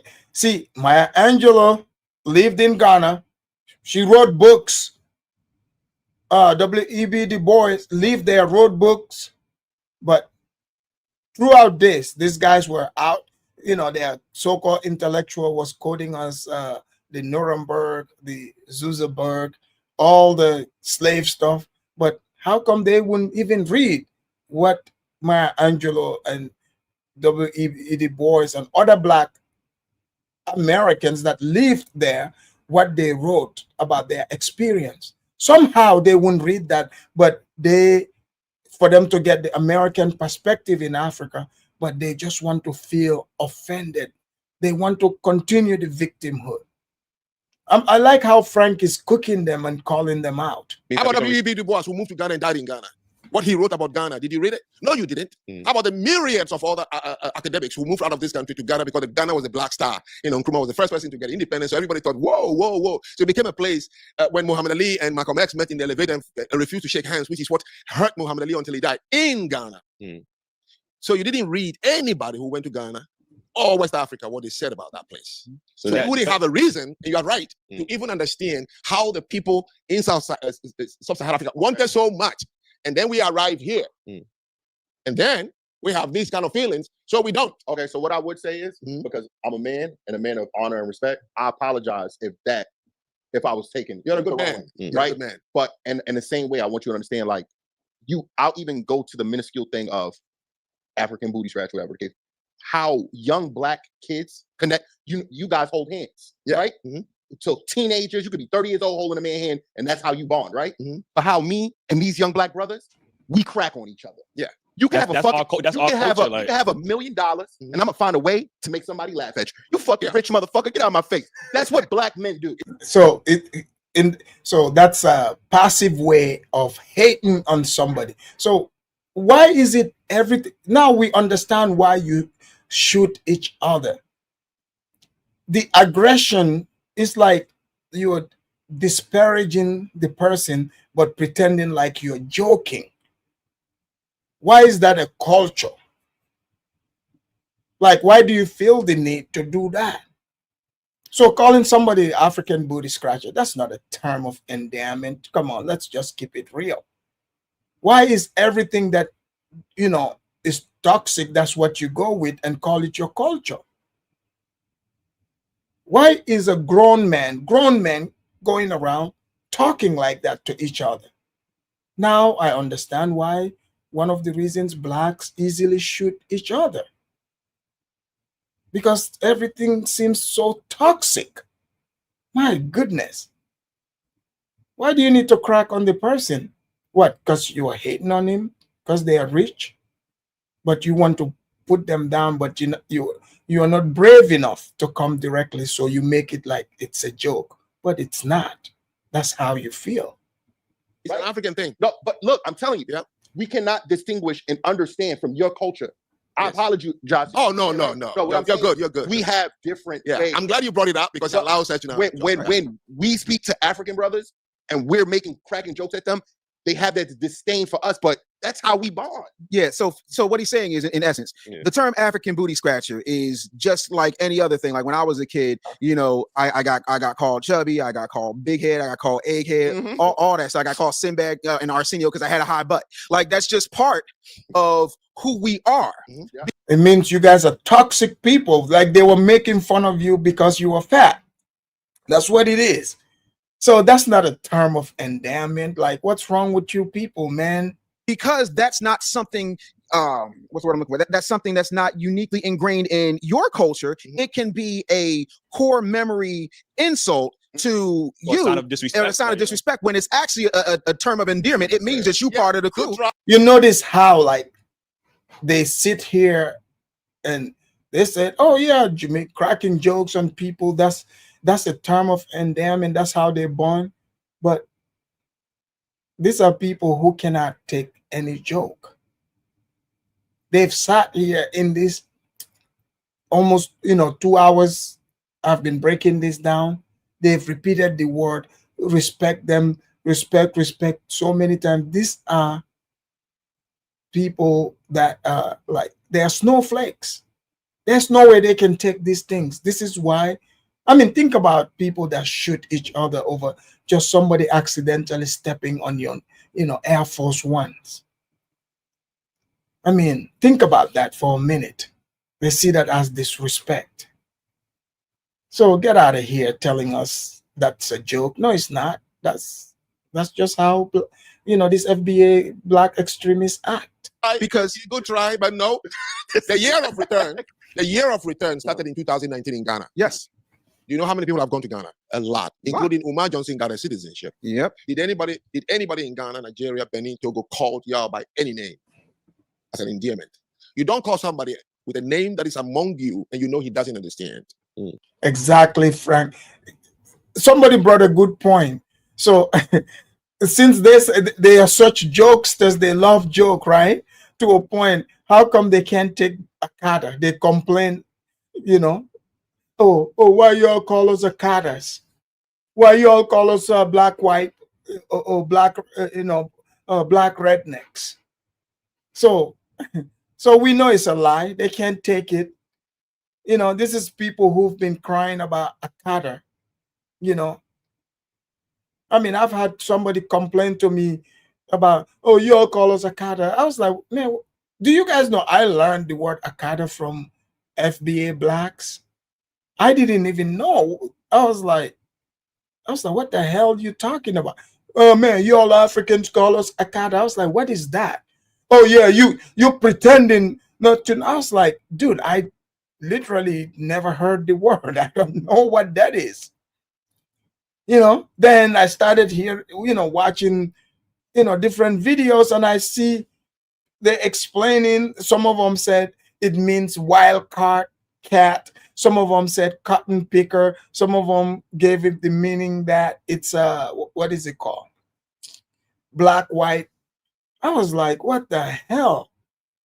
Like, I didn't even know. But, to the blacks, guess what? I mean, Africa is a country. It's a country. Yeah, we just, I didn't even know what Akata is, but somehow, yeah, they're not convinced. We call them that, even though that language is not spoken where I come from. So I understand you've done a good job, and I love what you said. They call us. What's the word you said for the white black man? Didn't I tell you it's a culture? We understand you. But this is what we're Like, you are considering just because we said white, meaning that anyone who was not born raised in Africa is from a Western country, and we refer to all Western as your vote. Right, and there's no offense meant. But that's a part of your culture, right? No, what you mean? No, that's specific to you and your culture. That's what you call people that's not from Western. Guys, imagine living in white man's country, enjoying the privileges of the white man, you know, being under the protection of the white man, and feeling offended, pretending to, and always begging for the white man to love you, but then you pretend to be offended if somebody call you black, black white. Isn't that funny? I mean, these people are jokes. It would be a privilege if people think you're white, and they know this. We see you trying to beg the white man to accept you. Isn't they even have a name for it? When white people leave the neighborhood and the blacks cry and beg, they do the slave song. Oh, white master can leave. Come back, come back. They call it white flight. When the white people leave and the blacks would cry, we saw this. So you're not fooling us to sit here and pretend that it's a disrespect for you to be seen as a white man. That's a step up for you. It's a step up. I mean, go tell that lie to somebody who don't know you. I mean, come on now. But it's black people a cultural thing. I'm just trying to tell you, for people to understand the distinction and treat this person differently because he's not from here. He's a black Westerner, right? But Western is usually, when you use it, you're talking about European countries, right? So that's it. It allows us to know that this person can do no wrong because he's not from here. Okay, gotcha. Look. You want to really understand, then you got to refuse to have these conclusions and all that. Steve Harvey went to Ghana. He come back with a big pants on. Did he do a segment to just enlighten anybody here? No, he didn't. And I can go down the list of those of them who've gone there, shook hands with President, and then come back and don't say anything. Correct. Why don't they build a bridge? Why don't they build a disconnect and say, guys, look at the way I was treated, man. I just came here. Look at the way I was treated. Umar Johnson, with his head smaller at the top and big at the bottom, went to Ghana, got a citizenship, and grabbed the microphone asking for, where are my wives at? Where are my wives at? Is that a respectful thing to do in a country that gave you citizenship? We didn't say anything. Degeneracy. Dr. Umar brought that, you know, black urban degenerate culture. No respect. He didn't even understand how disrespectful that is. After getting his citizenship in Ghana, he got on the mic asking where his wives are at. And the Ghanaians are looking like, wow, we're dealing with some sick people here. Yeah, that's what Dr. Umar did, representing the blacks in Ghana. Anything wrong against him. He's walking around making money, calling himself Prince of Pan Africanism. Do you know where Pan Africanism is? It's in Africa. He hijacked it. Have you heard any African tell him? He's talking about Dr. Umar. Stop it. No. But if I say one thing about African Americans, you are looking down upon us. You are doing this upon us. Let's stop it. Especially for people like us who are more sophisticated. Oh, trust me. I came here because he made an impression on me. Right. He sent me the question. He said, brother, I'm not going to ambush you. Now that is unique. This conversation, I wouldn't come from my state, drive here, sit with brothers, I'm coming to look down upon you. Not at all. What kind of culture is that you're thinking about me? So I shouldn't criticize. Why? Europe was built. Because the thing is, these people act like a pack of hyenas. If it's one-on-one, they're going to pretend to be nice. Then they bring you amongst them, then they start showing their teeth. The fake is fake. You know? So it's projection. Like Frank is there having genuine conversation, thinking that these people want to truly learn. No, these people have something against Africans, some type of hate against Africans. So this is why, you know, it's like a step by step. They coming up with all kind of excuses to justify, so they can justify their hate they have for Africans. But in reality, they actually hate themselves. When they look in that mirror, they hate themselves. They think, you know, it has something to do with Africans. This is why they would make comments like, oh, you all sold us. Oh, why didn't the ships come and get us? I don't know why they didn't come get you. I don't know why they sold you. I didn't benefit from it. I wasn't there. Why, you know, why are you telling me this? And they would say, oh, that's disrespectful. But if you're like, oh yeah, I'm sorry that happened, now you're a good boy. Why would I apologize for something I didn't do? I wasn't born, you weren't born. Do you see how dumb that is? But this is what some of these people are looking for. They're looking for validation. If they don't get that validation, then they accuse you of hating them. It's like, it's so feminine. Faster than any culture. You know why? What? It's the only place also you have just countless number of philosophers. None of their books was ever pleasing. You're too sensitive to criticism. There's some truth in that. Let's open the door a little bit. Absolutely. Look, in private, we still talk about you guys. I have been in it. The day you're going to visit Bridgeport, I'm a commissioner. Fair, did you look at that Fair Rent and Fair Housing Commission? Last month alone, 3 people are prevented from eviction. Who are they? They're not Chinese or Koreans, African Americans. The whole city council is African Americans. My students are all African Americans. There's a guy who looks down upon you. Well, this is the thing. Your sensitivity is not only towards white people; it's always towards us because you misunderstand. I wish you call us African so you can understand. We call you Black Westerner so we can understand you. Now you guys understand, right? Man, Frank is so brilliant. I've been saying it here. You guys remember what my identity is? African American. African American, the double. Because so that there's no confusion. African American. Because see, sometimes some of them would see me, they're like, oh, are you, they think I'm from LA or somewhere. They're like, oh, are you from Atlanta, LA? I'm like, no, I'm not from here originally, but I am African American. And I know some of the FBA haters that are watching, they're gonna be like, nah, Afridamus, nah, you ain't one of us. Oh, you know, we can tell by the hairline. Well, why don't we bring the tape measure and do the measurements? Why don't you bring that out? And mine is not even sprayed on, it's real. So we will have to do the tape measure of the hairline, you know, and compare it to yours.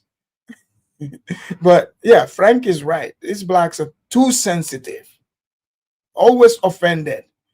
But I'm glad he was able to put, you know, some laugh on their face. Anyway, it's all good. I think we just need to take time to understand the same way how we just tried to explain to you about the African Buddhist culture. I understand that you no endearment. Right. No. The kids just wanted someone. But listen, they also can laugh at. Look, listen, the earth is building. Listen, See, but that's how you're taking it. I am telling you, as a kid that used to get picked on all the time, the dozens is a huge part of foundational Black American culture. Some people call it snapping. Some people call it busting on each other. It's what we do. So why are you guys offended by Akata then? I mean, these people are jokes, man. Why are you offended by Akata, a word in a language that you don't even know?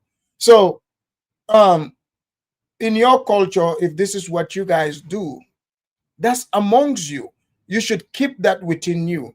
You don't meet a complete stranger who's not part of your culture and start cracking jokes to somebody who don't even understand your culture. That's not how it works. But the fact is, no, these are hurt people going around.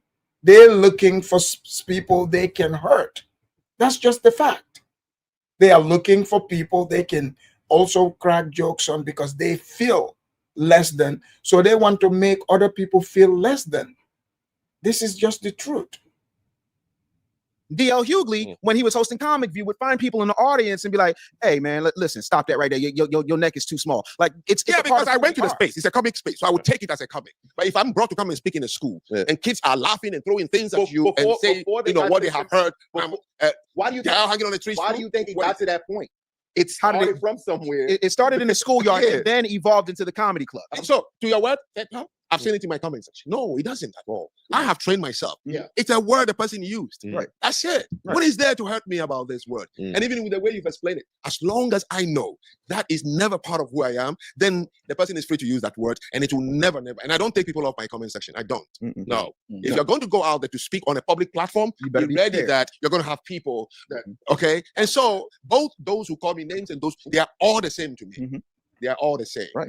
I don't differentiate at all among them. Right. I do want Ace to ask his last question before we get up out of here, because I feel like we can have this conversation for all day, like for sure. Like, by the way, how many hours? We had about 2.5. For real? Yeah. I mean, the conversation is flowing. Yeah, it's good. Go ahead. My last question: is unity across the African diaspora possible, or are the differences in history, culture, and class too deep for a Black agenda? If what? Is unity across the African diaspora? Africa, right? Yes. Across the diaspora, meaning African Americans, Caribbeans. Oh, hell no. Never. See, so all that, thing they were doing, I knew that's where it would end. So, because what they do is they try to pretend like they are domineering, they want to dominate you. Then they come and beg you, take us, accept us, let's unite. But what are we going to unite on? Let's hear this unity conversation. Frank already started saying hell no, and I've been saying hell no too. And he's going to explain why. And I think his points here, you guys that have been following and watching me for a while, you know, this would sound familiar to you. What is unity? Describe the unity. Show me a picture of what you mean by unity. Coming together. Like, no, coming to a conference. The European Union is together. No, Good- as countries. Yes. Countries that are autonomous, and because they know that trade and economy would work, because they have something. First, you have to have something to trade for that unity you're asking for. We don't have. So what is the unity? Unity based on what? Why do we need to have something to trade for? Then what are you going to unite with? Because we're Just bring black your problem and we're on top of my black problem? everywhere. There you go. The only thing they have is the skin color. Like, what are we uniting on?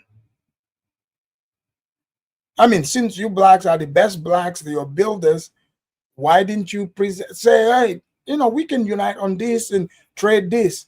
But again, this is what they are offended by, because the only thing they are selling is the black skin, the skin color.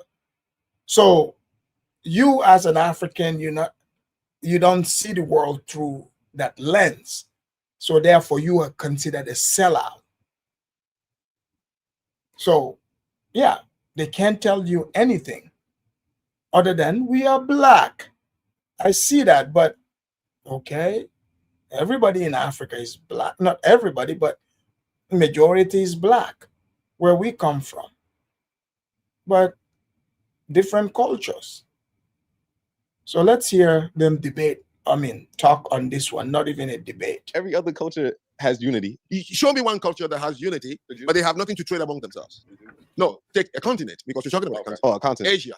Yeah, what is the unity? Japan invaded China, colonized Korea, tortured the Philippines, almost went to, okay? So he's hated by many of them, but do you know where Nissan's biggest manufacturing is? It's in China, Toyota, okay? They have the best of relationship right now. So show me a continent where people are united only on Kumbaya. No, nobody's saying kumbaya, but what is it? Here's the thing, Frank, there is a reason, and if I'm wrong, I apologize in advance, but there is a reason that you became an educator. There is a reason that you took little boys, you know, not unlike me, over to Africa. There is a reason that you prevent people who look like me and who come from my particular lineage from getting thrown out in the streets. And I'm willing to say that that reason is because you care, because whether you understand it or not, and I think that you do, I can't speak for you, but I'll allow you to tell me if I'm wrong, because you still see me as a brother. You still see me as a black man that you care about, because you understand that there is a bigger picture. We're still connected to the motherland. We still have a same ancestral home, do we not? I don't know. If you're talking what I'm saying if you're talking about the continent, yes, you are from the continent. But when the continent is only known, let me tell you, if I get to the airport in Benin Republic and I bring my passport out, they see my last name, they know exactly where I come from. If the officer there is not from my place, I'm in trouble. He'll treat me like a piece of crap. Right. And you think that's right? in Jamaica too. And you think that's right? No, he don't think that's right. It's not a question of right or wrong. I know why he's doing it. Why? Because he's in a country that was put together by force. He has nothing in common with me except skin color. So this guy is literally like a child. Like, it's like a 5-year-old. Everything, like, you know how like 5-year-olds ask questions, everything. Why? Like, the guy just told you, if he gets to Benin Republic, which I saw, by the way, there was an attempted coup. I'm going to be dropping the news clip on that. By his last name, the officer will know, you know, that they are not the same people. You know, if they're not the same, he's in trouble, will be treated like crap, like he said. But his response, the ace guy is responding as if Frank approves of it. Like, why would anybody want people to treat them like crap, buddy? Like, this makes no sense. That gives them the right to treat you like that. Yeah. It's not a matter of giving them the right. It's more about that's what they're going to do. The mistake was for us to accept the country and think we can run it when we have nothing in common. So one country has nothing in common. Now let's talk about the unity. Right. What is the youngest country in the world today? It's only about 14 years old. South Sudan. South Sudan, yeah. South Sudan and Sudan, one country. Okay, black people of the same lineage and same skin color, but they couldn't like each other. Danny Glover and George Clooney and some celebrities made it possible. They said, yeah, we want to cut off. And they cut off. As we speak in Nigeria, Nnamdi Kalu, Mr. Nnamdi Kalu is asking for the Igbos to cut away from Nigeria. There's another Yoruba man who is asking for the Yorubas to cut off. In Cameroon, as I speak, the Kom tribe of Cameroon, under the French section, is asking for them to secede. This is going on in the continent. You're asking for unity? So you're saying because the continent of Africa is not unified, then we can't have a global unification of the black diaspora? But what are you unified around? That's something we could build. What is the purpose of Pan Africanism if you're saying that unity isn't possible? But you said it as if I believe in Pan Africanism. It's the most stupid, bogus thing anybody to even say. But you spoke about worldview earlier, right? I mean, Frank is just destroying their world. You guys see this? So they speak to you as if you're the one promoting Pan Africanism.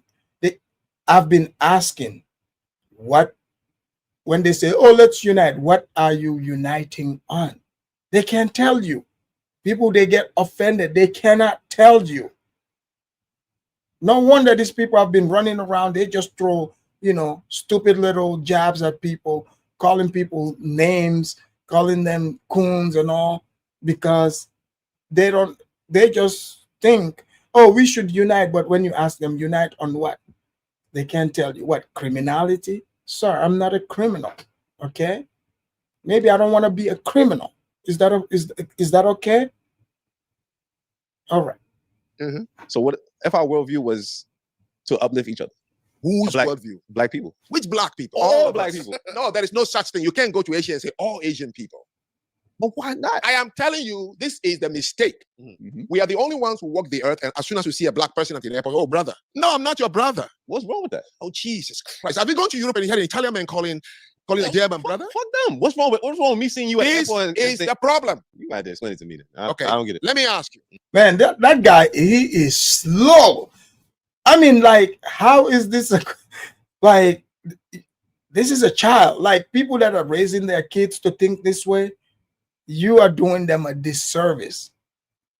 Frank is right. Like, for me, I don't even do that. Like, I don't like that. I don't walk around calling people brother, blah, blah, blah. Like, I don't know you. You don't know me. Like, why am I going to call you brother? What? Because we have the same skin color? Like, what the hell? He can't even comprehend that. And he's like, oh, F what they're doing. Sir, use common sense and listen. This guy needs re-education. He's literally a child. He doesn't understand the world at all. He needs help. Let me tell you something. The story of Chaka the Zulu. Chaka Zulu. What was he famous for before they killed him? Tormenting fellow black tribes in that region. Okay. So that's the man you're going to unite with? No. Okay. I'm just telling you. We think that skin color makes you and me the same. We're not. I am from a small tribe called the Ajak tribe in Benin. Benin is only 6.5 million people with over 40 tribes. When I say tribe, I mean the language is like French and Chinese. I don't have anything in common with the 49 other people in my country. Nothing in common. They speak a different language. They have a different God, a different religion, different food, different forms of wear and culture, traditions and customs. We were forced, carved and say, remain here. He's not my brother. Now you're asking for a global brotherhood of all black people. Why would the black people be different from any continent? Europe is a global community of white people, but they don't go around saying brother and sister. Asia is a community of all yellow Asians in Asia. They don't go around calling each other brother and sister. Same with the Middle East, same with everywhere. Where only when it comes to black people, you think we are all the same. We're not the same. Oh, okay. And look, hold on. Really quickly, this is why FBA was announced. Because once you guys acknowledge us as colored people, right? What the hell is this guy talking about? Like, Frank just explained the differences. Now he's like, oh, this is why FBA announced. So what? Yeah, good for FBA. Announce that you are on your own. Nobody have ever called you and invited you and say, oh, you're part of our tribe. You are the one going on with this, universal black thing. It's not real. That's what Frank is trying to drive home. I mean, don't these people look so dejected? He seems like he can't believe what he's hearing. He feels so defeated by what he's hearing. But hey, sorry, son, that's just reality. And then it went from that to African Americans. We embraced our brothers and sisters that was on the other side, right? And getting shitted on, and people with selfish mindsets, not thinking like how we're thinking, like let's connect, let's adapt to each other. When you get frowned upon, now this is why Black Americans, Foundation Black Americans, say, okay, I don't want to be a part of what African American stands for, because I'm not African American. They clearly, okay, then that's where the conversation comes in. Right okay, there. but look, but then you go with, oh, so what is this Foundation American? You guys was African American. Well, it's like, why would I want to be African American if I know that you guys, Who is you guys African American? well, the people that look at African Americans as if you're not African American unless you know what tribe you're from, what else, unless you didn't read I'm not the book African about. American. No, No, but what he's trying to, I got okay, you. Man, this guy is super dumb. Like, African American, meaning Black American, are the ones called African American. He's saying, oh, they're telling him if you don't know his tribe, he can be called African American. That's not true. Like, what kind of BS is this guy's, spewing over here? Since when is an African American required to have, know their tribe in Africa to be called African American? What the? Okay. So you have to remember, when it comes to their show, they have a lot of people throughout the diaspora, a lot of women who come up here and they will say things like, well, you guys don't know who you are. You guys don't understand where you are. You guys don't understand your culture because you don't even have a language. You can't tell me where you're from. And they're like, oh, I'm from Brooklyn. I'm from Philly. No. You from Africa, but you don't know what tribe. You don't know this, that, and the third. So you're not really African American. Y'all are lost. Y'all are lost people. Like, that is you could just take it. No, but yes, you guys are definitely lost. That's a fact.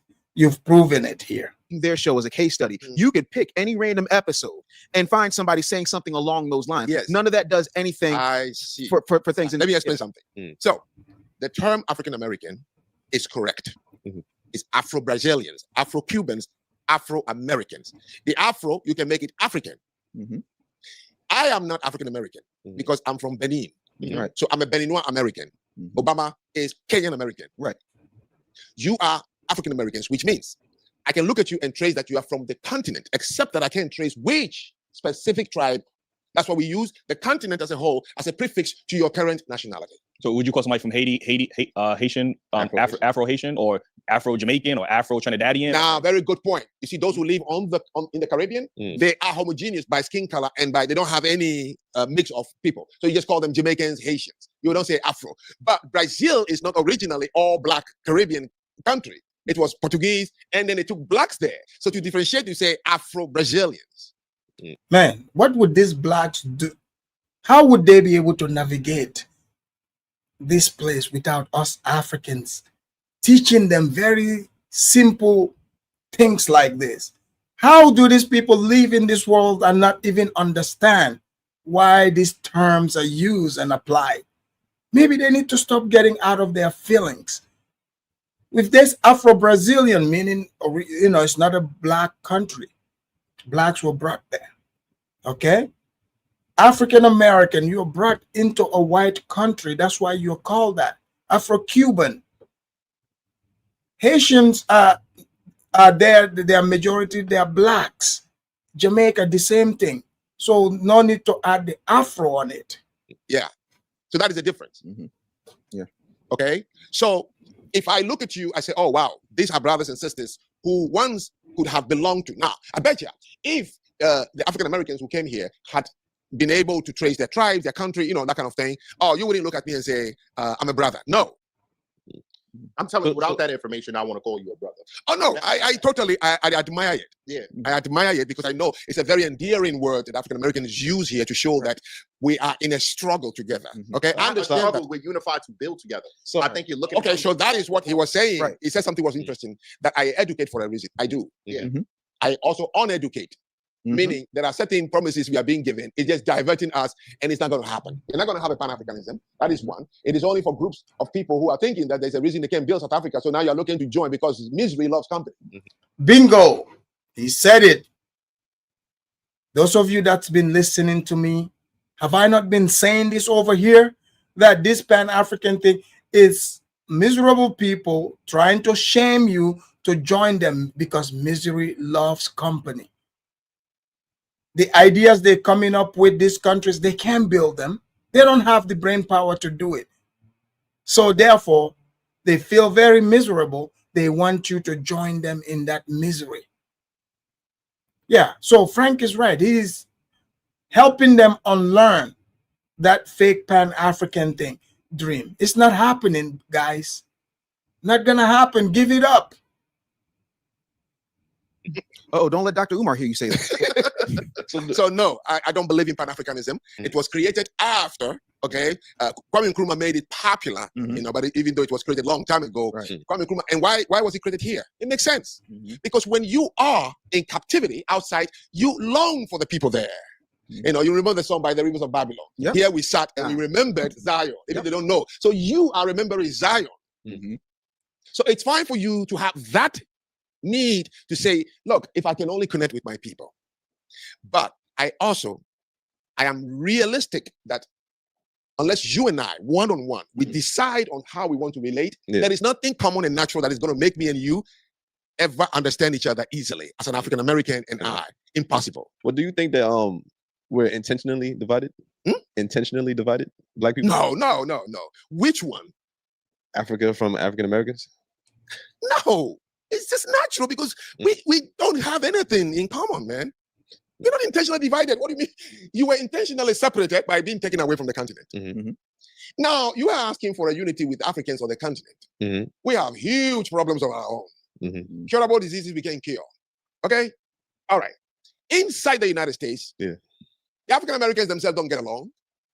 Yes. Crime and killings in Chicago, Baltimore, LA. Exactly.